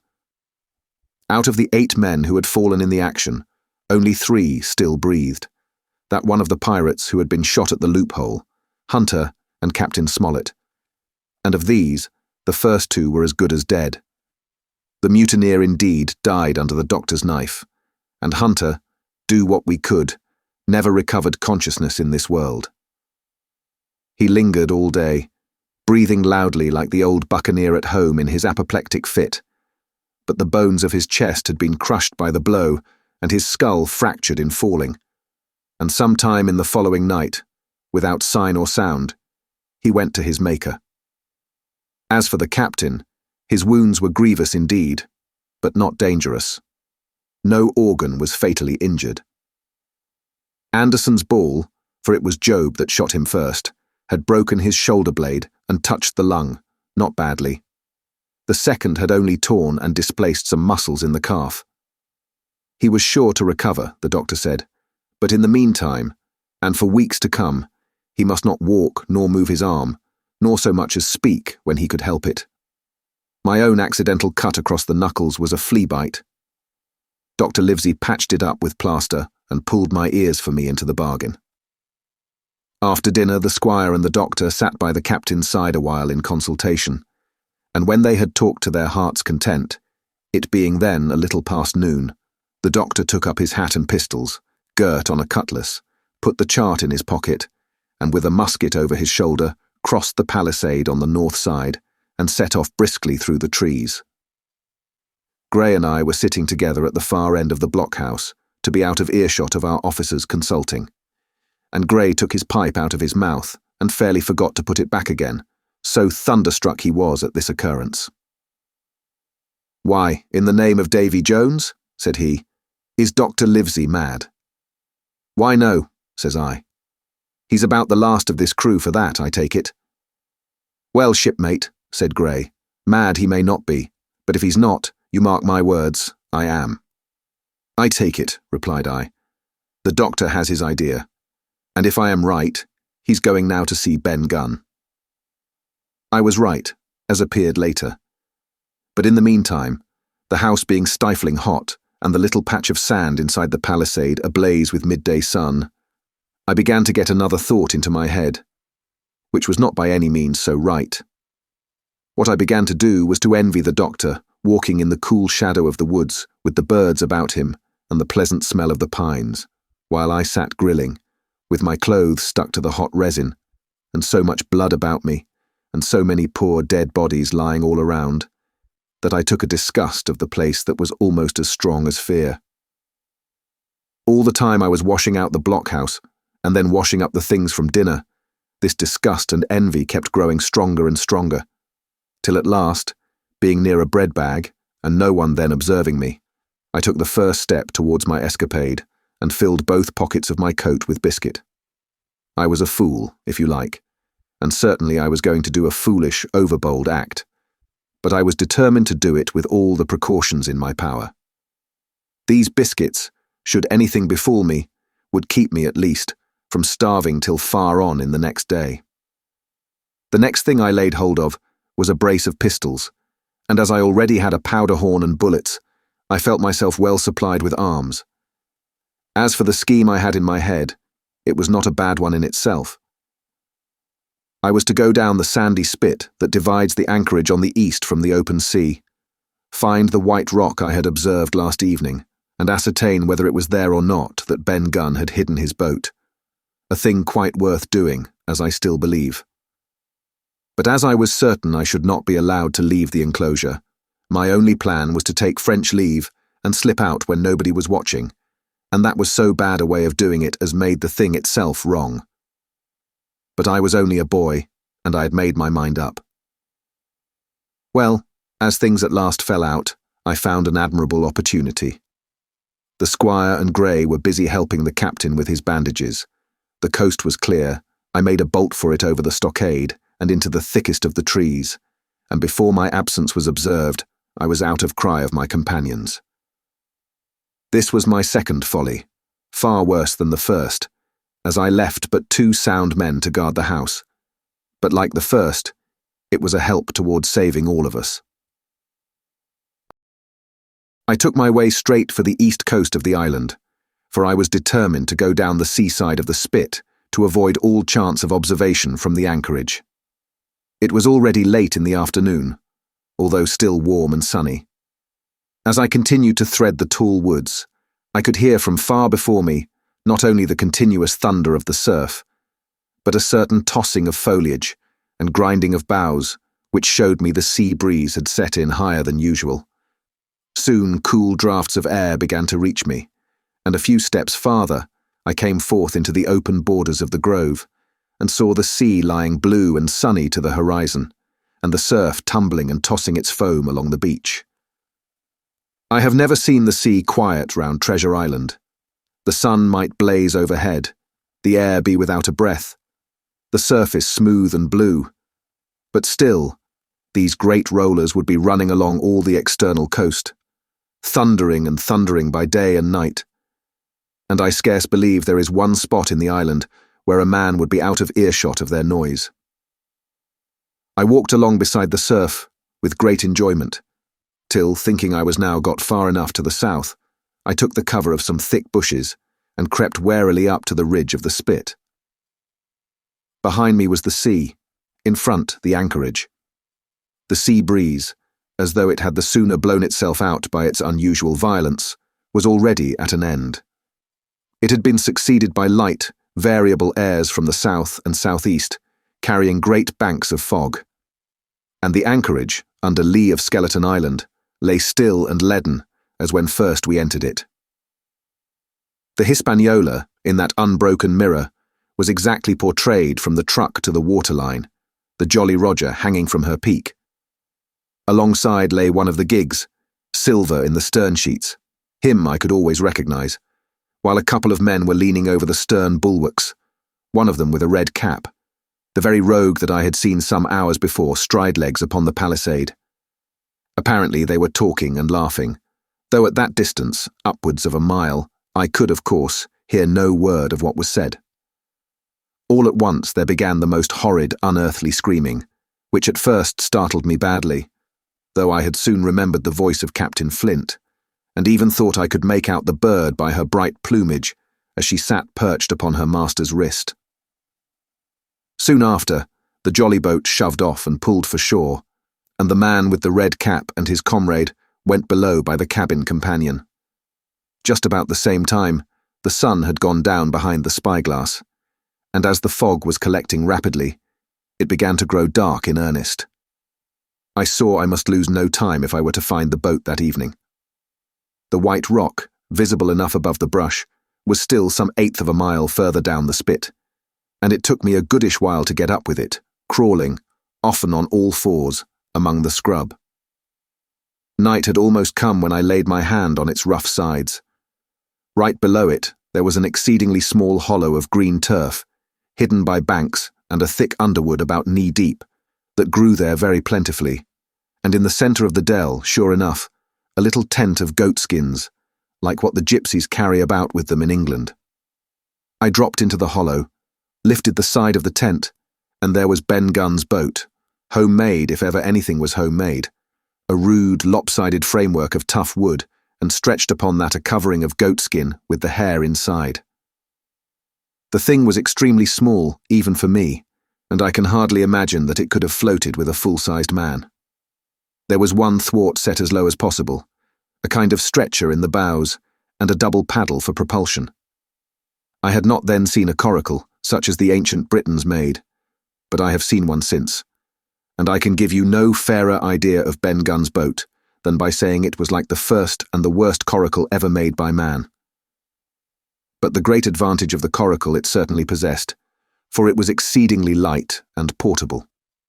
Well, now that I had found the boat, you would have thought I had had enough of truantry for once, but in the meantime I had taken another notion and become so obstinately fond of it that I would have carried it out, I believe, in the teeth of Captain Smollett himself. This was to slip out under cover of the night, cut the Hispaniola adrift, and let her go ashore where she fancied. I had quite made up my mind that the mutineers, after their repulse of the morning, had nothing nearer their hearts than to up anchor and away to sea. This, I thought, it would be a fine thing to prevent, and now that I had seen how they left their watchman unprovided with a boat, I thought it might be done with little risk. Down I sat to wait for darkness, and made a hearty meal of biscuit. It was a night out of 10,000 for my purpose. The fog had now buried all heaven. As the last rays of daylight dwindled and disappeared, absolute blackness settled down on Treasure Island. And when, at last, I shouldered the coracle and groped my way stumblingly out of the hollow where I had supped, there were but 2 points visible on the whole anchorage. One was the great fire on shore, by which the defeated pirates lay carousing in the swamp. The other, a mere blur of light upon the darkness, indicated the position of the anchored ship. She had swung round to the ebb. Her bow was now towards me. The only lights on board were in the cabin, and what I saw was merely a reflection on the fog of the strong rays that flowed from the stern window. The ebb had already run some time, and I had to wade through a long belt of swampy sand, where I sank several times above the ankle, before I came to the edge of the retreating water, and wading a little way in, with some strength and dexterity, set my coracle, keel downwards, on the surface.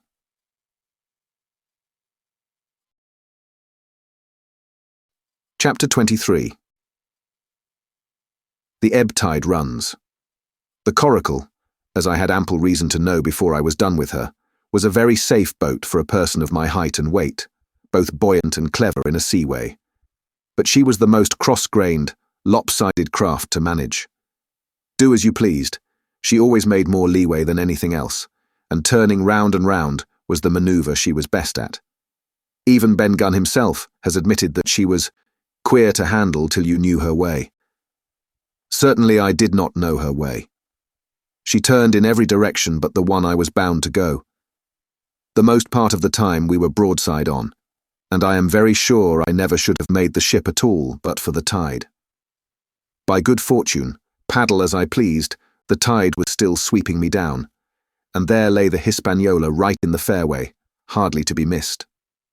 First she loomed before me like a blot of something yet blacker than darkness. Then her spars and hull began to take shape, and the next moment, as it seemed, for the farther I went, the brisker grew the current of the ebb. I was alongside of her hawser and had laid hold. The hawser was as taut as a bowstring, and the current so strong she pulled upon her anchor. All round the hull, in the blackness, the rippling current bubbled and chattered like a little mountain stream. One cut with my sea gully, and the Hispaniola would go humming down the tide. So far so good, but it next occurred to my recollection that a taut hawser, suddenly cut, is a thing as dangerous as a kicking horse. 10-1, if I were so foolhardy as to cut the Hispaniola from her anchor, I and the Coracle would be knocked clean out of the water. This brought me to a full stop, and if fortune had not again particularly favoured me, I should have had to abandon my design. But the light airs which had begun blowing from the southeast and south had hauled round after nightfall into the southwest. Just while I was meditating, a puff came, caught the Hispaniola, and forced her up into the current, and to my great joy, I felt the hawser slacken in my grasp, and the hand by which I held it dip for a second under water. With that, I made my mind up, took out my gully, opened it with my teeth, and cut one strand after another, till the vessel swung only by two.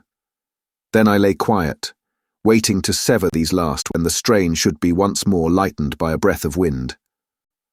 All this time I had heard the sound of loud voices from the cabin, but to say truth, my mind had been so entirely taken up with other thoughts that I had scarcely given ear. Now, however, when I had nothing else to do, I began to pay more heed. One I recognized for the coxswain's, Israel Hands, that had been Flint's gunner in former days. The other was, of course, my friend of the red nightcap. Both men were plainly the worse of drink, and they were still drinking. For even while I was listening, one of them, with a drunken cry, opened the stern window and threw out something, which I divined to be an empty bottle. But they were not only tipsy, it was plain that they were furiously angry. Oaths flew like hailstones, and every now and then there came forth such an explosion as I thought was sure to end in blows. But each time the quarrel passed off, and the voices grumbled lower for a while, until the next crisis came, and in its turn passed away without result. On shore, I could see the glow of the great campfire burning warmly through the shoreside trees. Someone was singing, a dull, old, droning sailor's song, with a droop and a quaver at the end of every verse, and seemingly no end to it at all but the patience of the singer. I had heard it on the voyage more than once, and remembered these words. But one man of her crew alive, what put to sea with 75? And I thought it was a ditty rather too dolefully appropriate for a company that had met such cruel losses in the morning. But indeed, from what I saw, all these buccaneers were as callous as the sea they sailed on. At last the breeze came. The schooner sidled and drew nearer in the dark. I felt the hawser slacken once more, and with a good, tough effort, cut the last fibres through. The breeze had but little action on the Coracle, and I was almost instantly swept against the bows of the Hispaniola. At the same time, the schooner began to turn upon her heel, spinning slowly, end for end, across the current. I wrought like a fiend, for I expected every moment to be swamped, and since I found I could not push the Coracle directly off, I now shoved straight astern. At length I was clear of my dangerous neighbour, and just as I gave the last impulsion, my hands came across a light cord that was trailing overboard across the stern bulwarks. Instantly, I grasped it. Why I should have done so I can hardly say. It was at first mere instinct, but once I had it in my hands and found it fast, curiosity began to get the upper hand, and I determined I should have one look through the cabin window. I pulled in hand over hand on the cord, and when I judged myself near enough, rose at infinite risk to about half my height, and thus commanded the roof and a slice of the interior of the cabin. By this time, the schooner and her little consort were gliding pretty swiftly through the water. Indeed, we had already fetched up level with the campfire. The ship was talking, as sailors say, loudly, treading the innumerable ripples with an incessant weltering splash. And until I got my eye above the windowsill, I could not comprehend why the watchman had taken no alarm. One glance, however, was sufficient, and it was only one glance that I durst take from that unsteady skiff. It showed me Hans and his companion locked together in deadly wrestle, each with a hand upon the other's throat. I dropped upon the thwart again, none too soon, for I was near overboard. I could see nothing for the moment but these two furious, encrimsoned faces swaying together under the smoky lamp, and I shut my eyes to let them grow once more familiar with the darkness. The endless ballad had come to an end at last, and the whole diminished company about the campfire had broken into the chorus I had heard so often. 15 men on the dead man's chest, yo-ho-ho and a bottle of rum. Drink and the devil had done for the rest. Yo-ho-ho and a bottle of rum. I was just thinking how busy drink and the devil were at that very moment in the cabin of the Hispaniola, when I was surprised by a sudden lurch of the Coracle. At the same moment, she yawed sharply and seemed to change her course. The speed in the meantime had strangely increased. I opened my eyes at once. All round me were little ripples, combing over with a sharp, bristling sound and slightly phosphorescent. The Hispaniola herself, a few yards in whose wake I was still being whirled along, seemed to stagger in her course, and I saw her spars toss a little against the blackness of the night. Nay, as I looked longer, I made sure she also was wheeling to the southward. I glanced over my shoulder, and my heart jumped against my ribs. There, right behind me, was the glow of the campfire. The current had turned at right angles, sweeping round along with it the tall schooner and the little dancing Coracle. Ever quickening, ever bubbling higher, ever muttering louder, it went spinning through the narrows for the open sea. Suddenly the schooner in front of me gave a violent yaw, turning, perhaps, through 20 degrees. And almost at the same moment one shout followed another from on board. I could hear feet pounding on the companion ladder, and I knew that the two drunkards had at last been interrupted in their quarrel, and awakened to a sense of their disaster. I lay down flat in the bottom of that wretched skiff, and devoutly recommended my spirit to its maker. At the end of the straits, I made sure we must fall into some bar of raging breakers, where all my troubles would be ended speedily. And though I could perhaps bear to die, I could not bear to look upon my fate as it approached.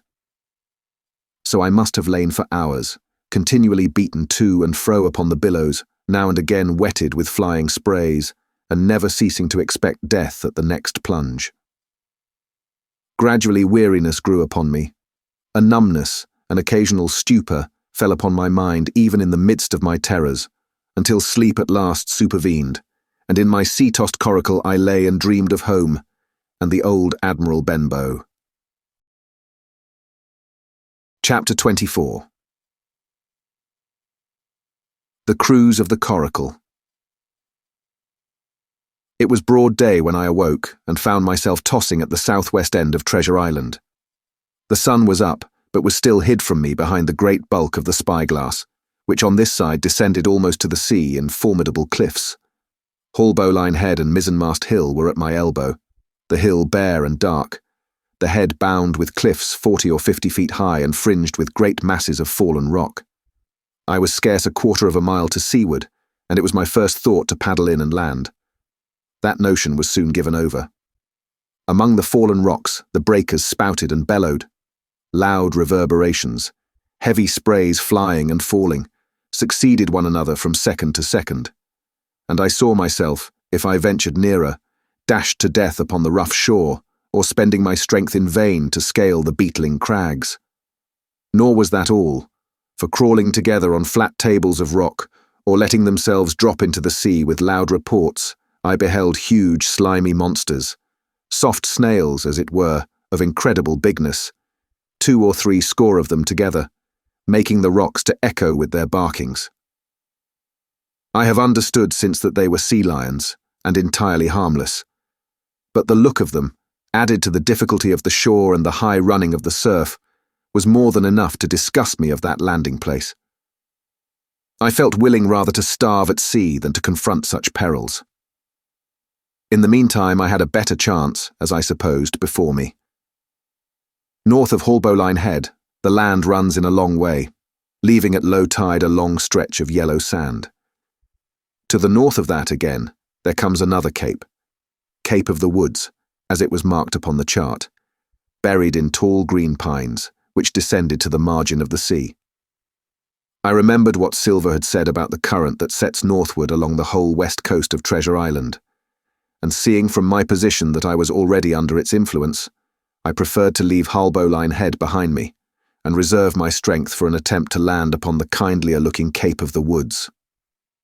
There was a great, smooth swell upon the sea. The wind blowing steady and gentle from the south, there was no contrariety between that and the current, and the billows rose and fell unbroken. Had it been otherwise, I must long ago have perished. But as it was, it is surprising how easily and securely my little and light boat could ride.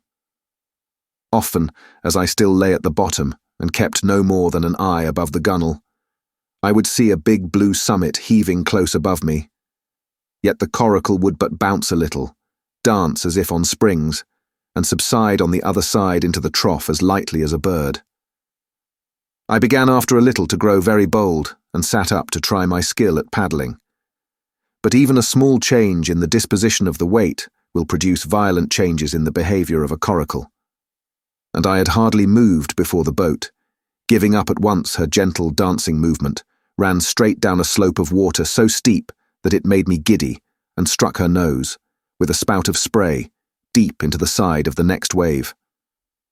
I was drenched and terrified, and fell instantly back into my old position, whereupon the Coracle seemed to find her head again and led me as softly as before among the billows.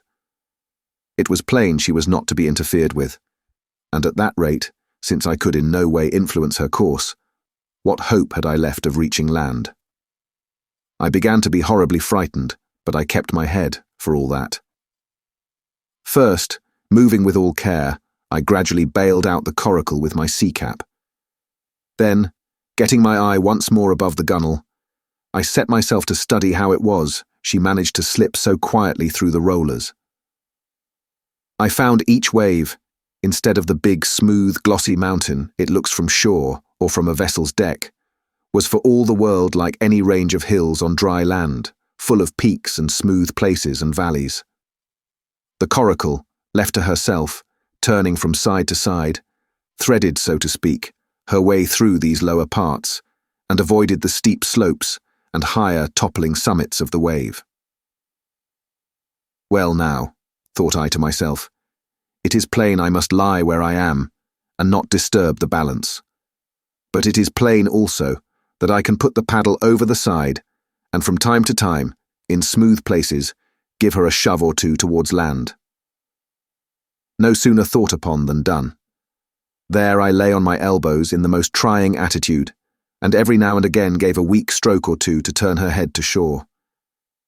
It was very tiring and slow work, yet I did visibly gain ground, and as we drew near the Cape of the Woods, though I saw I must infallibly miss that point, I had still made some 100 yards of easting.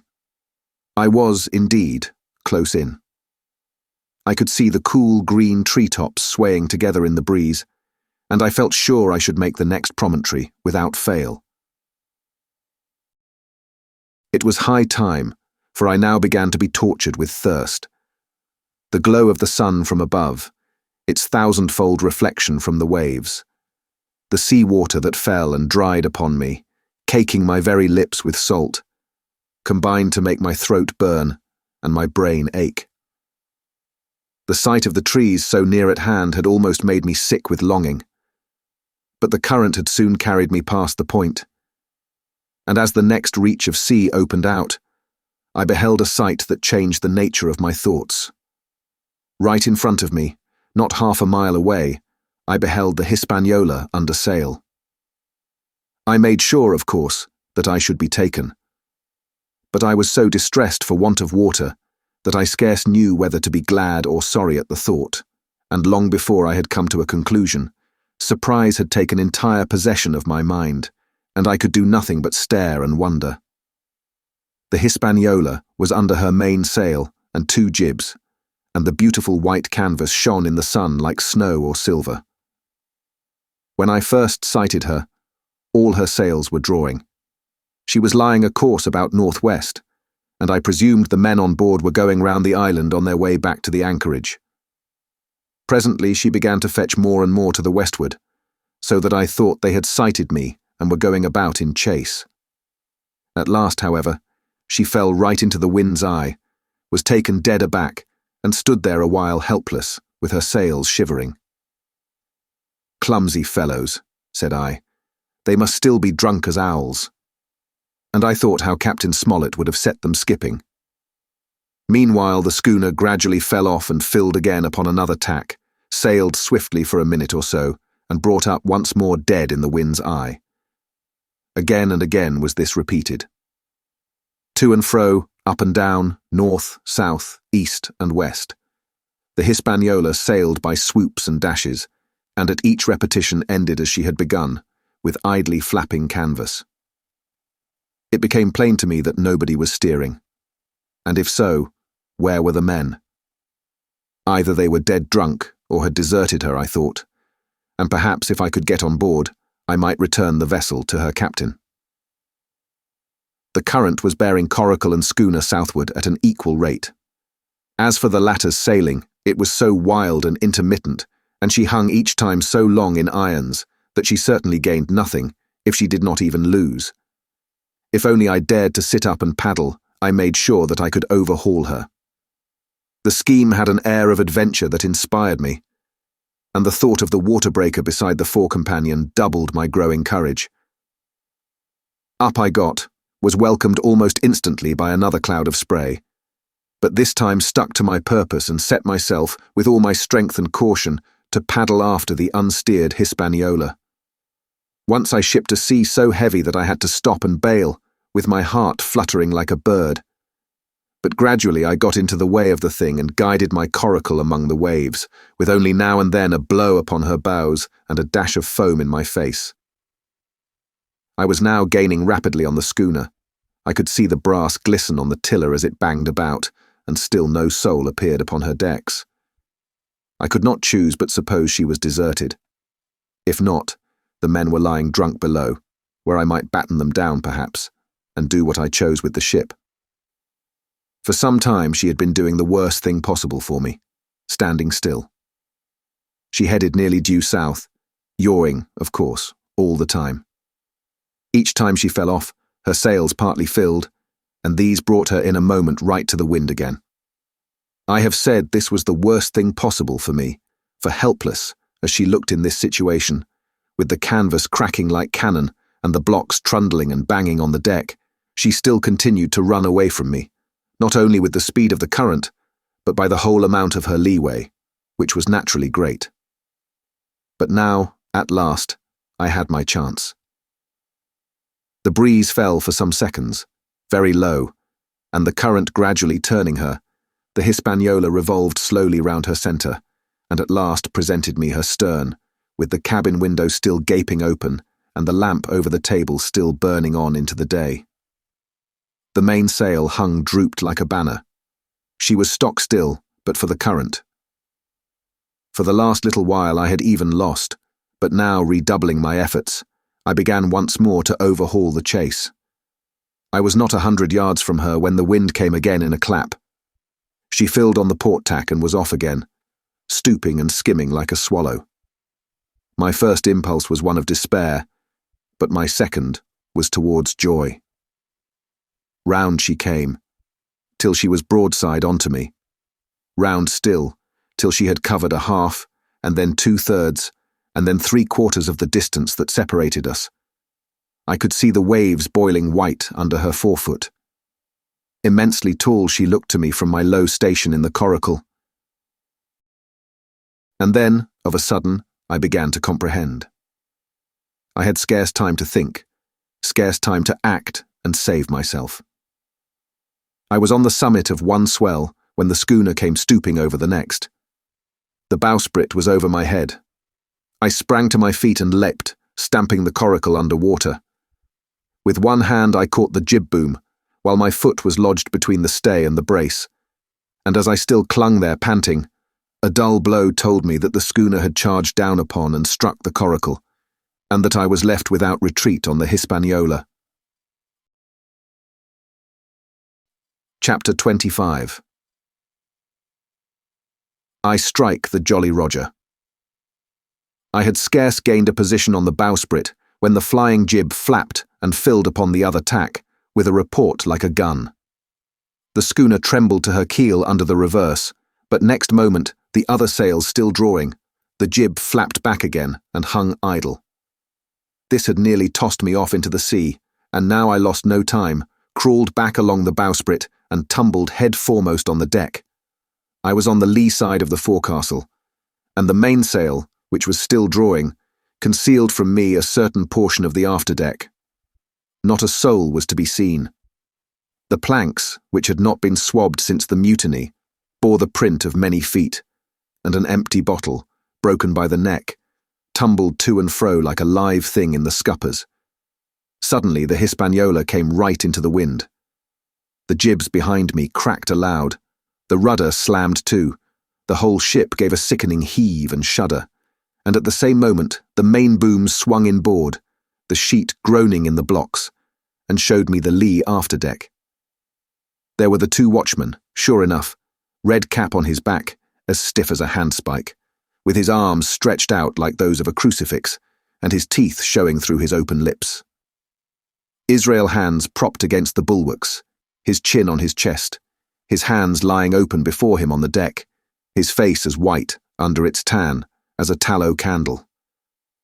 For a while the ship kept bucking and sidling like a vicious horse, the sails filling, now on one tack, now on another, and the boom swinging to and fro till the mast groaned aloud under the strain. Now and again, too, there would come a cloud of light sprays over the bulwark, and a heavy blow of the ship's bows against the swell. So much heavier weather was made of it by this great rigged ship than by my home-made lopsided Coracle, now gone to the bottom of the sea. At every jump of the schooner, Redcap slipped to and fro, but, what was ghastly to behold, neither his attitude nor his fixed teeth-disclosing grin was anyway disturbed by this rough usage. At every jump, too, Hans appeared still more to sink into himself and settle down upon the deck, his feet sliding ever the farther out, and the whole body canting towards the stern, so that his face became, little by little, hid from me, and at last I could see nothing beyond his ear and the frayed ringlet of one whisker.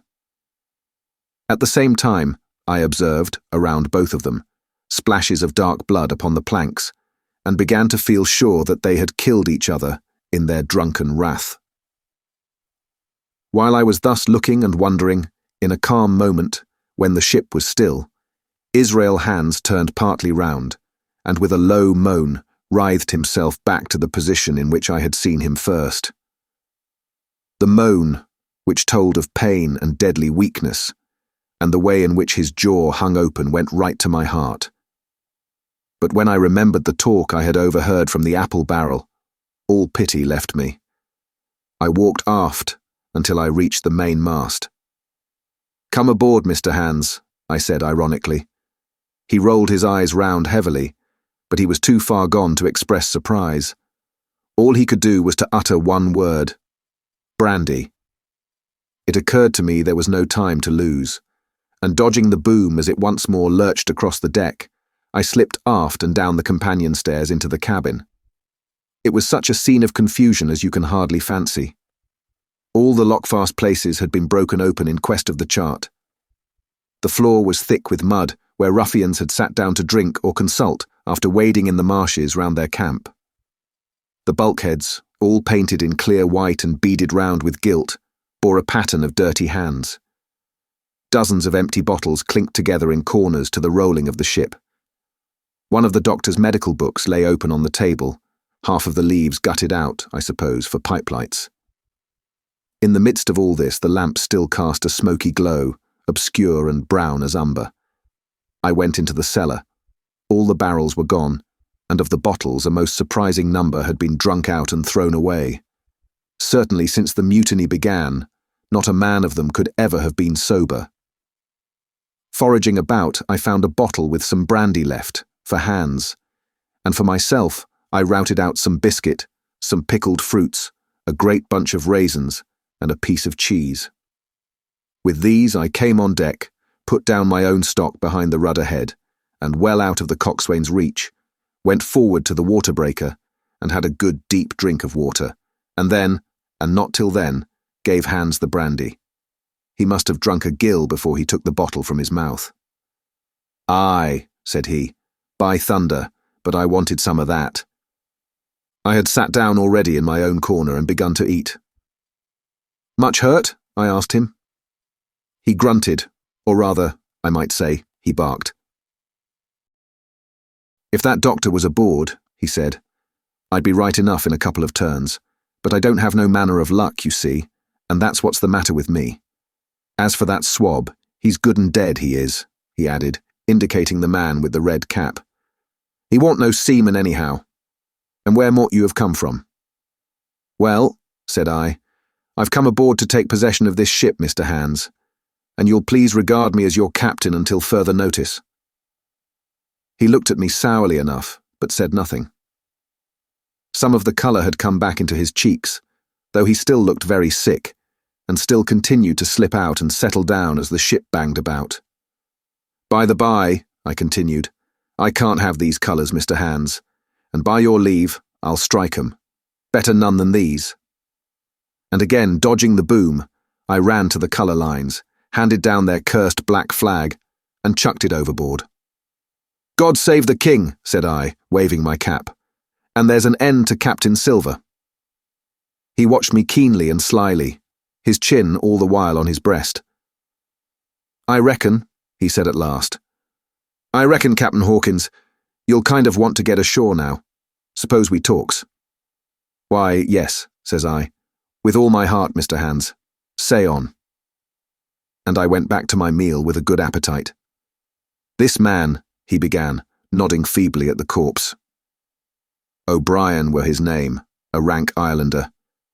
"This man and me got the canvas on her, meaning for to sail her back. Well, he's dead now, he is, as dead as bilge, and who's to sail this ship I don't see. Without I gives you a hint, you ain't that man, as far as I can tell. Now look here, you gives me food and drink and a old scarf or handkercher to tie my wound up, you do, and I'll tell you how to sail her, and that's about square all round, I take it. I'll tell you one thing," says I. "I'm not going back to Captain Kidd's anchorage. I mean to get into North Inlet and beach her quietly there." "To be sure you did," he cried. "Why, I ain't sick an infernal lubber after all. I can see, can't I? I've tried my fling, I have, and I've lost, and it's you has the wind of me. North Inlet? Why, I haven't no choice, not I. I'd help you sail her up to Execution Dock, by thunder. So I would." Well, as it seemed to me, there was some sense in this. We struck our bargain on the spot. In 3 minutes, I had the Hispaniola sailing easily before the wind along the coast of Treasure Island, with good hopes of turning the northern point ere noon and beating down again as far as North Inlet before high water, when we might beach her safely and wait till the subsiding tide permitted us to land. Then I lashed the tiller and went below to my own chest, where I got a soft silk handkerchief of my mother's. With this, and with my aid, Hands bound up the great bleeding stab he had received in the thigh, and after he had eaten a little and had a swallow or two more of the brandy, he began to pick up visibly, sat straighter up, spoke louder and clearer, and looked in every way another man. The breeze served us admirably. We skimmed before it like a bird, the coast of the island flashing by and the view changing every minute. Soon we were past the high lands and bowling beside low, sandy country, sparsely dotted with dwarf pines, and soon we were beyond that again, and had turned the corner of the rocky hill that ends the island on the north. I was greatly elated with my new command, and pleased with the bright, sunshiny weather and these different prospects of the coast. I had now plenty of water and good things to eat, and my conscience, which had smitten me hard for my desertion, was quieted by the great conquest I had made. I should, I think, have had nothing left me to desire but for the eyes of the coxswain as they followed me derisively about the deck and the odd smile that appeared continually on his face. It was a smile that had in it something both of pain and weakness, a haggard old man's smile. But there was, besides that, a grain of derision, a shadow of treachery in his expression, as he craftily watched and watched me at my work. Chapter 26. Israel Hands. The wind, serving us to a desire, now hauled into the west. We could run so much the easier from the northeast corner of the island to the mouth of the North Inlet. Only, as we had no power to anchor and dared not beach her till the tide had flowed a good deal farther, time hung on our hands. The coxswain told me how to lay the ship to. After a good many trials I succeeded, and we both sat in silence over another meal. "Captain," said he at length, with that same uncomfortable smile, "here's my old shipmate, O'Brien. Suppose you was to heave him overboard. I ain't particular as a rule, and I don't take no blame for settling his hash, but I don't reckon him ornamental now, do you? I'm not strong enough, and I don't like the job, and there he lies, for me," said I. "This here's an unlucky ship, this Hispaniola, Jim," he went on, blinking. "There's a power of men been killed in this Hispaniola, a sight of poor seamen dead and gone since you and me took ship to Bristol. I never seen sick dirty luck, not I. There was this here O'Brien now. He's dead, ain't he? Well now, I'm no scholar, and you're a lad as can read and figure, and to put it straight, do you take it as a dead man is dead for good, or do he come alive again? You can kill the body, Mr. Hands, but not the spirit. You must know that already," I replied. "O'Brien there is in another world, and may be watching us." "Ah," says he. "Well, that's unfortunate. Appears as if killing parties was a waste of time. Howsomever, sperits don't reckon for much by what I've seen. I'll chance it with the sperits, Jim, and now you've spoke up free, and I'll take it kind if you'd step down into that there cabin and get me shiver my timbers. I can't hit the name on it. Well, you get me a bottle of wine, Jim. This here brandy's too strong for my head." Now, the coxswain's hesitation seemed to be unnatural, and as for the notion of his preferring wine to brandy, I entirely disbelieved it. The whole story was a pretext. He wanted me to leave the deck, so much was plain, but with what purpose I could in no way imagine. His eyes never met mine. They kept wandering to and fro, up and down, now with a look to the sky, now with a flitting glance upon the dead O'Brien. All the time he kept smiling and putting his tongue out in the most guilty, embarrassed manner, so that a child could have told that he was bent on some deception. I was prompt with my answer, however, for I saw where my advantage lay, and that with a fellow so densely stupid, I could easily conceal my suspicions to the end. "Some wine," I said. "Far better. Will you have white or red?" "Well, I reckon it's about the blessed same to me, shipmate," he replied. "So it's strong, and plenty of it. What's the odds?" "All right," I answered. "I'll bring you port, Mr. Hands, but I'll have to dig for it." With that, I scuttled down the companion with all the noise I could, slipped off my shoes, ran quietly along the sparred gallery, mounted the forecastle ladder, and popped my head out of the fore companion. I knew he would not expect to see me there, yet I took every precaution possible, and certainly the worst of my suspicions proved too true.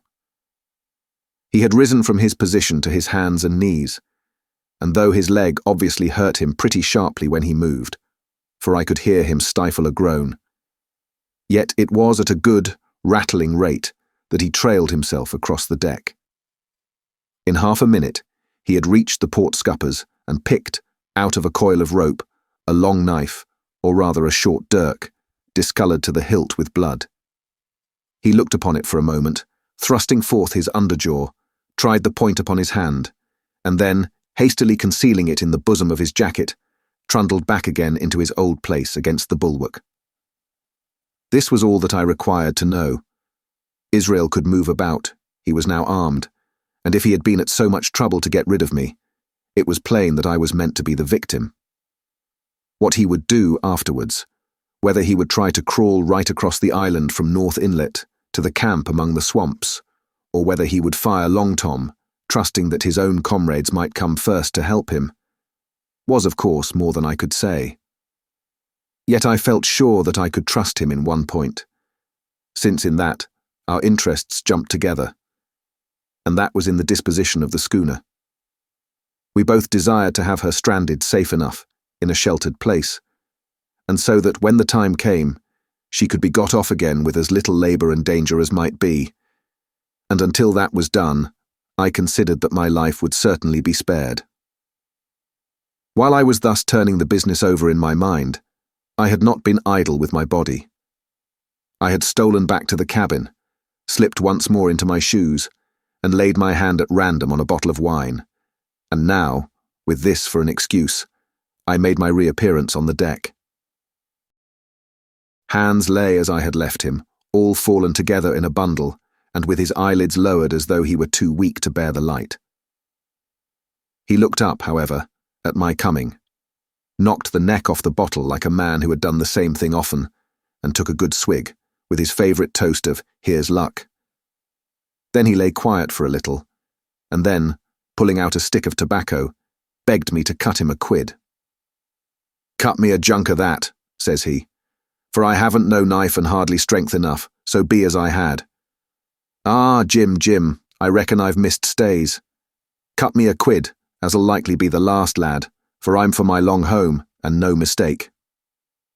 "Well," said I, "I'll cut you some tobacco, but if I was you and thought myself so badly, I would go to my prayers like a Christian man." "Why?" said he. "Now you tell me why." "Why?" I cried. "You were asking me just now about the dead. You've broken your trust. You've lived in sin and lies and blood. There's a man you killed lying at your feet this moment, and you ask me why. For God's mercy, Mr. Hans, that's why." I spoke with a little heat, thinking of the bloody dirk he had hidden in his pocket and designed, in his ill thoughts, to end me with. He, for his part, took a great draught of the wine and spoke with the most unusual solemnity. "For 30 years, he said, "I've sailed the seas and seen good and bad, better and worse, fair weather and foul, provisions running out, knives going, and what not. Well, now I tell you, I never seen good come of goodness yet. Him as strikes first is my fancy. Dead men don't bite. Them's my views. Amen, so be it. And now you look here," he added, suddenly changing his tone. "We've had about enough of this foolery. The tide's made good enough by now. You just take my orders, Captain Hawkins, and we'll sail slap in and be done with it." All told, we had scarce 2 miles to run, but the navigation was delicate. The entrance to this northern anchorage was not only narrow and shoal, but lay east and west, so that the schooner must be nicely handled to be got in. I think I was a good, prompt subaltern, and I am very sure that Hans was an excellent pilot, for we went about and dodged in, shaving the banks, with a certainty and a neatness that were a pleasure to behold. Scarcely had we passed the heads before the land closed around us. The shores of North Inlet were as thickly wooded as those of the southern anchorage, but the space was longer and narrower, and more like, what in truth it was, the estuary of a river. Right before us, at the southern end, we saw the wreck of a ship in the last stages of dilapidation. It had been a great vessel of 3 masts, but had lain so long exposed to the injuries of the weather that it was hung about with great webs of dripping seaweed, and on the deck of it, shore bushes had taken root, and now flourished thick with flowers. It was a sad sight, but it showed us that the anchorage was calm. "Now," said Hans, "look there, there's a pet bit for to beach a ship in. Fine flat sand, never a cat's paw, trees all around of it, and flowers are blowing like a guarding on that old ship." "And once beached," I inquired, "how shall we get her off again?" "Why, so," he replied. "You take a line ashore there on the other side at low water, take a turn about one of them big pines, bring it back, take a turn around the capstan, and lie to for the tide. Come high water, all hands take a pull upon the line, and off she comes, as sweet as nature. And now, boy, you stand by. We're near the bit now, and she's too much way on her. Starboard a little. So, steady, starboard, larboard a little, steady, steady." So he issued his commands, which I breathlessly obeyed, till all of a sudden he cried, Now my hearty luff. And I put the helm hard up, and the Hispaniola swung round rapidly and ran stem on for the low, wooded shore. The excitement of these last manoeuvres had somewhat interfered with the watch I had kept hitherto, sharply enough, upon the coxswain. Even then I was still so much interested, waiting for the ship to touch, that I had quite forgot the peril that hung over my head, and stood craning over the starboard bulwarks and watching the ripples spreading wide before the bows. I might have fallen without a struggle for my life, had not a sudden disquietude seized upon me and made me turn my head. Perhaps I had heard a creak, or seen his shadow moving with the tail of my eye. Perhaps it was an instinct like a cat's. But sure enough, when I looked round, there was Hans, already halfway towards me, with the dirk in his right hand. We must both have cried out aloud when our eyes met, but while mine was the shrill cry of terror, his was a roar of fury like a charging bully's. At the same instant, he threw himself forward, and I leapt sideways towards the bows. As I did so, I let go of the tiller, which sprang sharp to leeward, and I think this saved my life, for it struck Hans across the chest and stopped him, for the moment, dead. Before he could recover, I was safe out of the corner where he had me trapped, with all the deck to dodge about. Just forward of the main mast I stopped, drew a pistol from my pocket, took a cool aim, though he had already turned, and was once more coming directly after me, and drew the trigger. The hammer fell, but there followed neither flash nor sound. The priming was useless with seawater. I cursed myself for my neglect. Why had not I, long before, reprimed and reloaded my only weapons? Then I should not have been as now, a mere fleeing sheep before this butcher. Wounded as he was, it was wonderful how fast he could move, his grizzled hair tumbling over his face, and his face itself as red as a red ensign with his haste and fury. I had no time to try my other pistol, nor indeed much inclination, for I was sure it would be useless. One thing I saw plainly. I must not simply retreat before him, or he would speedily hold me boxed into the bows, as a moment since he had so nearly boxed me in the stern. Once so caught, and 9 or 10 inches of the blood-stained dirk would be my last experience on this side of eternity. I placed my palms against the mainmast, which was of a goodish bigness, and waited, every nerve upon the stretch. Seeing that I meant to dodge, he also paused, and a moment or two passed in feints on his part and corresponding movements upon mine. It was such a game as I had often played at home about the rocks of Black Hill Cove, but never before, you may be sure, with such a wildly beating heart as now. Still, as I say, it was a boy's game, and I thought I could hold my own at it against an elderly seaman with a wounded thigh. Indeed, my courage had begun to rise so high that I allowed myself a few darting thoughts on what would be the end of the affair. And while I saw certainly that I could spin it out for long, I saw no hope of any ultimate escape. Well, while things stood thus, suddenly the Hispaniola struck, staggered, ground for an instant in the sand, and then, swift as a blow, canted over to the port side till the deck stood at an angle of 45 degrees, and about a puncheon of water splashed into the scupper holes and lay in a pool between the deck and bulwark. We were both of us capsized in a second, and both of us rolled, almost together, into the scuppers, the dead redcap, with his arms still spread out, tumbling stiffly after us. So near were we indeed, that my head came against the coxswain's foot with a crack that made my teeth rattle. Blow and all, I was the first afoot again, for Hans had got involved with the dead body. The sudden canting of the ship had made the deck no place for running on. I had to find some new way of escape, and that upon the instant, for my foe was almost touching me. Quick as thought, I sprang into the mizzen shrouds, rattled up hand over hand, and did not draw a breath till I was seated on the crosstrees. I had been saved by being prompt. The dirk had struck not half a foot below me as I pursued my upward flight, and there stood Israel Hands with his mouth open and his face upturned to mine, a perfect statue of surprise and disappointment. Now that I had a moment to myself, I lost no time in changing the priming of my pistol, and then, Having one ready for service, and to make assurance doubly sure, I proceeded to draw the load of the other and recharge it afresh from the beginning. My new employment struck Hans all of a heap. He began to see the dice going against him, and after an obvious hesitation, he also hauled himself heavily into the shrouds, and with the dirk in his teeth, began slowly and painfully to mount. It cost him no end of time and groans to haul his wounded leg behind him, and I had quietly finished my arrangements before he was much more than a third of the way up. Then, with a pistol in either hand, I addressed him. "One more step, Mr. Hans," said I, "and I'll blow your brains out. Dead men don't bite, you know," I added with a chuckle.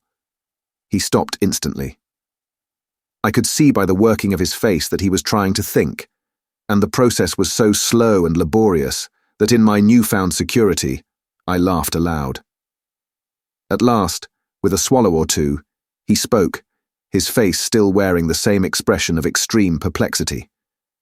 In order to speak, he had to take the dagger from his mouth, but in all else he remained unmoved. "Jim," says he, "I reckon we're fouled, you and me, and we'll have to sign articles. I'd have had you but for that there lurch, but I don't have no luck, not I, and I reckon I'll have to strike, which comes hard, you see, for a master mariner to a ship's younker like you, Jim." I was drinking in his words and smiling away, as conceited as a cock upon a wall, when, all in a breath, back went his right hand over his shoulder.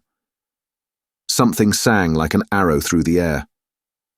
I felt a blow, and then a sharp pang, and there I was pinned by the shoulder to the mast. In the horrid pain and surprise of the moment, I scarce can say it was by my own volition, and I am sure it was without a conscious aim.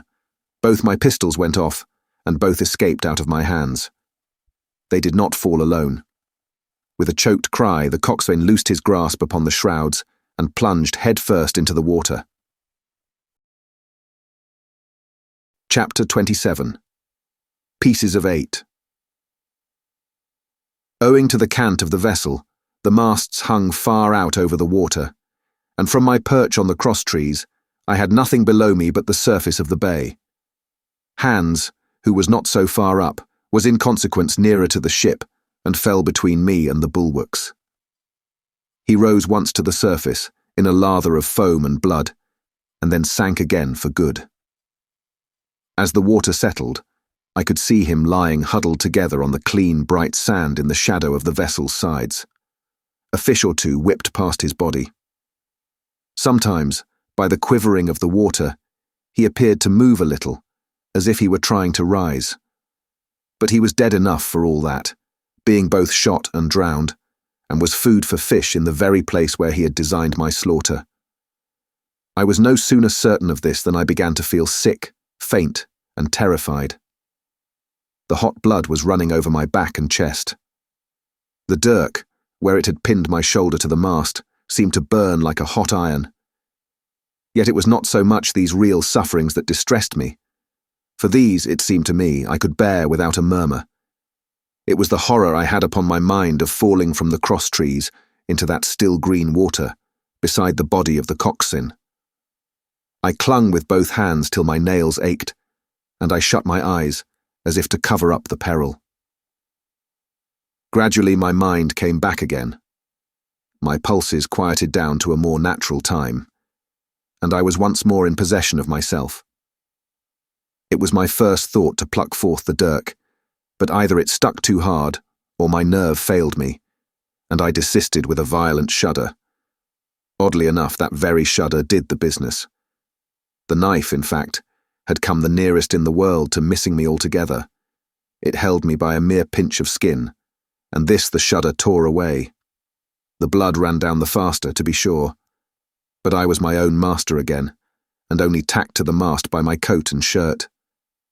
These last I broke through with a sudden jerk, and then regained the deck by the starboard shrouds. For nothing in the world would I have again ventured, shaken as I was, upon the overhanging port shrouds from which Israel had so lately fallen. I went below, and did what I could for my wound. It pained me a good deal and still bled freely, but it was neither deep nor dangerous, nor did it greatly gall me when I used my arm. Then I looked around me, and as the ship was now, in a sense, my own, I began to think of clearing it from its last passenger, the dead man, O'Brien. He had pitched, as I have said, against the bulwarks, where he lay like some horrible, ungainly sort of puppet, life-size indeed, but how different from life's colour or life's comeliness. In that position I could easily have my way with him, and as the habit of tragical adventures had worn off almost all my terror for the dead, I took him by the waist as if he had been a sack of bran, and with one good heave tumbled him overboard. He went in with a sounding plunge, the red cap came off, and remained floating on the surface, and as soon as the splash subsided, I could see him and Israel lying side by side, both wavering with the tremulous movement of the water. O'Brien, though still quite a young man, was very bald. There he lay, with that bald head across the knees of the man who had killed him, and the quick fishes steering to and fro over both. I was now alone upon the ship. The tide had just turned. The sun was within so few degrees of setting that already the shadow of the pines upon the western shore began to reach right across the anchorage and fall in patterns on the deck. The evening breeze had sprung up, and though it was well warded off by the hill with the two peaks upon the east, the cordage had begun to sing a little softly to itself, and the idle sails to rattle to and fro. I began to see a danger to the ship. The jibs I speedily doused and brought tumbling to the deck, but the mainsail was a harder matter. Of course, when the schooner canted over, the boom had swung outboard, and the cap of it and a foot or two of sail hung even under water. I thought this made it still more dangerous, yet the strain was so heavy that I half feared to meddle. At last I got my knife and cut the halyards. The peak dropped instantly, a great belly of loose canvas floated broad upon the water, and since, pull as I liked, I could not budge the downhaul, that was the extent of what I could accomplish. For the rest, the Hispaniola must trust to luck, like myself. By this time the whole anchorage had fallen into shadow, the last rays, I remember, falling through a glade of the wood and shining bright as jewels on the flowery mantle of the wreck. It began to be chill. The tide was rapidly fleeting seaward, the schooner settling more and more on her beam ends. I scrambled forward and looked over. It seemed shallow enough, and holding the cut hawser in both hands for a last security, I let myself drop softly overboard. The water scarcely reached my waist. The sand was firm and covered with ripple marks, and I waded ashore in great spirits, leaving the Hispaniola on her side, with her mainsail trailing wide upon the surface of the bay. About the same time, the sun went fairly down, and the breeze whistled low in the dusk among the tossing pines. At least, and at last, I was off the sea, nor had I returned thence empty-handed. There lay the schooner, clear at last from buccaneers, and ready for our own men to board and get to sea again. I had nothing nearer my fancy than to get home to the Stockade and boast of my achievements. Possibly I might be blamed a bit for my truantry, but the recapture of the Hispaniola was a clenching answer, and I hoped that even Captain Smollett would confess I had not lost my time. So thinking, and in famous spirits, I began to set my face homeward for the blockhouse and my companions. I remembered that the most easterly of the rivers which drain into Captain Kidd's anchorage ran from the two-peaked hill upon my left, and I bent my course in that direction that I might pass the stream while it was small.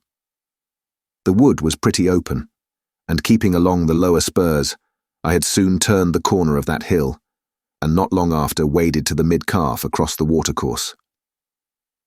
This brought me near to where I had encountered Ben Gunn, the maroon, and I walked more circumspectly, keeping an eye on every side. The dusk had come nigh hand completely, and as I opened out the cleft between the two peaks, I became aware of a wavering glow against the sky, where, as I judged, the man of the island was cooking his supper before a roaring fire. And yet I wondered in my heart that he should show himself so careless. For if I could see this radiance, might it not reach the eyes of Silver himself where he camped upon the shore among the marshes? Gradually the night fell blacker, It was all I could do to guide myself even roughly towards my destination. The double hill behind me and the spyglass on my right hand loomed faint and fainter. The stars were few and pale, and in the low ground where I wandered, I kept tripping among bushes and rolling into sandy pits. Suddenly a kind of brightness fell about me. I looked up. A pale glimmer of moonbeams had alighted on the summit of the spyglass, and soon after I saw something broad and silvery moving low down behind the trees, and knew the moon had risen. With this to help me, I passed rapidly over what remained to me of my journey, and sometimes walking, sometimes running, impatiently drew near to the stockade. Yet, as I began to thread the grove that lies before it, I was not so thoughtless, but that I slacked my pace and went a trifle warily. It would have been a poor end of my adventures to get shot down by my own party in mistake. The moon was climbing higher and higher. Its light began to fall here and there in masses through the more open districts of the wood, and right in front of me, a glow of a different colour appeared among the trees. It was red and hot, and now and again it was a little darkened, as it were, the embers of a bonfire smouldering. For the life of me, I could not think what it might be. At last I came right down upon the borders of the clearing. The western end was already steeped in moonshine. The rest, and the blockhouse itself, still lay in a black shadow, checkered with long silvery streaks of light. On the other side of the house, an immense fire had burned itself into clear embers and shed a steady red reverberation, contrasted strongly with the mellow paleness of the moon. There was not a soul stirring, nor a sound beside the noises of the breeze. I stopped, with much wonder in my heart, and perhaps a little terror also. It had not been our way to build great fires. We were, indeed, by the captain's orders, somewhat niggardly of firewood, and I began to fear that something had gone wrong while I was absent. I stole round by the eastern end, keeping close in shadow, and at a convenient place, where the darkness was thickest, crossed the palisade. To make assurance surer, I got upon my hands and knees and crawled, without a sound, towards the corner of the house. As I drew nearer, my heart was suddenly and greatly lightened. It is not a pleasant noise in itself, and I have often complained of it at other times, but just then it was like music to hear my friends snoring together so loud and peaceful in their sleep. The sea cry of the watch, that beautiful "all's well," never fell more reassuringly on my ear. In the meantime, there was no doubt of one thing. They kept an infamous bad watch. If it had been Silver and his lads that were now creeping in on them, not a soul would have seen daybreak. That was what it was, thought I, to have the captain wounded, and again I blamed myself sharply for leaving them in that danger with so few to mount guard. By this time I had got to the door and stood up. All was dark within, so that I could distinguish nothing by the eye. As for sounds, there was the steady drone of the snorers and a small occasional noise, a flickering or pecking that I could in no way account for. With my arms before me, I walked steadily in. I should lie down in my own place, I thought with a silent chuckle, and enjoy their faces when they found me in the morning. My foot struck something yielding. It was a sleeper's leg, and he turned and groaned, but without awaking. And then, all of a sudden, a shrill voice broke forth out of the darkness. "Pieces of 8! Pieces of 8! Pieces of 8! Pieces of 8! Pieces of 8!" And so forth, without pause or change, like the clacking of a tiny mill. Silver's green parrot, Captain Flint. It was she whom I had heard pecking at a piece of bark. It was she, keeping better watch than any human being, who thus announced my arrival with her wearisome refrain. I had no time left me to recover. At the sharp, clipping tone of the parrot, the sleepers awoke and sprang up, and with a mighty oath, the voice of Silver cried, "Who goes?" I turned to run, struck violently against one person, recoiled, and ran full into the arms of a second, who for his part closed upon and held me tight. "Bring a torch, Dick," said Silver, when my capture was thus assured. And one of the men left the log-house and presently returned with a lighted brand. Part 6. Captain Silver.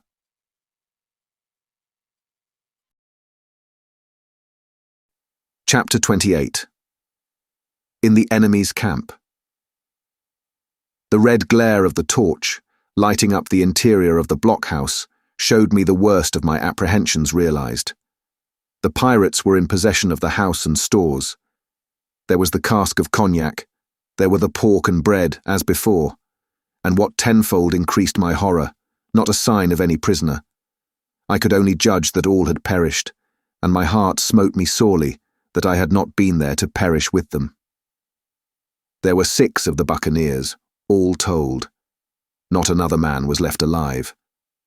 5 of them were on their feet, flushed and swollen, suddenly called out of the first sleep of drunkenness.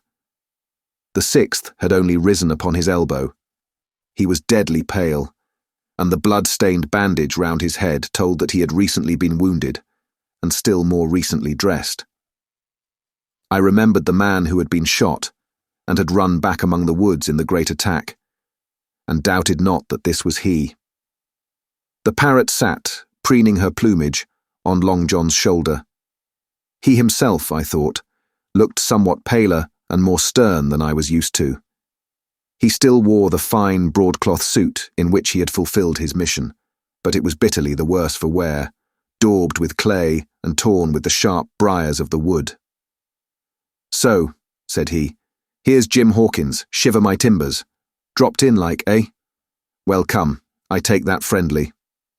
And thereupon he sat down across the brandy cask and began to fill a pipe. "Give me a loan of the link, Dick," said he. And then, when he had a good light, "That'll do, lad," he added. "Stick the glim in the wood heap, and you gentlemen bring yourselves to. You needn't stand up for Mr. Hawkins. He'll excuse you, you may lay to that. And so, Jim," stopping the tobacco, "here you were, and quite a pleasant surprise for poor old John. I see you were smart when first I set my eyes on you, but this here gets away from me clean, it do." To all this, as may be well supposed, I made no answer. They had set me with my back against the wall, and I stood there, looking Silver in the face, pluckily enough, I hope, to all outward appearance, but with black despair in my heart. Silver took a whiff or two of his pipe with great composure, and then ran on again. "Now you see, Jim, so be as you are here," says he. "I'll give you a piece of my mind. I've always liked you, I have, for a lad of spirit, and the picture of my own self when I was young and handsome. I always wanted you to jine and take your share, and die a gentleman. And now, my cock, you've got to. Captain Smollett's a fine seaman, as I'll own up to any day, but stiff on discipline. Duty is duty," says he, "and right he is. Just you keep clear of the captain. The doctor himself is gone dead again, you. Ungrateful scamp was what he said. And the short and the long of the whole story is about here. You can't go back to your own lot, for they won't have you. And without you start a 3rd ship's company all by yourself, which might be lonely, you'll have to jine with Captain Silver." So far so good. My friends then were still alive, and though I partly believed the truth of Silver's statement, that the cabin party were incensed at me for my desertion, I was more relieved than distressed by what I heard. "I don't say nothing as to your being in our hands," continued Silver, "though there you are, and you may lay to it. I'm all for argument. I never seen good come out of threatening. If you like the service, well, you'll jine. And if you don't, Jim, why, you're free to answer no, free and welcome, shipmate. And if fairer can be said by mortal seamen, shiver my sides." "Am I to answer then?" I asked with a very tremulous voice. Through all this sneering talk, I was made to feel the threat of death that overhung me, and my cheeks burned, and my heart beat painfully in my breast. "Lad," said Silver, "no one's a pressing of you. Take your bearings. None of us won't hurry you, mate. Time goes so pleasant in your company, you see." "Well," says I, growing a bit bolder, "if I'm to choose, I declare I have a right to know what's what, and why you're here, and where my friends are." "What's what?" repeated one of the buccaneers in a deep growl. "Ah, he'd be a lucky one as knowed that." "You'll perhaps batten down your hatches till you're spoke to, my friend," cried Silver truculently to this speaker. And then, in his first gracious tones, he replied to me. "Yesterday morning, Mr. Hawkins," said he, "in the dog watch, down came Dr. Livesey with a flag of truce. Says he, 'Captain Silver, you're sold out. Ship's gone.' Well, maybe we'd been taking a glass, and a song to help it round. I won't say no. Leastways, none of us had looked out. We looked out, and by thunder, the old ship was gone. I never seen a pack of fools look fishier, and you may lay to that if I tells you that looked the fishiest." "Well," says the doctor, "let's bargain." We bargained, him and I, and here we are. Stores, brandy, blockhouse, the firewood you was thoughtful enough to cut, and in a manner of speaking, the whole blessed boat, from Crosstrees to Kelson.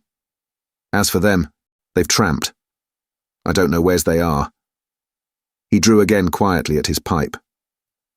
"And lest you should take it into that head of yours," he went on, "that you was included in the treaty, here's the last word that was said." "How many are you," says I, "to leave?" "4, says he. 4 and one of us wounded. As for that boy, I don't know where he is, confound him, says he. Nor I don't much care. We're about sick of him. These was his words. "Is that all?" I asked. "Well, it's all that you're to hear, my son," returned Silver. "And now I am to choose." "And now you are to choose. And you may lay to that," said Silver. "Well," said I am not such a fool, but I know pretty well what I have to look for. Let the worst come to the worst, it's little I care. I've seen too many die since I fell in with you.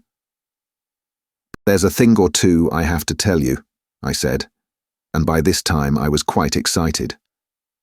"And the first is this. Here you are in a bad way. Ship lost, treasure lost, men lost, your whole business gone to wreck. And if you want to know who did it, it was I. I was in the apple barrel the night we sighted land, and I heard you, John, and you, Dick Johnson, and Hans, who is now at the bottom of the sea, and told every word you said before the hour was out.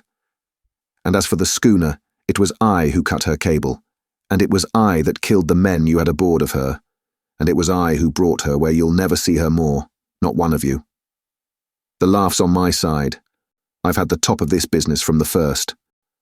I no more fear you than I fear a fly. Kill me, if you please, or spare me. But one thing I'll say, and no more. If you spare me, bygones are bygones, and when you fellows are in court for piracy, I'll save you all I can. It is for you to choose. Kill another and do yourselves no good, or spare me and keep a witness to save you from the gallows." I stopped, for I tell you, I was out of breath. And to my wonder, not a man of them moved, but all sat staring at me like as many sheep. And while they were still staring, I broke out again. "And now, Miss Silver," I said, "I believe you're the best man here, and if things go to the worst, I'll take it cunt of you to let the doctor know the way I took it." "I'll bear it in mind," said Silver, with an accent so curious that I could not, for the life of me, decide whether he were laughing at my request or had been favourably affected by my courage. "I'll put one to that," cried the old mahogany-faced seaman, Morgan by name, whom I had seen in Long John's public house upon the quays of Bristol. It was him that knowed Black Dog.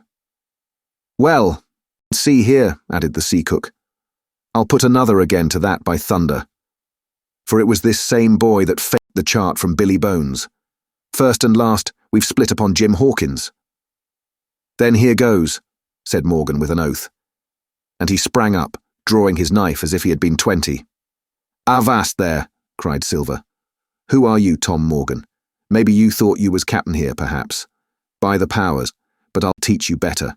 Cross me, and you'll go where many a good man's gone before you, first and last, these 30-year back. Some to the yard arm, shiver my timbers, and some by the board, and all to feed the fishes. There's never a man looked me between the eyes and seen a good day afterwards, Tom Morgan, You may lay to that." Morgan paused, but a hoarse murmur rose from the others. "Tom's right," said one. "I stood hazing long enough from one," added another. "I'll be hanged if I'll be hazed by you, John Silver." "Did any of you gentlemen want to have it out with me?" roared Silver, bending far forward from his position on the keg, with his pipe still glowing in his right hand. "Put a name on what you're at. You ain't dumb, I reckon. Him that wants shall get it. Have I lived this many years, and a son of a rum-punchin' cock his hat athwart my whores at the latter end of it? You know the way. You're all gentlemen of fortune by your account. Well, I'm ready. Take a cutlass, him that dares, and I'll see the colour of his inside, crutch and all, before that pipe's empty." Not a man stirred. Not a man answered. "That's your sort, is it?" he added, returning his pipe to his mouth. "Well, you're a gay lot to look at anyway. Not much worth to fight, you ain't. Perhaps you can understand King George's English. I'm captain here by election. I'm captain here because I'm the best man by a long sea mile. You won't fight, as gentlemen of fortune should. Then by thunder you'll obey, and you may lay to it. I like that boy now.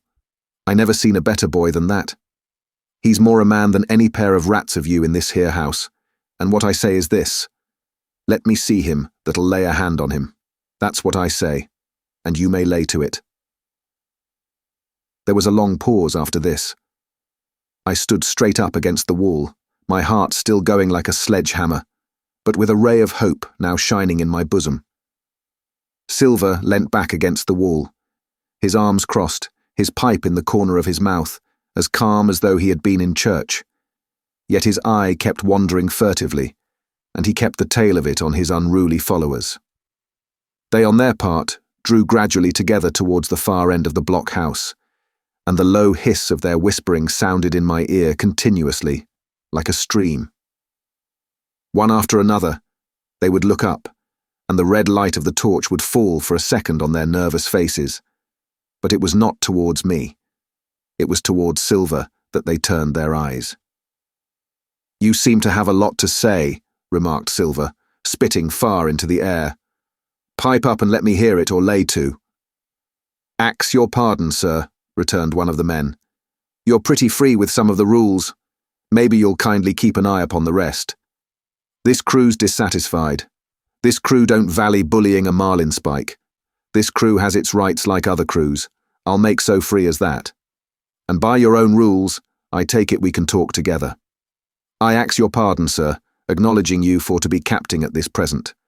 But I claim my right," and steps outside for a council. And with an elaborate sea salute, this fellow, a long, ill-looking, yellow-eyed man of 35, stepped coolly towards the door and disappeared out of the house. One after another the rest followed his example, each making a salute as he passed, each adding some apology. "According to rules," said one. "Forecastle Council," said Morgan. And so, with one remark or another, all marched out and left Silver and me alone with the torch. The sea cook instantly removed his pipe. "Now, look you here, Jim Hawkins," he said in a steady whisper that was no more than audible. "You're within half a plank of death, and what's a long sight worse, of torture. They're going to throw me off. But you, Mark, I stand by you through thick and thin. I didn't mean to. No, not till you spoke up. I was about desperate to lose that much blunt and be hanged into the bargain. But I see you as the right sort. I says to myself, you stand by Hawkins, John, and Hawkins'll stand by you. You're his last card, and by the living thunder, John, he's yours. Back to back, says I.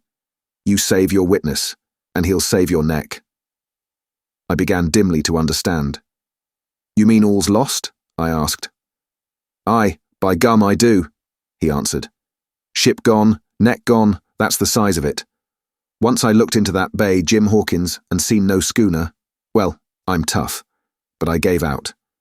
As for that lot and their council, mark me, they're outright fools and cowards. I'll save your life, if so be as I can from them. But see here, Jim, tit for tat, you save Long John from swinging." I was bewildered. It seemed a thing so hopeless he was asking. He, the old Buccaneer, the ringleader throughout. "What I can do, that I'll do," I said. "It's a bargain," cried Long John. "You speak up plucky, and by thunder, I've a chance." He hobbled to the torch, where it stood propped among the firewood, and took a fresh light to his pipe. "Understand me, Jim," he said, returning. "I've a head on my shoulders, I have. I'm on Squire's side now. I know you've got that ship safe somewheres. How you done it, I don't know. But safe it is. I guess Hans and O'Brien turned soft. I never much believed in neither of them. Now you mark me. I ask no questions, nor I won't let others. I know when a game's up, I do, and I know a lad that's staunch. Ah, you that's young. You and me might have done a power of good together." He drew some cognac from the cask into a tin cannikin. "Will you taste, messmate?" he asked. And when I had refused, "Well, I'll take a dram myself, Jim," said he. "I need a corker, for there's trouble on hand. And talking of trouble, why did that doctor give me the chart, Jim?" My face expressed a wonder so unaffected that he saw the needlessness of further questions. "Ah, well, he did though," said he. "And there's something under that, no doubt. Something surely under that, Jim. Bad or good?" And he took another swallow of the brandy, shaking his great fair head like a man who looks forward to the worst. Chapter 29. The Black Spot Again. The council of buccaneers had lasted some time when one of them re-entered the house, and with a repetition of the same salute, which had in my eyes an ironical air, begged for a moment's loan of the torch. Silver briefly agreed, and this emissary retired again, leaving us together in the dark. "There's a breeze coming, Jim," said Silver, who had by this time adopted quite a friendly and familiar tone. I turned to the loophole nearest me and looked out. The embers of the great fire had so far burned themselves out, and now glowed so low and duskily that I understood why these conspirators desired a torch. About halfway down the slope to the stockade, they were collected in a group. One held the light, another was on his knees in their midst, and I saw the blade of an open knife shine in his hand with varying colours in the moon and torchlight. The rest were all somewhat stooping, as though watching the manoeuvres of this last. I could just make out that he had a book as well as a knife in his hand, and was still wondering how anything so incongruous had come in their possession when the kneeling figure rose once more to his feet, and the whole party began to move together towards the house. "Here they come," said I, and I returned to my former position, for it seemed beneath my dignity that they should find me watching them. "Well, let 'em come, lad, let 'em come," said Silver cheerily. "I've still a shot in my locker." The door opened, and the 5 men, standing huddled together just inside, pushed one of their number forward. In any other circumstances, it would have been comical to see his slow advance, hesitating as he set down each foot, but holding his closed right hand in front of him. "Step up, lad," cried Silver. "I won't eat you. Hand it over, lubber. I know the rules, I do. I won't hurt a deputation." Thus encouraged, the Buccaneer stepped forth more briskly, and having passed something to Silver, from hand to hand, slipped yet more smartly back again to his companions. The sea cook looked at what had been given him. "The black spot." "I thought so," he observed. "Where might you have got the paper?" "Why, hello. Look here now, this ain't lucky. You've gone and cut this out of a Bible. What fools cut a Bible?" "Ah, there," said Morgan. "There. What did I say?" "No good'll come of that," I said. "Well, you've about fixed it now among you," continued Silver. "You'll all swing now, I reckon. What soft-headed lubber had a Bible?" "It was Dick," said one. "Dick, was it?"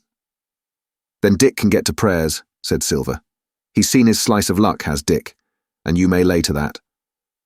But here the long man with the yellow eyes struck in. "Belay that talk, John Silver," he said. "This crew has tipped you the black spot in full council, as in duty bound. Just you turn it over, as in duty-bound, and see what's wrote there. Then you can talk." "Thankee, George," replied the sea cook. "You always was brisk for business, and has the rules by heart, George, as I'm pleased to see. Well, what is it anyway?"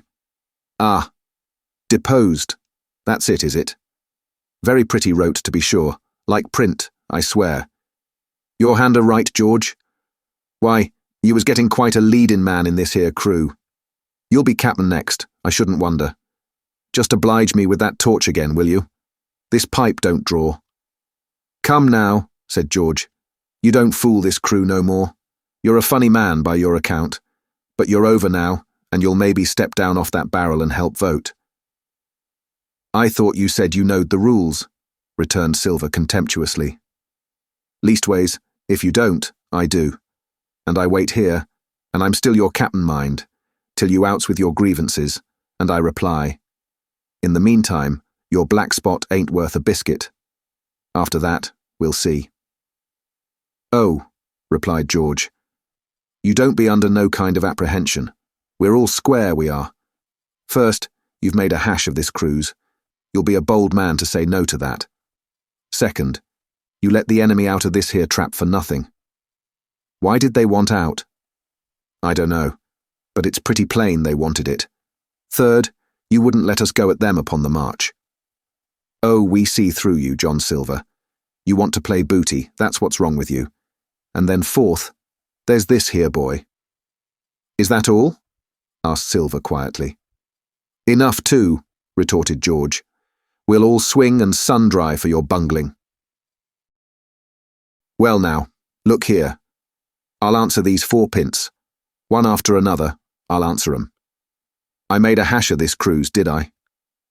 Well now, you all know what I wanted, and you all know, if that had been done, that we'd have been aboard the Hispaniola this night as ever was, every man of us alive, and fit, and full of good plum duff, and the treasure in the hold of her, by thunder. Well, who crossed me? Who forced my hand, as was the lawful captain? Who tipped me the black spot the day we landed and began this dance? Ah, it's a fine dance. I'm with you there, and looks mighty like a hornpipe in a rope's end at Execution Dock by London town, it does. But who done it? Why, it was Anderson, and Hans, and you, George Merry. And you're the last above board of that same meddling crew, and you have the Davy Jones's insolence to up and stand for cap'n over me. You that sank the lot of us, by the powers. But this tops the stiffest yarn to nothing." Silver paused, and I could see by the faces of George and his late comrades that these words had not been said in vain. "That's for number 1, cried the accused, wiping the sweat from his brow, for he had been talking with a vehemence that shook the house. "Why, I give you my word. I'm sick to speak to you. You've neither sense nor memory, and I leave it to fancy where your mother's was that let you come to sea. Sea, gentlemen of fortune, I reckon tailors is your trade." "Go on, John," said Morgan. "Speak up to the others." "Ah, the others," returned John. "They're a nice lot, ain't they? You say this cruise is bungled. Ah, by gum, if you could understand how bad it's bungled, you would see. We're that near the gibbet that my neck's stiff with thinking on it. You've seen 'em, maybe, hanged in chains, birds about 'em, seamen painting 'em out as they go down with the tide. 'Who's that?' says one. 'That? Why, that's John Silver. I knowed him well,' says another, and you can hear the chains a-jangle as you go about and reach for the other buoy. Now that's about where we are, every mother's son of us, thanks to him, and Hans, and Anderson, and other ruination fools of you. And if you want to know about number 4, and that boy, why, shiver my timbers, isn't he a hostage? Are we going to waste a hostage? No, not us. He might be our last chance, and I shouldn't wonder. Kill that boy. Not me, mates. And number 3? Ah, well, there's a deal to say to number 3. Maybe you don't count it nothing to have a real college doctor to see you every day. You, John, with your head broke. Or you, George Merry, that had the ague shakes upon you not 6 hours agone, and has your eyes the colour of lemon peel to this same moment on the clock. And maybe, perhaps, you didn't know there was a consort coming either. But there is, and not so long till then. And we'll see who'll be glad to have a hostage when it comes to that. And as for number 2, and why I made a bargain, well, you came crawling on your knees to me to make it. On your knees you came. You was that downhearted, and you'd have starved too if I hadn't, but that's a trifle. You look there, that's why. And he cast down upon the floor a paper that I instantly recognized. None other than the chart on yellow paper, with the 3 red crosses, that I had found in the oilcloth at the bottom of the captain's chest. Why the doctor had given it to him was more than I could fancy, but if it were inexplicable to me, the appearance of the chart was incredible to the surviving mutineers. They leapt upon it like cats upon a mouse. It went from hand to hand, one tearing it from another, and by the oaths and the cries and the childish laughter with which they accompanied their examination, you would have thought not only they were fingering the very gold, but were at sea with it, besides, in safety. "Yes," said one. "That's Flint, sure enough. JF, and a score below, with a clove hitch to it, so he done ever." "Mighty pretty," said George. "But how are we to get away with it, and us no ship?" Silver suddenly sprang up, and supporting himself with a hand against the wall. "Now I give you warning, George," he cried. "One more word of your sauce, and I'll call you down and fight you." "How? Why, how do I know? You had ought to tell me that. You and the rest, that lost me my schooner, with your interference burn you. But not you, you can't. You hain't got the invention of a cockroach. But civil you can speak, and shall, George Merry, you may lay to that." "That's fair enow," said the old man Morgan. "Fair. I reckon so," said the sea cook. "You lost the ship. I found the treasure. Who's the better man at that? And now I resign, by thunder. Elect whom you please to be your captain now. I'm done with it." "Silver," they cried. "Barbecue forever. Barbecue for captain." "So that's the tune, is it?" cried the cook. "George, I reckon you'll have to wait another turn, friend. And lucky for you as I'm not a revengeful man. But that was never my way. And now, shipmates, this black spot. 'Tain't much good now, is it? Dick's crossed his luck and spoiled his Bible, and that's about all." "It'll do to kiss the book on still, won't it?" growled Dick, who was evidently uneasy at the curse he had brought upon himself. "A Bible with a bit cut out," returned Silver derisively. "Not it. It don't bind no more 'n a ballad book." "Don't it, though?" cried Dick with a sort of joy. "Well, I reckon that's worth having too." "Here, Jim, here's a curiosity for you," said Silver, and he tossed me the paper. It was around about the size of a crown piece. One side was blank, for it had been the last leaf. The other contained a verse or two of Revelation. These words among the rest, which struck sharply home upon my mind. "Without are dogs and murderers." The printed side had been blackened with wood ash, which already began to come off and soil my fingers. On the blank side had been written with the same material the one word, "deposed." I have that curiosity beside me at this moment, but not a trace of writing now remains beyond a single scratch, such as a man might make with his thumbnail. That was the end of the night's business. Soon after, with a drink all round, we lay down to sleep, and the outside of Silver's vengeance was to put George Merry up for sentinel and threaten him with death if he should prove unfaithful. It was long ere I could close an eye, and heaven knows I had matter enough for thought in the man whom I had slain that afternoon, in my own most perilous position, and above all in the remarkable game that I saw Silver now engaged upon, keeping the mutineers together with one hand and grasping with the other after every means, possible and impossible, to make his peace and save his miserable life. He himself slept peacefully and snored aloud, yet my heart was sore for him, wicked as he was, to think on the dark perils that environed and the shameful gibbet that awaited him. Chapter 30. On Parole. I was wakened. Indeed, we were all wakened, for I could see even the sentinel shake himself together from where he had fallen against the doorpost, by a clear, hearty voice hailing us from the margin of the wood. "Blockhouse, ahoy!" it cried. "Here's the doctor." and the doctor it was. Although I was glad to hear the sound, yet my gladness was not without admixture. I remembered with confusion my insubordinate and stealthy conduct, and when I saw where it had brought me, among what companions and surrounded by what dangers, I felt ashamed to look him in the face. He must have risen in the dark, for the day had hardly come, and when I ran to a loophole and looked out, I saw him standing, like silver once before, up to the mid-leg in creeping vapour. "You, Doctor! Top of the morning to you, sir!" cried Silver, broad awake and beaming with good nature in a moment. "Bright and early, to be sure, and it's the early bird, as the saying goes, that gets the rations. George, shake up your timbers, son, and help Dr. Livesey over the ship's side. All are doing well. Your patience was all well and merry." So he pattered on, standing on the hilltop, with his crutch under his elbow, and one hand upon the side of the log-house, quite the old John in voice, manner, and expression. "We've quite a surprise for you too, sir," he continued. "We've a little stranger here. He, a new boarder and lodger, sir, and looking fit and taut as a fiddle. Slept like a supercargo, he did, right alongside of John. Stem to stem we was, all night." Dr. Livesey was by this time across the stockade and pretty near the cook, and I could hear the alteration in his voice as he said, "Not Jim. The very same Jim as ever was," says Silver. The doctor stopped outright, although he did not speak, and it was some seconds before he seemed able to move on. Well, he said at last.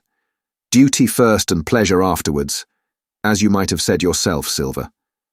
Let us overhaul these patients of yours." A moment afterwards he had entered the blockhouse, and with one grim nod to me, proceeded with his work among the sick. He seemed under no apprehension, though he must have known that his life, among these treacherous demons, depended on a hair, and he rattled on to his patients as if he were paying an ordinary professional visit in a quiet English family.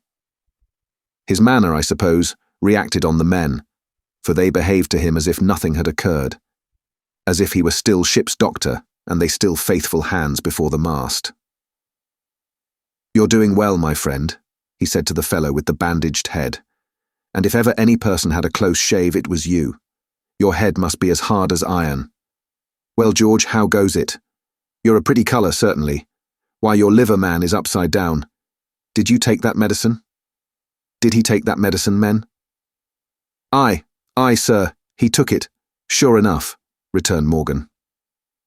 "Because, you see, since I am Mutineer's doctor, or prison doctor as I prefer to call it," says Dr. Livesey in his pleasantest way, "I make it a point of honour not to lose a man for King George, God bless him, and the gallows."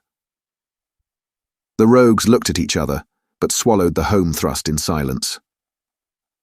"Dick don't feel well, sir," said one. "Don't he?" replied the doctor. "Well, step up here, Dick, and let me see your tongue. No, I should be surprised if he did. The man's tongue is fit to frighten the French. Another fever." "Ah, there," said Morgan. "That comed of spiling Bibles." "That comes, as you call it, of being arrant asses," retorted the doctor, "and not having sense enough to know honest air from poison, and the dry land from a vile, pestiferous slough. I think it most probable, though of course it's only an opinion, that you'll all have the deuce to pay before you get that malaria out of your systems. Camp in a bog, would you?" "Silver, I'm surprised at you. You're less of a fool than many, take you all round, but you don't appear to me to have the rudiments of a notion of the rules of health." "Well," he added after he had dosed them round and they had taken his prescriptions, with really laughable humility, more like charity schoolchildren than blood-guilty mutineers and pirates. "Well, that's done for today, and now I should wish to have a talk with that boy, please." And he nodded his head in my direction carelessly. George Merry was at the door, spitting and spluttering over some bad-tasted medicine, but at the first word of the doctor's proposal, he swung round with a deep flush and cried, "No!" and swore. Silver struck the barrel with his open hand. "Silence," he roared, and looked about him positively like a lion. "Doctor," he went on in his usual tones, "I was a-thinking of that, knowing as how you had a fancy for the boy. We're all humbly grateful for your kindness, and as you see, puts faith in you, and takes the drugs down like that much grog. And I take it I've found a way as'll suit all. Hawkins, will you give me your word of honour as a young gentleman, for a young gentleman you are, although poor-born, your word of honour not to slip your cable?" I readily gave the pledge required. "Then, Doctor," said Silver, "you just step outside of that stockade, and once you're there, I'll bring the boy down on the inside, and I reckon you can yarn through the spars. Good day to you, sir, and all our duties to the Squire and Captain Smollett." The explosion of disapproval, which nothing but Silver's black looks had restrained, broke out immediately the doctor had left the house. Silver was roundly accused of playing double, of trying to make a separate peace for himself, of sacrificing the interests of his accomplices and victims, and, in one word, of the identical, exact thing that he was doing. It seemed to me so obvious in this case that I could not imagine how he was to turn their anger. But he was twice the man the rest were, and his last night's victory had given him a huge preponderance on their minds. He called them all the fools and dolts you can imagine, said it was necessary I should talk to the doctor, fluttered the chart in their faces, asked them if they could afford to break the treaty the very day they were bound a treasure hunting. "No, by thunder," he cried. "It's us must break the treaty when the time comes. Until then I'll gammon that doctor if I have to ile his boots with brandy." And then he bade them get the fire lit, and stalked out upon his crutch, with his hand on my shoulder, leaving them in a disarray, and silenced by his volubility rather than convinced. "Slow, lad, slow," he said. "They might round upon us in a twinkle of an eye if we was seen to hurry."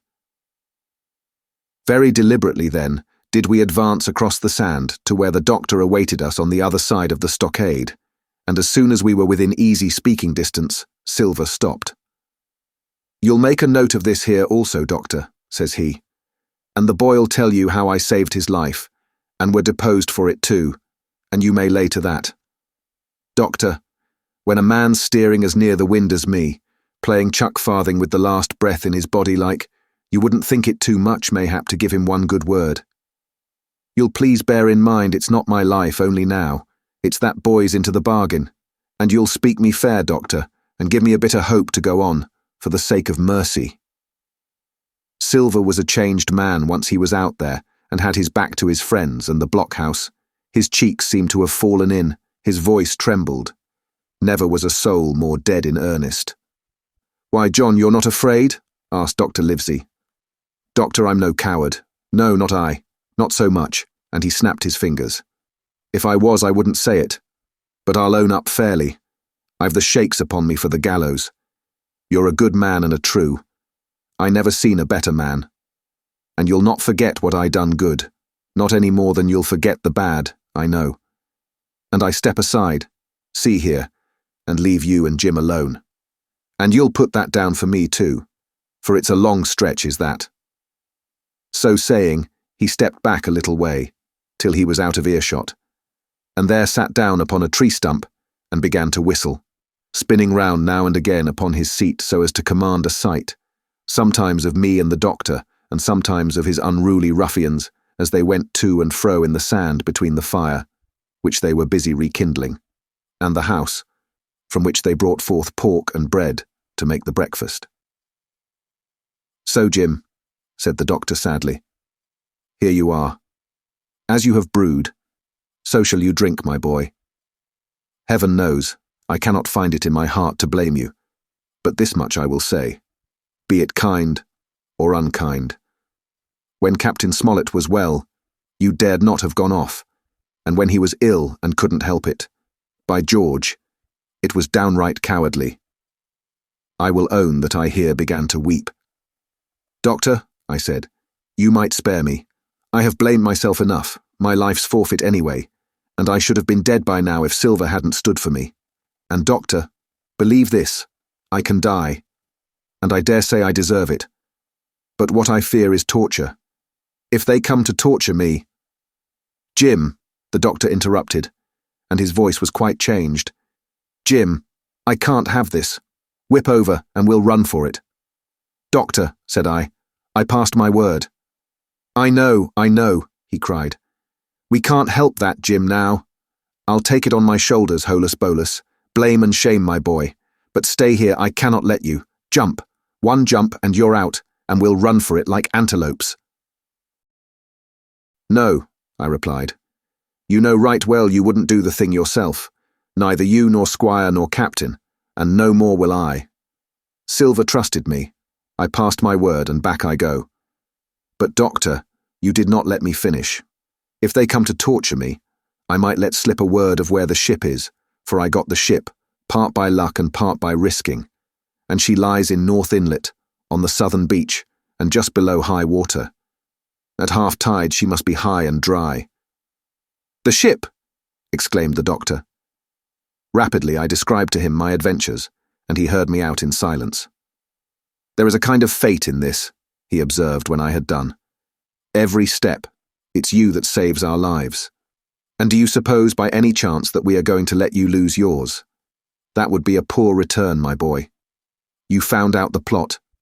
You found Ben Gunn, the best deed that ever you did, or will do, though you live to 90. Oh, by Jupiter, and talking of Ben Gunn. Why, this is the mischief in person.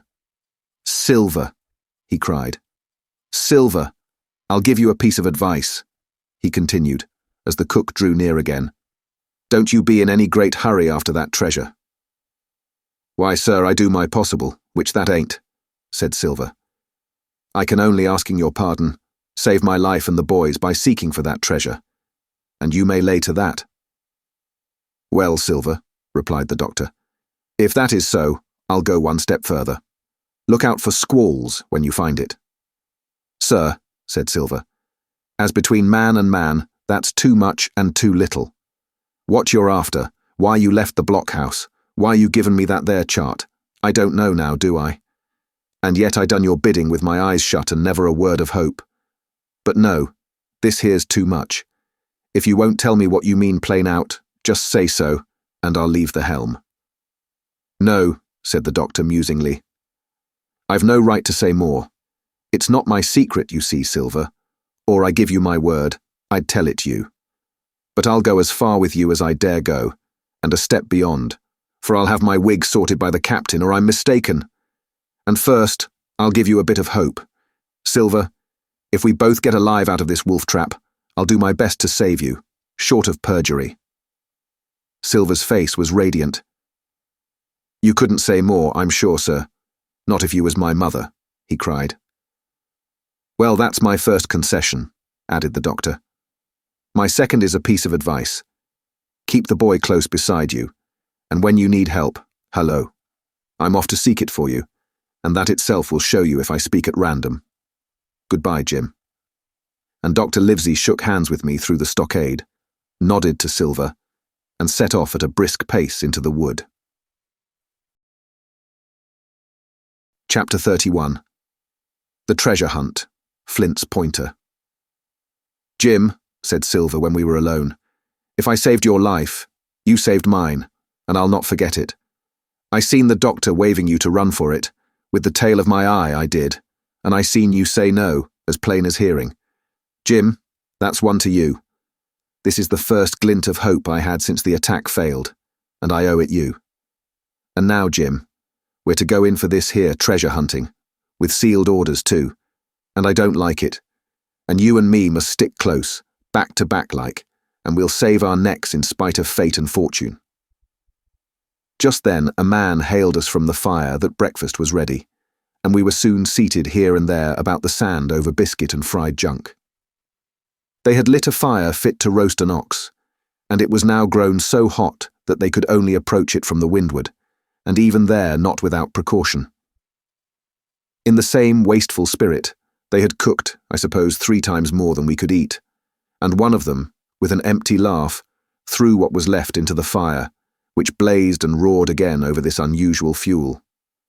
I never in my life saw men so careless of the morrow. Hand to mouth is the only word that can describe their way of doing. And what with wasted food and sleeping sentries, though they were bold enough for a brush and be done with it, I could see their entire unfitness for anything like a prolonged campaign. Even Silver, eating away, with Captain Flint upon his shoulder, had not a word of blame for their recklessness. And this, the more surprised me, for I thought he had never shown himself so cunning as he did then. "Aye, mates," said he, "it's lucky you have barbecue to think for you with this here head. I got what I wanted, I did. Sure enough, they have the ship. Where they have it, I don't know yet. But once we hit the treasure, we'll have to jump about and find out. And then, mates, us that has the boats, I reckon, has the upper hand." Thus he kept running on, with his mouth full of the hot bacon. Thus he restored their hope and confidence, and, I more than suspect, repaired his own at the same time. "As for hostage," he continued, "that's his last talk, I guess. With them he loves so dear. I've got my piece of news, and thank ye to him for that. But it's over and done. I'll take him in a line when we go treasure hunting, for we'll keep him like so much gold in case of accidents, you mark, and in the meantime. Once we got the ship and treasure both and off to sea like jolly companions, why then we'll talk Mr. Hawkins over, we will, and we'll give him his share to be sure, for all his kindness." It was no wonder the men were in a good humour now. For my part, I was horribly cast down. Should the scheme he had now sketched prove feasible, Silver, already doubly a traitor, would not hesitate to adopt it. He had still a foot in either camp, and there was no doubt he would prefer wealth and freedom with the pirates to a bare escape from hanging, which was the best he had to hope on our side. Nay, and even if things so fell out that he was forced to keep his faith with Dr. Livesey, even then what danger lay before us? What a moment that would be, when the suspicions of his followers turned to certainty, and he and I should have to fight for dear life, he a cripple and I a boy, against 5 strong and active seamen. Add to this double apprehension the mystery that still hung over the behaviour of my friends, their unexplained desertion of the Stockade, their inexplicable cession of the chart, or harder still to understand, the doctor's last warning to Silver: "Look out for squalls when you find it," and you will readily believe how little taste I found in my breakfast, and with how uneasy a heart I set forth behind my captors on the quest for treasure. We made a curious figure. Had anyone been there to see us, all in soiled sailor clothes and all but me armed to the teeth. Silver had 2 guns slung about him, one before and one behind, besides the great cutlass at his waist and a pistol in each pocket of his square-tailed coat. To complete his strange appearance, Captain Flint sat perched upon his shoulder and gabbling odds and ends of purposeless sea talk.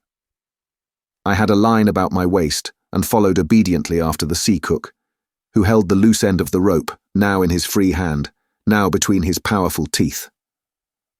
For all the world, I was led like a dancing bear. The other men were variously burthened, some carrying picks and shovels, for that had been the very first necessary they brought ashore from the Hispaniola, others laden with pork, bread and brandy for the midday meal. All the stores, I observed, came from our stock, and I could see the truth of Silver's words the night before. Had he not struck a bargain with the doctor, he and his mutineers, deserted by the ship, must have been driven to subsist on clear water and the proceeds of their hunting. Water would have been little to their taste. A sailor is not usually a good shot. And besides all that, when they were so short of eatables, it was not likely they would be very flush of powder. Well, thus equipped, we all set out, even the fellow with the broken head, who should certainly have kept in shadow, and straggled, one after another, to the beach, where the 2 gigs awaited us. Even these bore trace of the drunken folly of the pirates, one in a broken thwart, and both in their muddy and unbailed condition. Both were to be carried along with us for the sake of safety. And so, with our numbers divided between them, we set forth upon the bosom of the anchorage. As we pulled over, there was some discussion on the chart. The Red Cross was, of course, far too large to be a guide, and the terms of the note on the back, as you will hear, admitted of some ambiguity. They ran, the reader may remember thus: tall tree, spyglass shoulder, bearing a point to the north of north-northeast, Skeleton Island, east, southeast, and by east. 10 feet. A tall tree was thus the principal mark. Now, right before us, the anchorage was bounded by a plateau from 200 to 300 feet high, adjoining on the north the sloping southern shoulder of the spyglass, and rising again towards the south into the rough, cliffy eminence called the mizzenmast hill. The top of the plateau was dotted thickly with pine trees of varying height. Every here and there, one of a different species rose 40 or 50 feet clear above its neighbours, and which of these was the particular tall tree of Captain Flint could only be decided on the spot, and by the readings of the compass. Yet, although that was the case, every man on board the boats had picked a favourite of his own ere we were halfway over, Long John alone shrugging his shoulders and bidding them wait till they were there. We pulled easily, by Silver's directions, not to weary the hands prematurely, and after quite a long passage, landed at the mouth of the second river, that which runs down a woody cleft of the spyglass. Thence, bending to our left, we began to ascend the slope towards the plateau. At the first outset, heavy, miry ground, and a matted, marish vegetation greatly delayed our progress. But by little and little the hill began to steepen and become stony underfoot, and the wood to change its character and to grow in a more open order.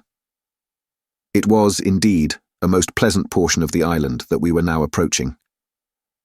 A heavy-scented broom and many flowering shrubs had almost taken the place of grass. Thickets of green nutmeg trees were dotted here and there with the red columns and the broad shadow of the pines, and the first mingled their spice with the aroma of the others. The air, besides, was fresh and stirring, and this, under the sheer sunbeams, was a wonderful refreshment to our senses. The party spread itself abroad in a fan shape, shouting and leaping to and fro. About the centre, and a good way behind the rest, Silver and I followed, I tethered by my rope, he ploughing, with deep pants, among the sliding gravel. From time to time, indeed, I had to lend him a hand, or he must have missed his footing and fallen backward down the hill. We had thus proceeded for about half a mile, and were approaching the brow of the plateau, when the man upon the farthest left began to cry aloud, as if in terror. Shout after shout came from him, and the others began to run in his direction. "He can't have found the treasure," said old Morgan, hurrying past us from the right, "for that's clean atop." Indeed, as we found when we also reached the spot, it was something very different. At the foot of a pretty big pine, and involved in a green creeper, which had even partly lifted some of the smaller bones, a human skeleton lay, with a few shreds of clothing, on the ground. I believe a chill struck for a moment to every heart. He was a seaman, said George Merry, who, bolder than the rest, had gone up close and was examining the rags of clothing. "Leastways, this is good sea-cloth." Aye, said Silver. "Like enough. You wouldn't look to find a bishop here, I reckon. But what sort of a way is that for bones to lie? Taint in nature." Indeed, on a second glance, it seemed impossible to fancy that the body was in a natural position. But for some disarray, the work, perhaps, of the birds that had fed upon him, or of the slow-growing creeper that had gradually enveloped his remains. The man lay perfectly straight, his feet pointing in one direction, his hands, raised above his head like a diver's, pointing directly in the opposite. "I've taken a notion into my old numbskull," observed Silver. "Here's the compass. There's the tip-top pin to Skeleton Island, sticking out like a tooth. Just take a bearing, will you, along the line of them bones." It was done. The body pointed straight in the direction of the island, and the compass read duly east-southeast and by east. "I thought so," cried the cook. "This here is a pinter. Right up there is our line for the Pole Star and the Jolly Dollars. But by thunder, if it don't make me cold inside to think of Flint. This is one of his jokes and no mistake. Him and these 6 was alone here. He killed 'em every man, and this one he hauled here and laid down by compass, shiver my timbers. They're long bones, and the hair's been yellow.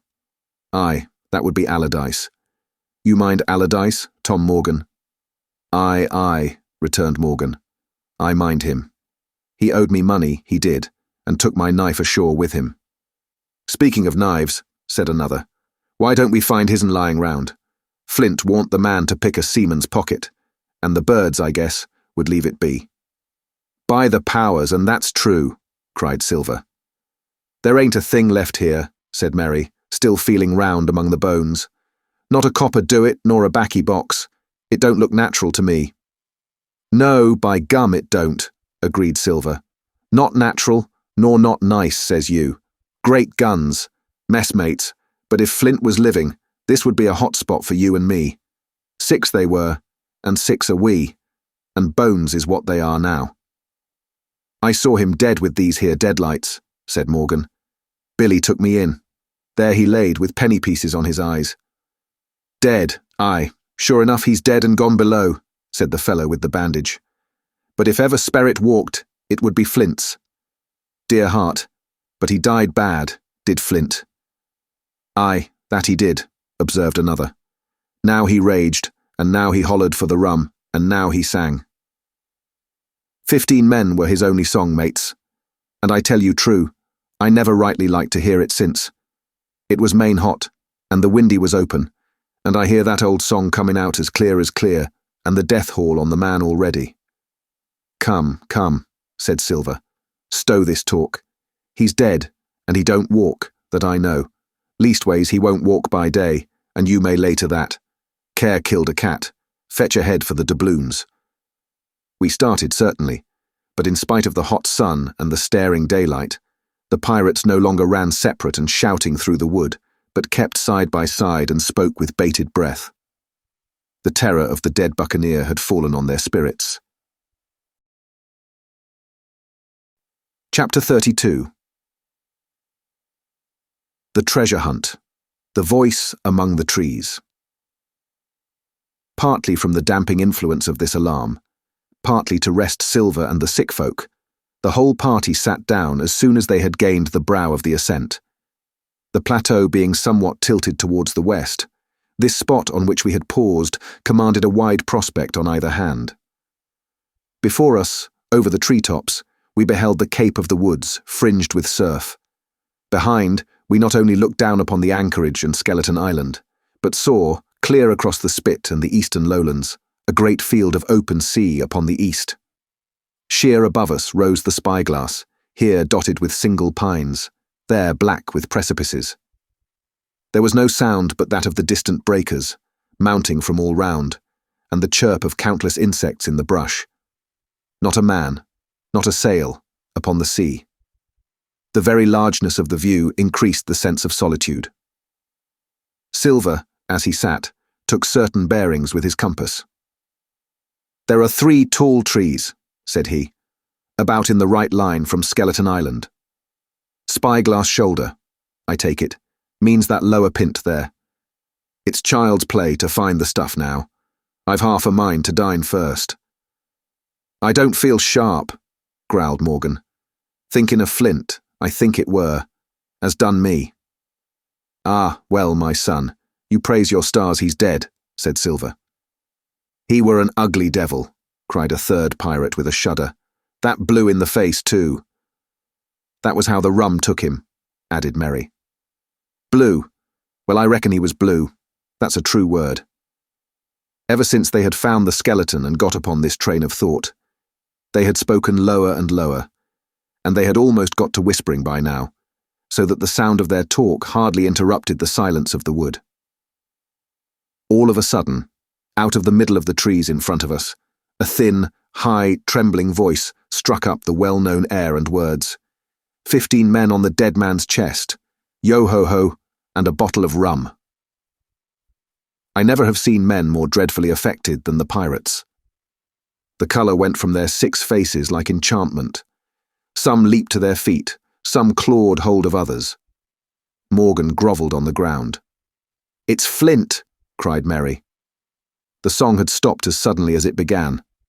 Broken off, you would have said, in the middle of a note, as though someone had laid his hand upon the singer's mouth. Coming through the clear, sunny atmosphere among the green treetops, I thought it had sounded airily and sweetly, and the effect on my companions was the stranger. "Come," said Silver, struggling with his ashen lips to get the word out. "This won't do. Stand by to go about. This is a rum start, and I can't name the voice, but it's someone skylarking, someone that's flesh and blood, and you may lay to that." His courage had come back as he spoke, and some of the colour to his face along with it. Already the others had begun to lend an ear to this encouragement, and were coming a little to themselves, when the same voice broke out again, not this time singing, but in a faint, distant hail that echoed yet fainter among the clefts of the spyglass. "Darby McGraw," it wailed, for that is the word that best describes the sound. "Darby McGraw! Darby McGraw!" Again and again and again, and then rising a little higher, and with an oath that I leave out, "Fetch aft the rum, Darby." The buccaneers remained rooted to the ground, their eyes starting from their heads. Long after the voice had died away, they still stared in silence, dreadfully, before them. "That fixes it," gasped one. "Let's go." "They was his last words," moaned Morgan, "his last words above board." Dick had his Bible out and was praying volubly. He had been well brought up, had Dick, before he came to sea and fell among bad companions. Still, Silver was unconquered. I could hear his teeth rattle in his head, but he had not yet surrendered. "Nobody in this here island ever heard of Darby," he muttered. "Not one but us that's here." And then, making a great effort, "Shipmates," he cried, "I'm here to get that stuff, and I'll not be beat by man or devil. I never was feared of Flint in his life, and by the powers, I'll face him dead. There's £700,000, not a quarter of a mile from here. When did ever a gentleman of fortune show his stern to that much dollars for a boozy old seaman with a blue mug, and him dead too?" But there was no sign of reawakening courage in his followers, rather indeed of growing terror at the irreverence of his words. "Belay there, John," said Mary. "Don't you cross a sperrit." And the rest were all too terrified to reply. They would have run away severally had they dared, but fear kept them together, and kept them close by John, as if his daring helped them. He, on his part, had pretty well fought his weakness down. "Sperrit? Well, maybe," he said. "But there's one thing not clear to me. There was an echo. Now, no man ever seen a sperrit with a shadow. Well then, what's he doing with an echo to him, I should like to know? That ain't in nature, surely." This argument seemed weak enough to me. But you can never tell what will affect the superstitious, and to my wonder, George Merry was greatly relieved. "Well, that's so," he said. "You've a head upon your shoulders, John, and no mistake. 'Bout ship, mates. This here crew is on a wrong tack, I do believe. And come to think on it, it was like Flint's voice, I grant you, but not just so clear away like it after all. It was like somebody else's voice now. It was like her." "By the powers, Ben Gunn," roared Silver. "Aye, and so it were," cried Morgan, springing on his knees. "Ben Gunn it were." "It don't make much odds, do it now?" asked Dick. "Ben Gunn's not here in the body any more'n Flint." But the older hands greeted this remark with scorn. "Why, nobody minds Ben Gunn," cried Merry. "Dead or alive, nobody minds him." It was extraordinary how their spirits had returned, and how the natural colour had revived in their faces. Soon they were chatting together, with intervals of listening. And not long after, hearing no further sound, they shouldered the tools and set forth again. Merry walking first with Silver's compass, to keep them on the right line with Skeleton Island. He had said the truth. Dead or alive, nobody minded Ben Gunn. Dick alone still held his Bible, and looked around him as he went, with fearful glances. But he found no sympathy, and Silver even joked him on his precautions. "I told you," said he. "I told you you had spiled your Bible. If it ain't no good to swear by, what do you suppose a sperrit would give for it? Not that. and he snapped his big fingers, halting a moment on his crutch. But Dick was not to be comforted. Indeed, it was soon plain to me that the lad was falling sick. Hastened by heat, exhaustion, and the shock of his alarm, the fever, predicted by Dr. Livesey, was evidently growing swiftly higher. It was fine open walking here upon the summit. Our way lay a little downhill, for, as I have said, the plateau tilted towards the west. The pines, great and small, grew wide apart, and even between the clumps of nutmeg and azalea, wide open spaces baked in the hot sunshine. Striking, as we did, pretty near northwest across the island, we drew, on the one hand, ever nearer under the shoulders of the spyglass, and on the other, looked ever wider over that western bay where I had once tossed and trembled in the Coracle. The first of the tall trees was reached, and by the bearings proved the wrong one, so with the second. The third rose nearly 200 feet into the air above a clump of underwood, a giant of a vegetable, with a red column as big as a cottage, and a wide shadow around in which a company could have manoeuvred. It was conspicuous far to sea both on the east and west, and might have been entered as a sailing mark upon the chart. But it was not its size that now impressed my companions. It was the knowledge that £700,000 in gold lay somewhere buried below its spreading shadow. The thought of the money, as they drew nearer, swallowed up their previous terrors. Their eyes burned in their heads. Their feet grew speedier and lighter. Their whole soul was bound up in that fortune, that whole lifetime of extravagance and pleasure that lay waiting there for each of them. Silver hobbled, grunting, on his crutch. His nostrils stood out and quivered. He cursed like a madman when the flies settled on his hot and shiny countenance. He plucked furiously at the line that held me to him, and from time to time turned his eyes upon me with a deadly look. Certainly he took no pains to hide his thoughts, and certainly I read them like print. In the immediate nearness of the gold, all else had been forgotten. His promise and the doctor's warning were both things of the past, and I could not doubt that he hoped to seize upon the treasure, find and board the Hispaniola under cover of night, cut every honest throat about that island, and sail away as he had at first intended, laden with crimes and riches. Shaken as I was with these alarms, it was hard for me to keep up with the rapid pace of the treasure hunters. Now and again I stumbled, and it was then that Silver plucked so roughly at the rope and launched at me his murderous glances. Dick, who had dropped behind us and now brought up the rear, was babbling to himself both prayers and curses as his fever kept rising. This also added to my wretchedness, and to crown all, I was haunted by the thought of the tragedy that had once been acted on that plateau, when that ungodly buccaneer with the blue face, he who died at Savannah singing and shouting for drink, had there, with his own hand, cut down his 6 accomplices.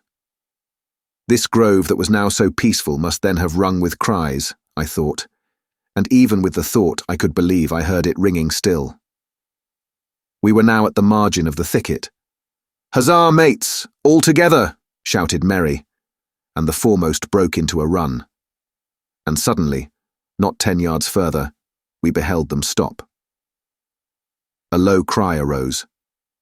Silver doubled his pace, digging away with the foot of his crutch like one possessed, and next moment he and I had come also to a dead halt. Before us was a great excavation, not very recent, for the sides had fallen in and grass had sprouted on the bottom. In this were the shaft of a pick, broken in two, and the boards of several packing cases strewn around. On one of these boards, I saw, branded with a hot iron, the name Walrus, the name of Flint's ship. All was clear to probation. The cash had been found and rifled. The £700,000 were gone.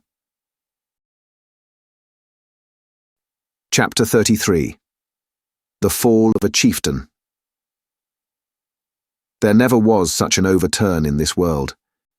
Each of these 6 men was as though he had been struck, but with Silver the blow passed almost instantly. Every thought of his soul had been set full stretch, like a racer, on that money. Well, he was brought up in a single second, dead, and he kept his head, found his temper, and changed his plan before the others had had time to realize the disappointment. "Jim," he whispered, "take that, and stand by for trouble." And he passed me a double-barreled pistol.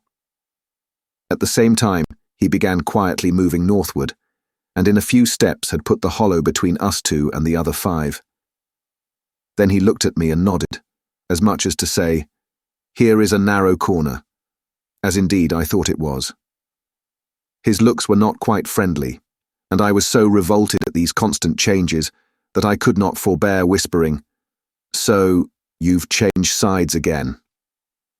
There was no time left for him to answer in.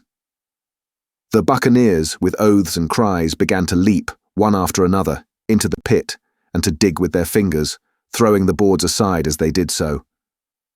Morgan found a piece of gold. He held it up with a perfect spout of oaths. It was a 2-guinea piece, and it went from hand to hand among them for a quarter of a minute. "2 guineas!" roared Merry, shaking it at Silver. "That's your £700,000, is it? You're the man for bargains, ain't you? You're him that never bungled nothing, you wooden-headed lubber." "Dig away, boys," said Silver with the coolest insolence. "You'll find some pig nuts, and I shouldn't wonder." "Pig nuts!" repeated Merry in a scream. "Mates, do you hear that? I tell you now, that man there knew it all along. Look in the face of him, and you'll see it wrote there." "Ah, Merry," remarked Silver. "Standing for captain again? You're a pushing lad, to be sure." But this time everyone was entirely in Merry's favour.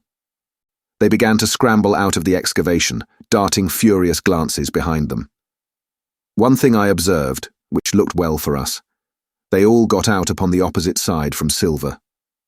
Well, there we stood, 2 on one side, 5 on the other, the pit between us, and nobody screwed up high enough to offer the first blow. Silver never moved. He watched them, very upright on his crutch, and looked as cool as ever I saw him. He was brave, and no mistake. At last Merry seemed to think a speech might help matters. "Mates," says he, "there's 2 of them alone there. One's the old cripple that brought us all here and blundered us down to this. The other's that cub that I mean to have the heart of. Now, mates." He was raising his arm and his voice, and plainly meant to lead a charge. But just then, crack, crack, crack, 3 musket shots flashed out of the thicket. Merry tumbled head foremost into the excavation.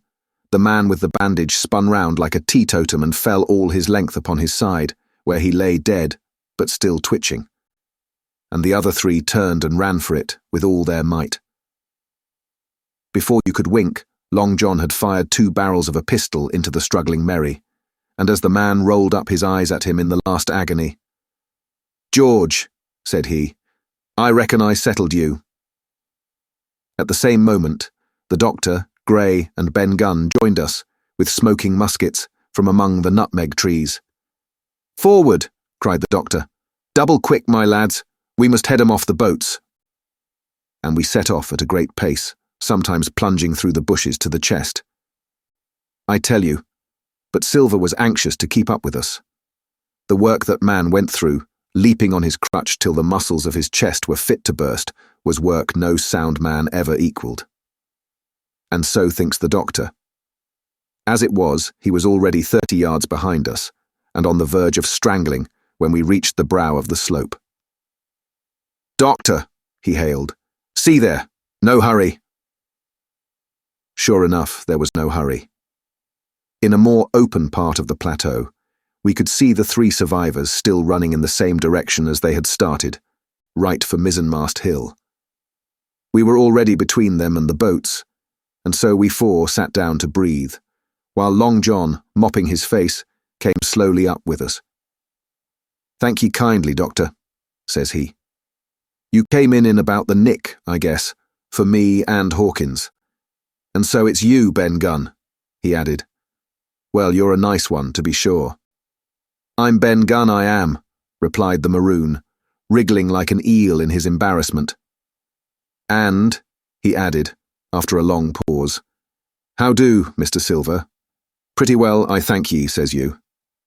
Ben, Ben, murmured Silver, to think as you've done me. The doctor sent back Grey for one of the pickaxes deserted, in their flight, by the mutineers, and then as we proceeded leisurely downhill to where the boats were lying, related in a few words what had taken place.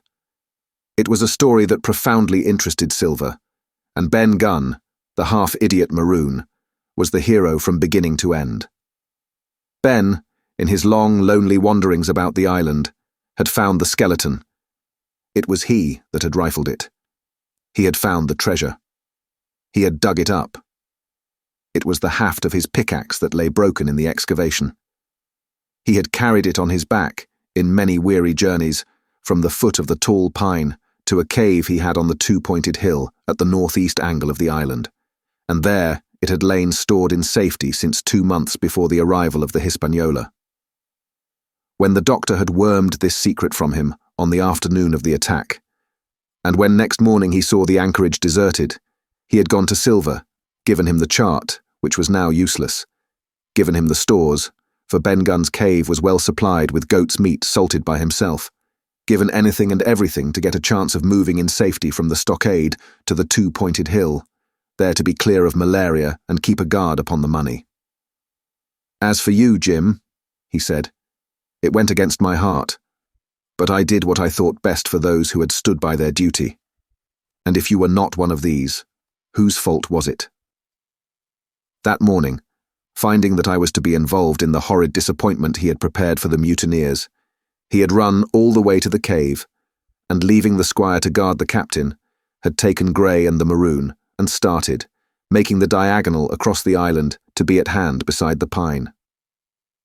Soon, however, he saw that our party had the start of him, and Ben Gunn, being fleet of foot, had been dispatched in front to do his best alone. Then it had occurred to him to work upon the superstitions of his former shipmates, and he was so far successful that Grey and the doctor had come up and were already ambushed before the arrival of the treasure hunters. "Ah," said Silver, "it were fortunate for me that I had Hawkins here. You would have let old John be cut to bits and never given it a thought, Doctor." "Not a thought," replied Dr. Livesey cheerily. And by this time we had reached the gigs.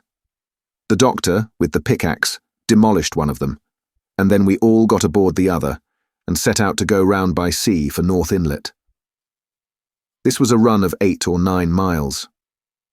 Silver, though he was almost killed already with fatigue, was set to an oar like the rest of us, and we were soon skimming swiftly over a smooth sea. Soon we passed out of the straits and doubled the southeast corner of the island, round which, 4 days ago, we had towed the Hispaniola. As we passed the two-pointed hill, we could see the black mouth of Ben Gunn's cave, and a figure standing by it, leaning on a musket. It was the squire, and we waved a handkerchief, and gave him 3 cheers, in which the voice of Silver joined as heartily as any. 3 miles farther, just inside the mouth of North Inlet, what should we meet but the Hispaniola, cruising by herself?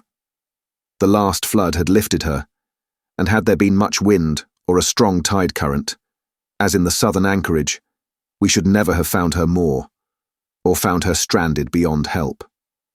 As it was, there was little amiss beyond the wreck of the mainsail. Another anchor was got ready and dropped in a fathom and a half of water. We all pulled round again to Rum Cove, the nearest point for Ben Gunn's treasure house, and then Grey, single-handed, returned with the gig to the Hispaniola, where he was to pass the night on guard. A gentle slope ran up from the beach to the entrance of the cave. At the top, the squire met us. To me, he was cordial and kind, saying nothing of my escapade either in the way of blame or praise. At Silver's polite salute, he somewhat flushed. "John Silver," he said, "you're a prodigious villain and impostor, a monstrous impostor, sir. I am told I am not to prosecute you. Well then, I will not. But the dead men, sir, hang about your neck like millstones." "Thank you kindly, sir," replied Long John, again saluting. "I dare you to thank me," cried the squire. "It is a gross dereliction of my duty. Stand back." and thereupon we all entered the cave. It was a large, airy place, with a little spring and a pool of clear water, overhung with ferns. The floor was sand. Before a big fire lay Captain Smollett, and in a far corner, only duskily flickered over by the blaze, I beheld great heaps of coin and quadrilaterals built of bars of gold. That was Flint's treasure, that we had come so far to seek, and that had cost already the lives of 17 men from the Hispaniola. How many it had cost in the amassing, what blood and sorrow, what good ships scuttled on the deep, what brave men walking the plank blindfold, what shot of cannon, what shame and lies and cruelty, perhaps no man alive could tell. Yet there were still 3 upon that island, Silver, and old Morgan, and Ben Gunn, who had each taken his share in these crimes, as each had hoped in vain to share in the reward. "Come in, Jim," said the captain. "You're a good boy in your line, Jim, but I don't think you and me'll go to sea again. You're too much of the born favourite for me. Is that you, John Silver? What brings you here, man?" "Come back to my duty, sir," returned Silver. "Ah," said the captain, and that was all he said. What a supper I had of it that night, with all my friends around me. And what a meal it was, with Ben Gunn's salted goat, and some delicacies, and a bottle of old wine from the Hispaniola. Never, I am sure, were people gayer or happier. And there was Silver, sitting back almost out of the firelight, but eating heartily, prompt to spring forward when anything was wanted, even joining quietly in our laughter, the same bland, polite, obsequious seaman of the voyage out.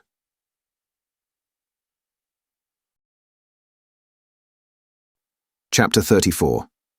And last.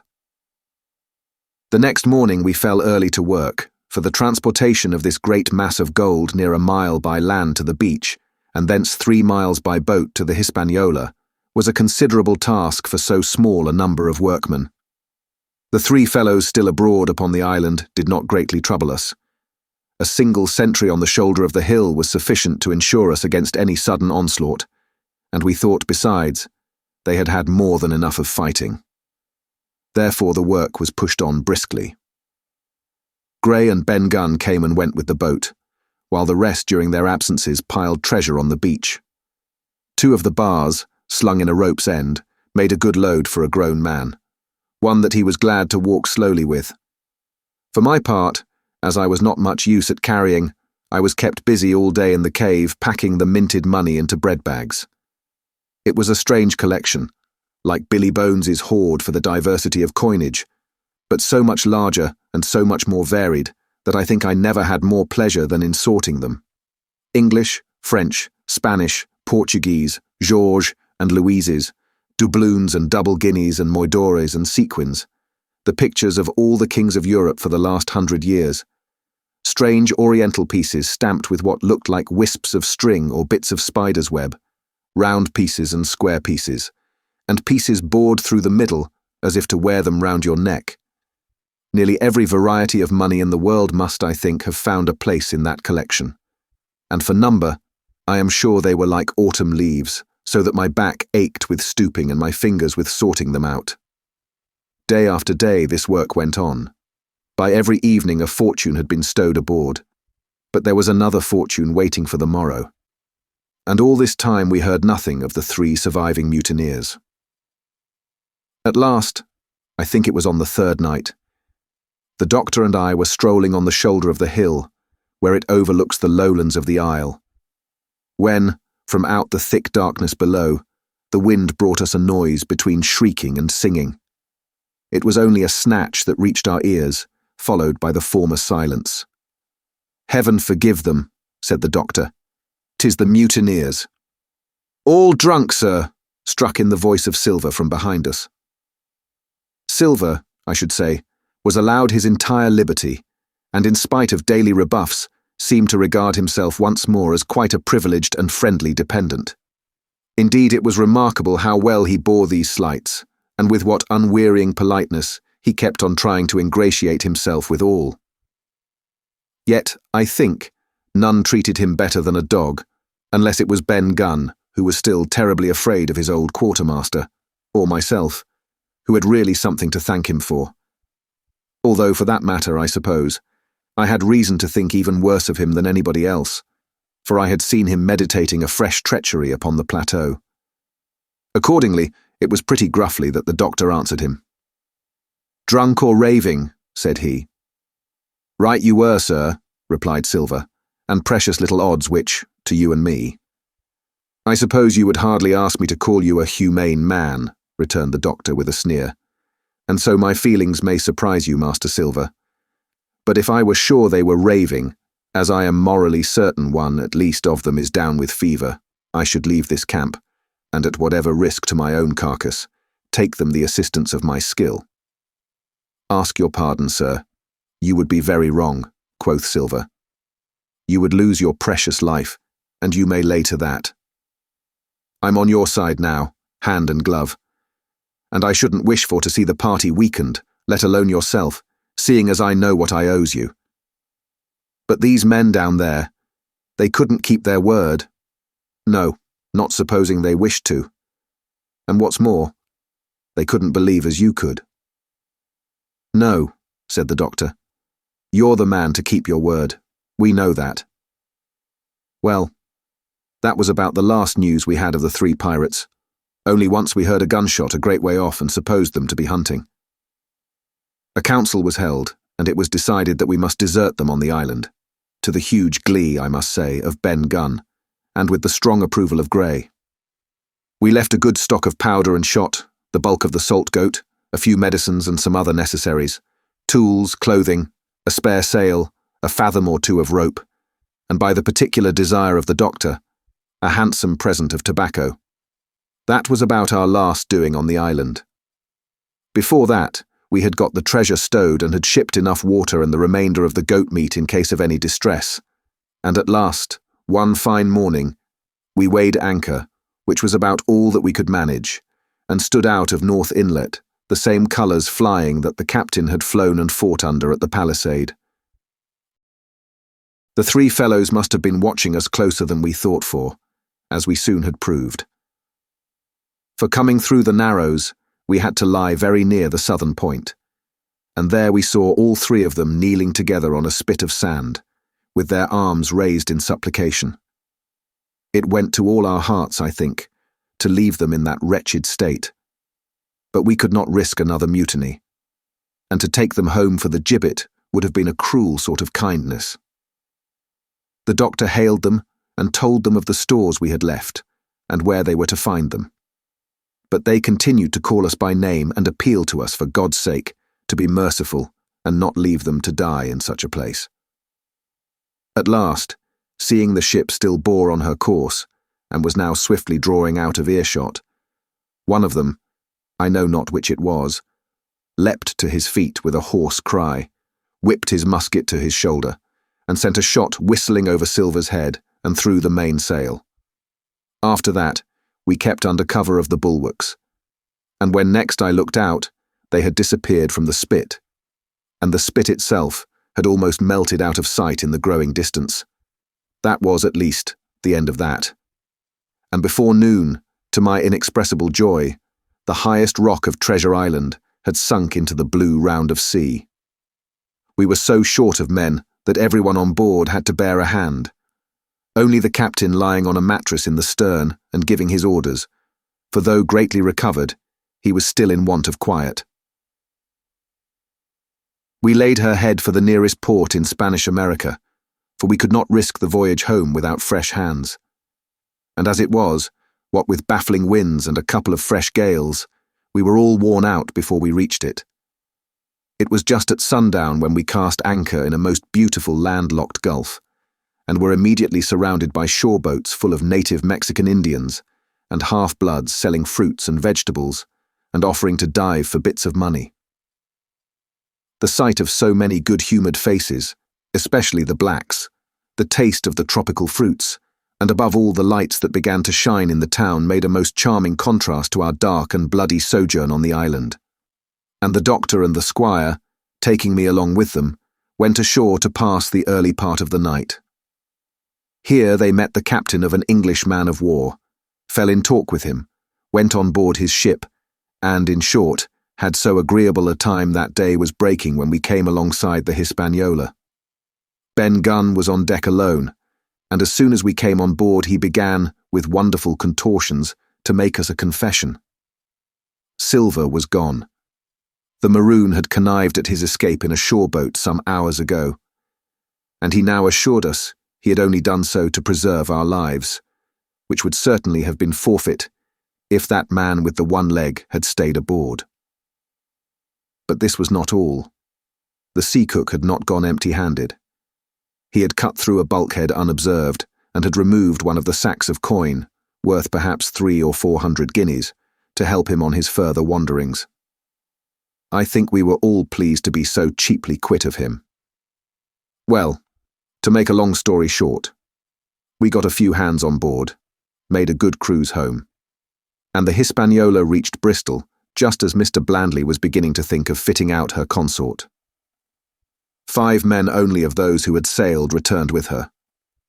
Drink and the devil had done for the rest, with a vengeance. Although, to be sure, we were not quite in so bad a case as that other ship they sang about. With 1 man of her crew alive, what put to sea with 75? All of us had an ample share of the treasure, and used it wisely or foolishly, according to our natures. Captain Smollett is now retired from the sea. Gray not only saved his money, but being suddenly smit with the desire to rise, also studied his profession, and he is now mate and part owner of a fine, full-rigged ship, married besides, and the father of a family. As for Ben Gunn, he got £1,000, which he spent or lost in 3 weeks, or to be more exact, in 19 days, for he was back begging on the 20th. Then he was given a lodge to keep, exactly as he had feared upon the island, and he still lives, a great favourite, though something of a butt, with the country boys, and a notable singer in church on Sundays and saints' days. Of Silver we have heard no more.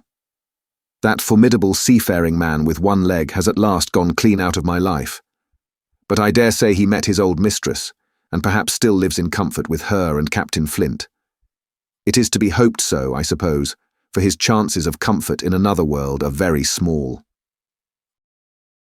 The bar silver and the arms still lie, for all that I know, where Flint buried them, and certainly they shall lie there for me.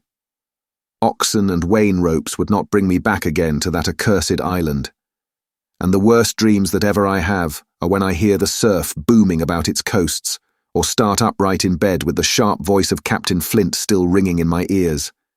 Pieces of 8, pieces of 8. Thank you for listening. If you like our recordings, consider liking this video and subscribing to our channel so you don't miss any more audiobooks.